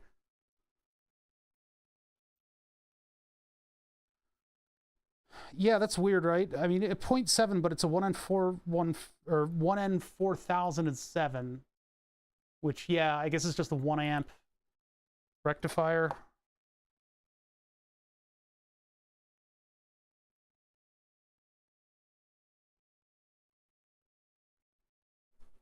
I gotta hold it like this. I gotta hold it close to the chest, because if I don't, it'll break.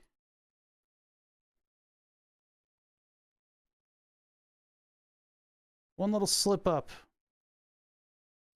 And kablooey.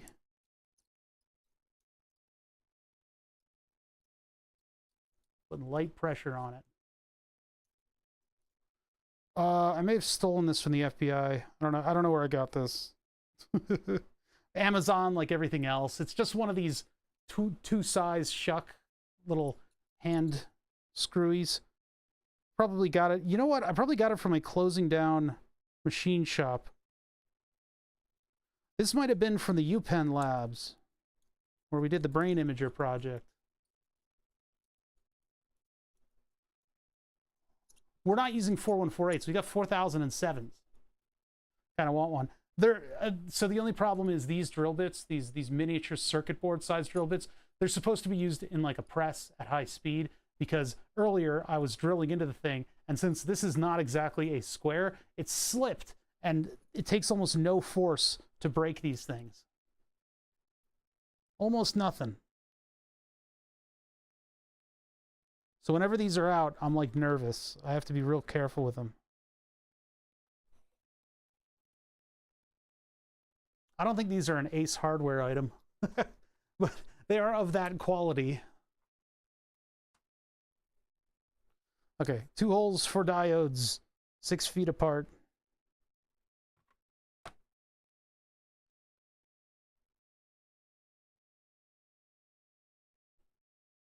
Mini bits for the Dremel. Those probably should be used with a Dremel, to be honest. They are that size. Ah, that's beautiful. It's pretty good. They're a little bit far away. I can work with that, make that work. We don't have too many bends in these wires, but I gotta take advantage of it and make a better bend a little bit further away. As usual, I'm using the width of this tool. These things have been so handy in all kinds of different electronics operations, just because the grip of this jaw has straight through holes. So if I'm bending leads, I can just grip onto the end of a lead and bend it against the jaws of the clamps. These are really good. These are CSP-30-1. They're, I believe, Italian-made wire strippers. Just basics. I got a little bit of beard cam in the corner here. Ooh la la. All right, let's see. That one's a little longer. That one should, well, nope. Gotta flatten it out still. 3/4 inch and 1 inch Viking bits. Oh God. Mechanical engineering stuff. Yeah, a lot of the stuff that I populate my shop with is closed down, like not closed down. It's like estate sale or closing down machine shop kind of stuff. So there's a lot of things that where like coworkers have been like, yeah, they're closing down the machine shop in this such and such location. Like, let's go.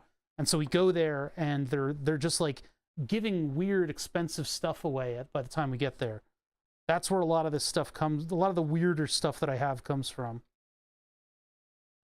That are the sub-basement of the sub-basement of some building. All right, so let's get this out, and let me bend those leads down, and then I'll try to give them all a right angle.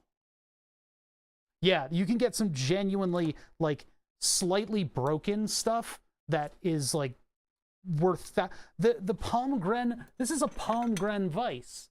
A Palmgren miniature precision vise that was in the drawer, probably of some dead guy, and now it's mine, and it works perfectly as a heavy thing to grip circuit boards, right? But I looked it up back in the day, it was $600. $600, you get the hell out of that other chat, Short Lurker. It's way behind this one. You won't be able to keep up over there. You're like 10 to 15 seconds behind. Oh my God, he's in danger. Short Lurker is in danger. My baby boy. All right, so let's flatten these leads out, and hopefully they don't blow up. I guess my best lead flattener is going to be this thing. Just a big old flat set of pliers. Yeah, YouTube chat is like 10 seconds behind. It's ridiculous.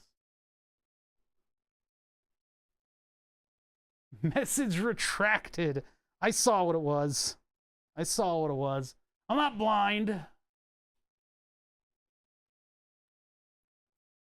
Jewelry tools, custom machining, like jigging and stuff like that. There's some really genuinely good stuff to be gotten. Yeah. These do not have a lot of bends in them. I have one other of these chips. I have one other of these chips. Chips, I should say, amplifiers, but so go all the way to the bottom there and just bend these things over barely. I think a pair of forceps will give me a nice flat cutoff. Maybe. Oh, those are the bent that's the opposite. These forceps.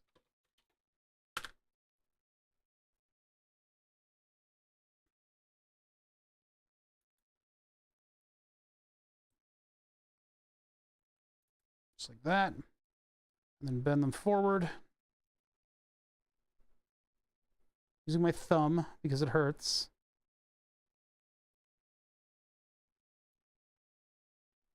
Do do do do do do do do do. Okay. What that did is that gave us little feetsies that I can solder to. Oh my God, I can't see a thing. Yeah, so this, I mean, it's still a little janky, but they'll generally sort of keep in line in that way. So I can solder to those close to the plastic.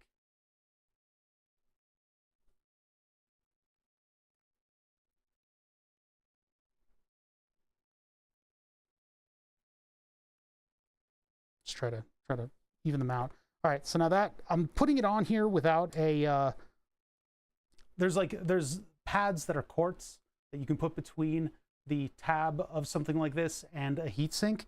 And when you're dealing with MOSFETs who have one of their tab pin connected to the center pin, there can be big potentials on heatsinks. And so if you're putting multiple different MOSFETs on a heatsink that your power supply is switching, you can have things that just short out. And so they sell these quartz pads that you put in between the two things, and you have special washers that keep you from conducting. But in this case, we have one heatsink on one FET-y kind of. It's not really a FET. It's an amplifier, but we have one heatsink on the amplifier, and it's going into plastic, so it doesn't matter. So it doesn't matter. It doesn't matter. All right, let's get this stuff soldered. That's gonna be tough. Can I hold this thing with something? Can I hold it in like this, and then I'll be able to get, we'll be able to actually take, I'll be able to aim the cameras at it and actually show it and show me doing stuff to it. And this thing is for holding circuit boards, so not really, but I can try. Plastic deformation. I don't think it'll we can talk all day about how the engineering is going to happen. or you can just build something like this. And that's sort of where we are. It's like, I don't want to sit here and plan out every facet of this. How much is this going to expand? What's that going to do for the deformation of the metal? Is that really going to, is that going to cause the plastic to fatigue? Let's run a finite element analysis on, yeah, I'm not doing that. I'm resistivity. What is the conductivity of this plastic in terms of electrical? Like, I just saw something move over there because I'm squeezing this. It's all silly, and I'm just putting it all together. It's fun to do a weird project like this every now and then. You just kind of break it apart and do something stupid. Move this way up. Zoom it way out. Get this way in focus. My puppy was down here earlier. She was playing with the neighbor's dogs, and she ran all over the place. Crazy, crazy, crazy, go nuts. And she then collapsed right in front of the fan to the point where I'm afraid that she's going to catch an ear on the fan. And as cool as battle scars are, I don't want my corgi to have a chunk of her ear missing. So I put a corgi guard on the fan, and hopefully it's enough to keep her from lying directly in front of it. But it's an old piece of Burn the Subs with a couple screen names on it. Hopefully that keeps her away from directly lying in front of the fan. Ionic conduction. We're going to start doing plasma calculations. Listen, I already got out all the cool test equipment, all right? I got all my bruisers out for the fine tuning of the Eurorack modules. I don't even know what the content of this plastic is, if there's some kind of other stuff in there. All right. Ah, my butt hurts. My butt hurts. I'm butt hurt. Let's try to tin all these leads so that I can solder them more easily, without melting a ton of this plastic, although some of it is going to melt. Some of you are going to be sacrifices, and I'm okay with it. I just wanted to prepare you. Yeah, the plastic's going to melt all around where I'm working, which is totally fine.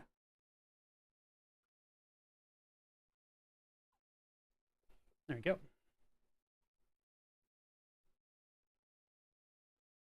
Got a bump on his tail. Are you sure it's not just like a tick? We got to watch for ticks lately. I've been regaled by neighbors' tales of their tick encounters. You would think the things are just all over the place. I have not seen a single one this season, which is definitely dooming me. Definitely just jinxed myself then. Ha ha ha, the other lead gets very hot. Silicon is not much of a barrier to the heat. Jeez. Usually resistors are like that. I'm going to do it again. There we go. Ah, ah, ah. It's almost like I should have learned my lesson. Okay. No ticks in Canada? What the fuck? I'm moving today. So the band on this one goes towards pin 5. The other end goes towards pins 4. 1, 2, 3, 4. And then the other one goes to pin 3. Plenty of ticks in Canada. Our other resident Canadian land person begs to differ, buddy. Oh. So he says more out in the sticks, like where you're from, OctoJ. This still isn't the right distance. Damn it. I gotta lengthen this out a little bit more. He says out here on the plains where all the cool stuff happens, as opposed to where OctoJ's from, where it's dumb and boring. I'm trying to create drama from somewhere. I mean, come on. We need something. We need something. We're sitting here soldering. Listen, I don't know what I'm talking about. I just say things. Yeah, exactly. There we go. There it is. Now we got it going. Luckily, I have extras of these in case these leads decide to give up.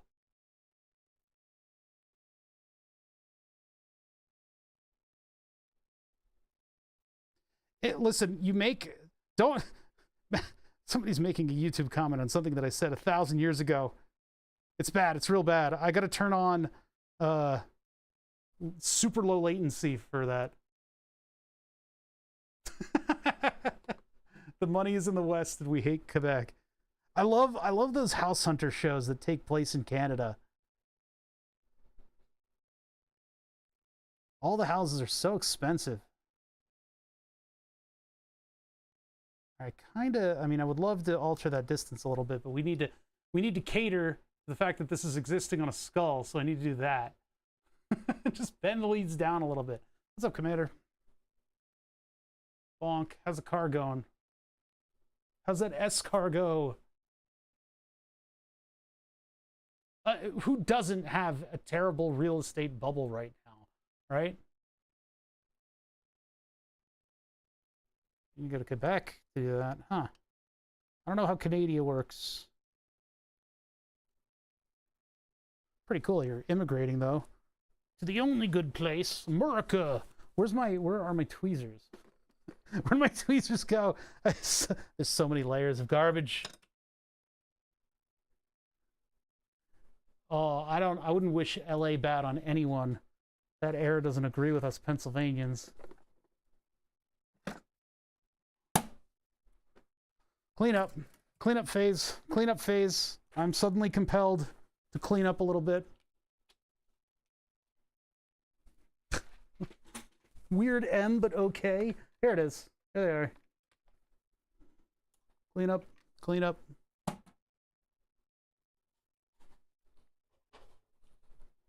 All right, back to this view, which is a little weird. 1.5 years ago, 1,000 a month. See, when I was in Northern Virginia, it was 2,000 a month, and then they wanted to up the rent on me because a building was just built right in my view. And I'm like, bro, like, I paid that much for an apartment that had a view, not was viewed. And they only upped it a certain percentage as a result. Is that soldered in all right? That's pretty good. These 1N4007s, I feel like are major overkill. They're too much potential, or too much they're for like power supplies. They're not for like speakers. I don't understand why they are so prominent in this design.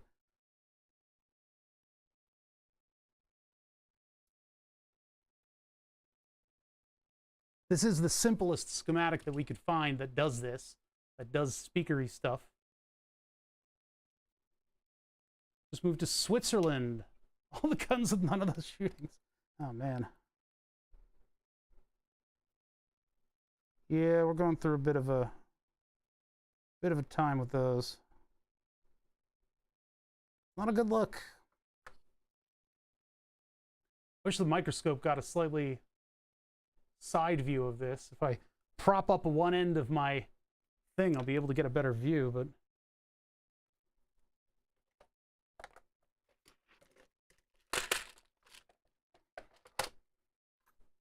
that's more like it.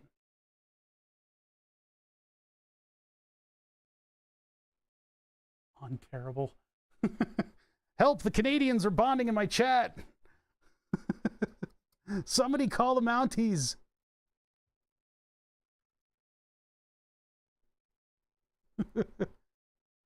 Listen, I'm not happy with an ADHD stream unless he's told me to shut the fuck up. So I'm paying it forward. Oh, side cramp. Hold on, side cramp. Decided to try to restore my steering wheel instead. You're not even done the trim yet. What are you doing? Oh, reupholstering the steering wheel is pretty cool. There's a an eBay seller, I want to say Croatian eBay seller, that refurbishes steering wheels. It's where I got the Mercedes wheel from, and it's in like perfect shape. They're expensive, but I think you can send your core back into the guy, and he'll absorb it into his body in sort of a Cronenberg-esque kind of thing. That's what I assume they do with all the heater cores. I totally ruined that one. All right, new diode. Who this? New diode. Catch you on the triode.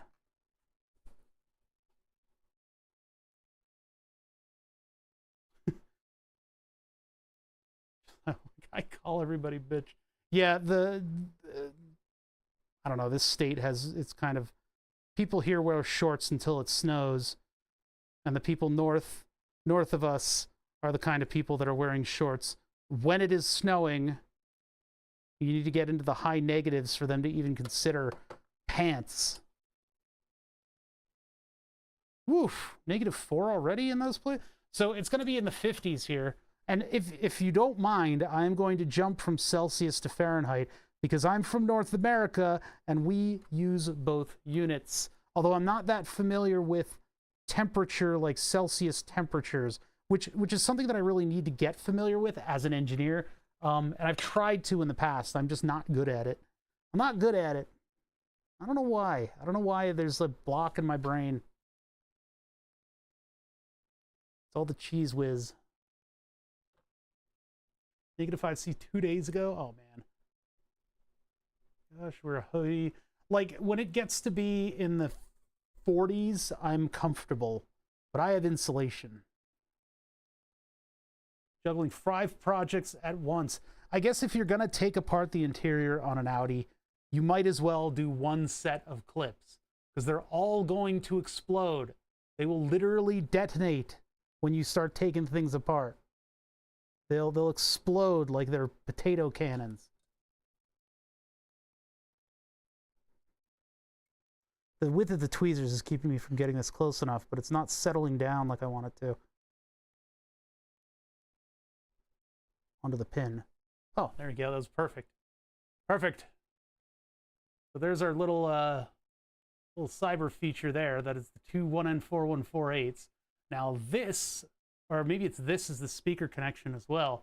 The one on pin 4 is 1, 2, 3, 4. So this is also the connection to the speaker. I may have to drill a hole or run a wire above that.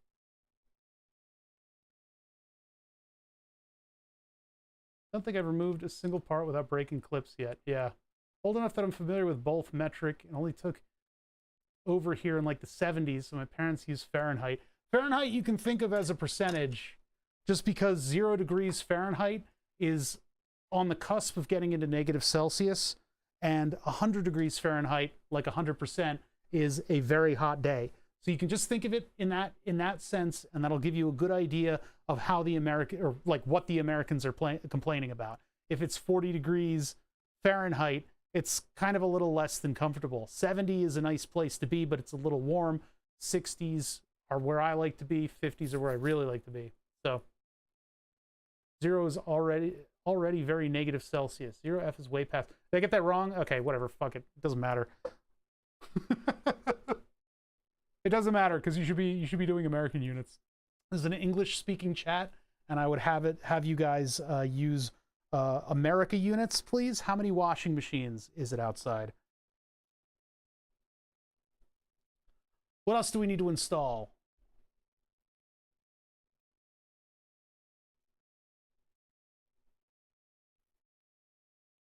Zero F and C. Oven C.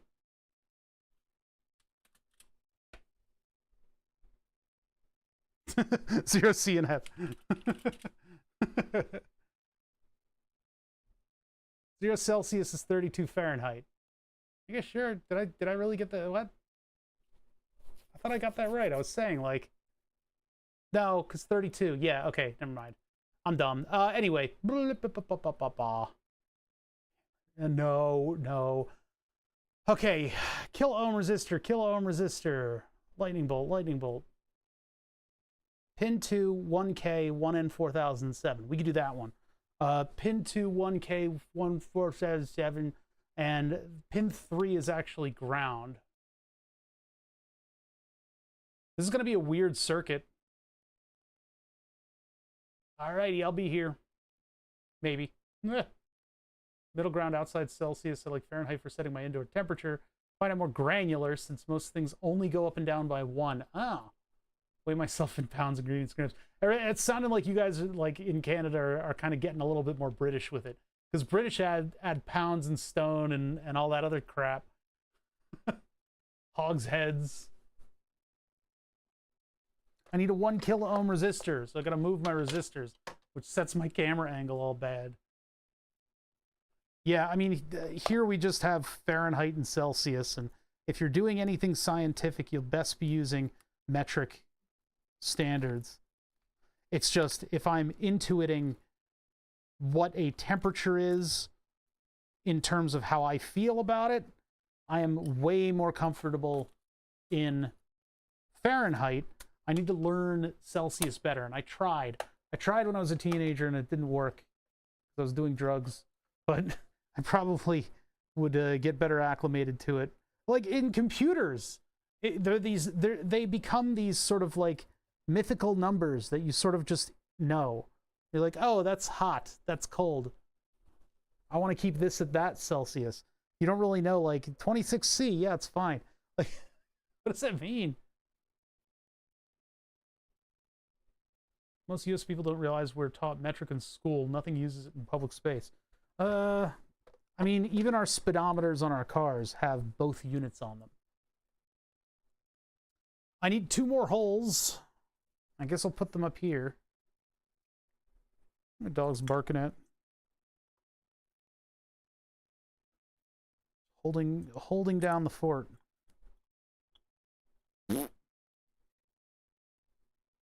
I do not think we're going to be able to finish this in 1 stream, but I do think we'll be able to finish it in 2 streams. Because when we come back on Tuesday, we'll finish building this thing. It's looking pretty cool. There's not as much stuff hanging out of it as I would have liked, but... Well, the thing is, like, it's miles per hour in big letters on the outside, and then in little letters on the inside, it's kilometers per hour, which is a little odd. I think when all the boomers are dead, hopefully the states can quietly convert, because our standard is metric. It's just our display numbers are Fahrenheit. So maybe we can flip that setting. Maybe when all the boomers are dead. That'd be nice. Mostly because all the boomers will be dead.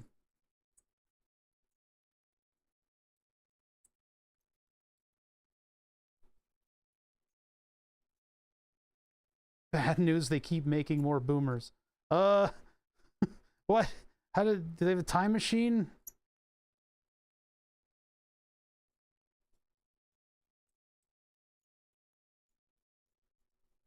Two 1Ks to pin 2. The other one shares this pin. So I could actually put, I didn't need to drill that hole, because I could have actually put 1K to pin 2. You could have one coming off of it, and the other one can go underneath, I guess.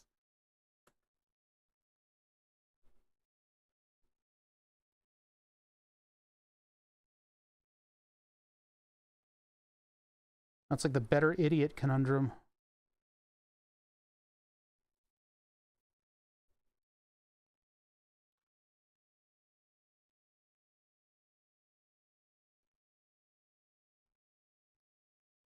All right, so I need to make a right angle in that, and then I need to cut this one to length so that it hits pin 2.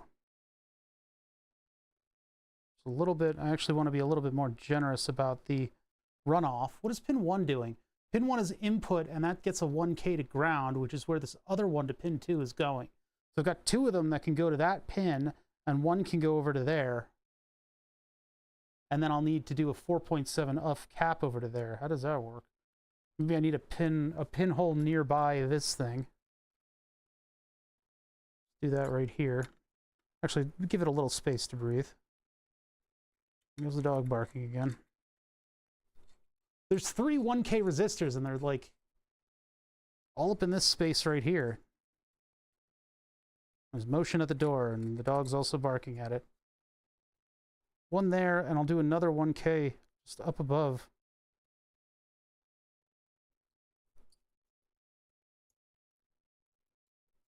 Boomer, A State of Mind by Calvin Klein. So I didn't order the scope. I need to gird up my loins and make sure I'm feeling that $400 purchase. Because I don't really think I have the money for it, to be honest, TVH. I don't really have the money. I kind of do. I'll have to plan it.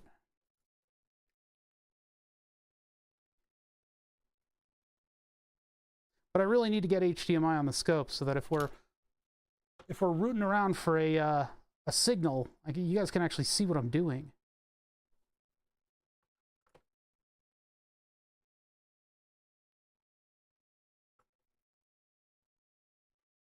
Yeah, the finishing stream of the skull is going to be very quick. It's going to be very quick because this thing, there's not going to be a lot left, but there will be plenty left when we're done today.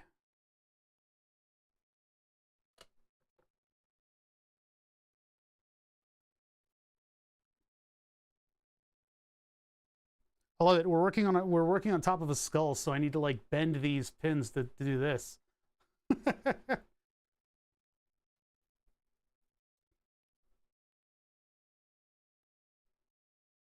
Yeah, that thing's neat. Peltiers are incredibly inefficient. It's my first engineering project, and I always talk about this. Everybody always goes, let's make us something cooler. And they go, awesome, let's use this technology, yeah! They're like, whoa, we're doing it, this is amazing, Peltiers. And then they're like, oh, we need a 15-volt power supply that does 12 amps. It's like, oh, no. Oh, no, these are really inefficient. I wanted to do a CPU Peltier cooler, but yeah, I mean, that EK thing gets over the condensation issue by doing a calculation, and then the power issue is the second part of that. You know, is it worth it to get that many watts to cool your CPU? In like in RF stuff, when they need that much cooling going on, and you need a Peltier, they stack them. And they're super inefficient. But if you need to get your components cold, here's your solution. But your inefficient Peltier is then assisted by another inefficient Peltier, and another one, and another one, and another one. And another one gone. Yeah, it's crazy. Crazy engineering.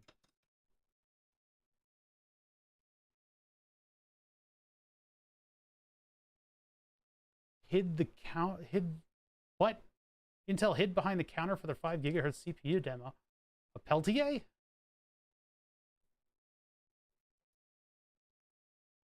Pelleter? I'll put another hole right here because we need to get to this junction right here. How do I need to do that? Unless I do... Because we have a 1K coming off of that one. And that one goes to ground, which is pin 3. Which I'll have to creatively get in there. I could probably do like that. I could probably drill a hole in the top there to get to that. Pin 2 has 2 things coming off of it, and they're both 1 kilo ohm resistors. One of them goes over to D1, which is this one, and the other one goes to ground, which is this one, which is a weird little thing to have it do. So I could actually pop them up from maybe the other side and sneak them under, or I can pop them up here and here and just have them do that. Too bad I don't have fully leaded components, because then I could drill holes vertically here and have those 3 go down while these do the junctions above. Oh man, that's too bad that I can't do that. Kind of a shame. So just try to make the best. I mean, I got 4 holes here, so I'm going to use the 4 holes. One of these does go to pin 1, and it goes from pin 1 to ground. It actually go from there to there, which is where surface mount would really make, you know, be a big advantage here. But I'll run the leads down into the body of this thing, and then I'll have to think about how I'm going to run a couple leads vertically up to these pins. What does pin 5 do? Pin 5 goes directly to 12 volts. And C2 and a couple other things. Okay, yeah, so I'll just do the other 2 through the body, and then we'll figure out what that circuit's going to look like tomorrow.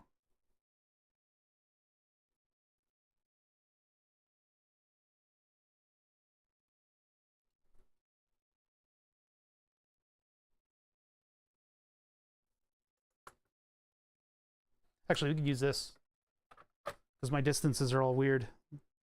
We can just poke this thing into the holes. Since they're non-standard. All right. Hold on, I got a resistor in my mouth. That one done. This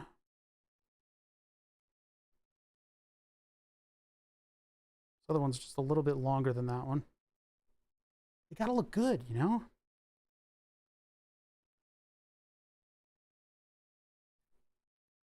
And the other one's just a little bit longer, so I'm just going to do this guessing like that.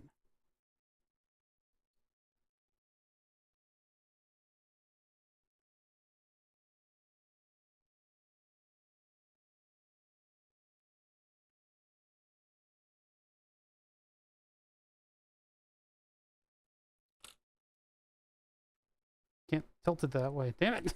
The chin is in the way.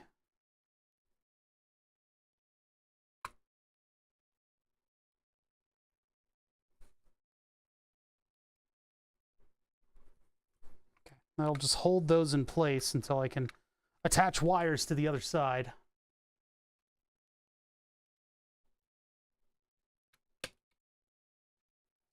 And then the capacitors, I'm just going to put wherever because they need to go from other components, and it's still going to be a nightmare. So let's just put them like, I don't, it's going to look good. I mean, behind this thing would protect them. And it would be nice if they didn't get destroyed the first time I drop this thing. So maybe we just put them up like two little like hair plugs like that. So I'll do 4 holes here, and we'll utilize them as they are needed.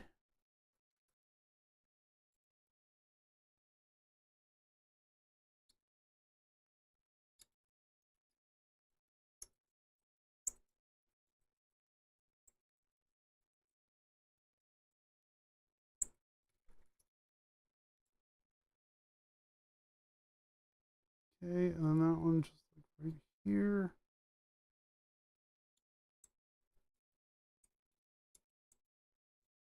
Really? 0 degrees and idle, and then you do something that crashes? That's like, what's the heat load of all that? Yeah.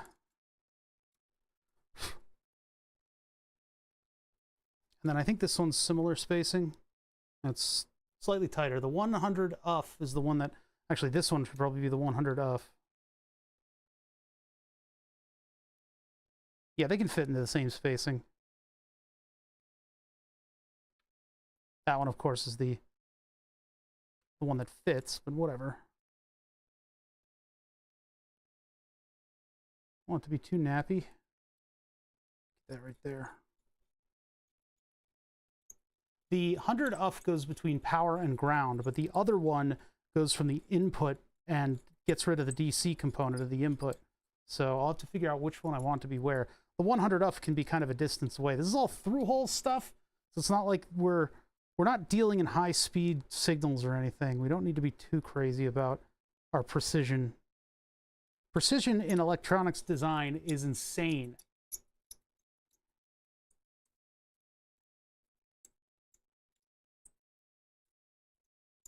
It's the kind of stuff that makes mechanical engineers like run in fear.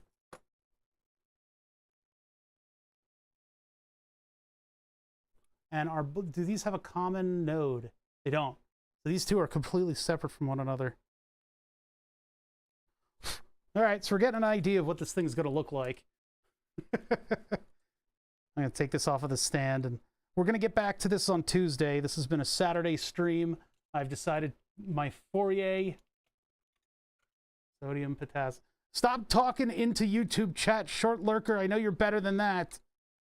God damn it. You guys are pissing me off. Get off of YouTube.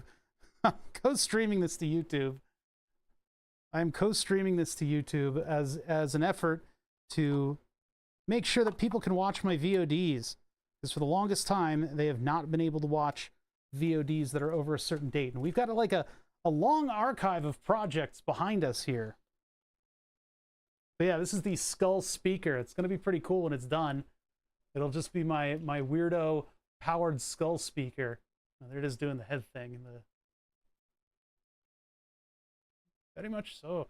Yeah, so anyway, this is the 2 resistors for the LEDs in the goggles. Power and volume. Input from Eurorack, input from stereo.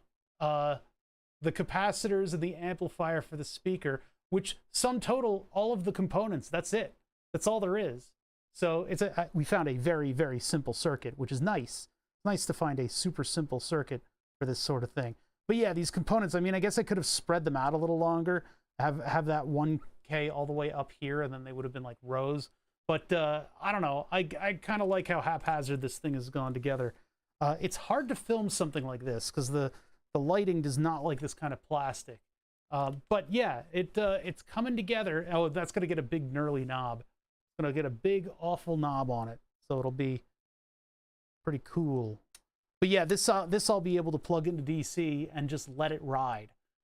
Hopefully to the point where it doesn't explode or anything. I think it'll be fine on a 12-volt DC power supply at 2 amps. This thing should function pretty nicely, and it'll have sort of that weird, eerie red glow from the eyes.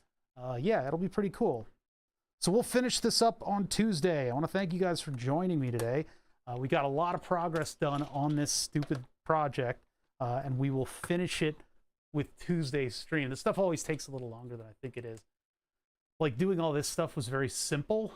Getting it to be kind of neat and right, which is still an ongoing process, is turning to be a little bit more challenging. But with a little bit of creative lead bending and connecting of certain things inside of here, which we can tackle on Tuesday, this will come together as a powered speaker pretty nicely. We got to figure out how to get the Eurorack to regular audio levels. It probably involves a capacitor and some resistors, but we'll sink that boat when we get to it.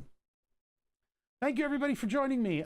If you need social media information, I don't understand how your brain works, but this is it. This is my Discord and my Twitch, which I barely use.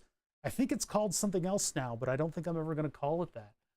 You guys can check me out on Discord though, because I'm on there 10,000 times a day. It's a potentiometer. Yeah, I'm not going to have like a propeller spinning out of the top of the top of the skull. Should I? No, I'm not going to do that.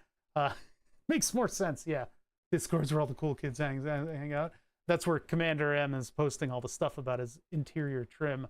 Yeah, there's a lot of cool stuff there. A lot of eggshells to walk on. I'm back on Tuesday. Until then, I am in the Discord. I'm in the Discord, and yeah, a fan to cool the amp. I don't think we need that. I don't think we need that. I was going to use those Harman Kardon speakers to have each of the lenses be a speaker, which would be cooler, but the foam had turned into a sort of powdery goop, which is why I say I'm not gonna go over that whole rant again. I have a whole rant about audio files, and we're not gonna do that. I will catch you guys later. I mean, I'm sure everybody is streaming right now. Is Flatulent Gonad on? Let's see here. I've got no desk space. I have to clean up my entire desk after that. We did a great job. I'm happy where we are with the project. Not as far as I'd like to be. Rabaz and Tomato are both on. And then we also have Paleontologizing, who does some pretty cool stuff on Twitch. YouTube is what? I don't know. All right, I'll catch you guys later. Hopefully this will catch on, and we'll do more of these. I got to figure out how to send YouTube my muted audio part of the stream. It's channel 2. So I'll figure that out. Until then, you guys take care. I can't believe you just did that.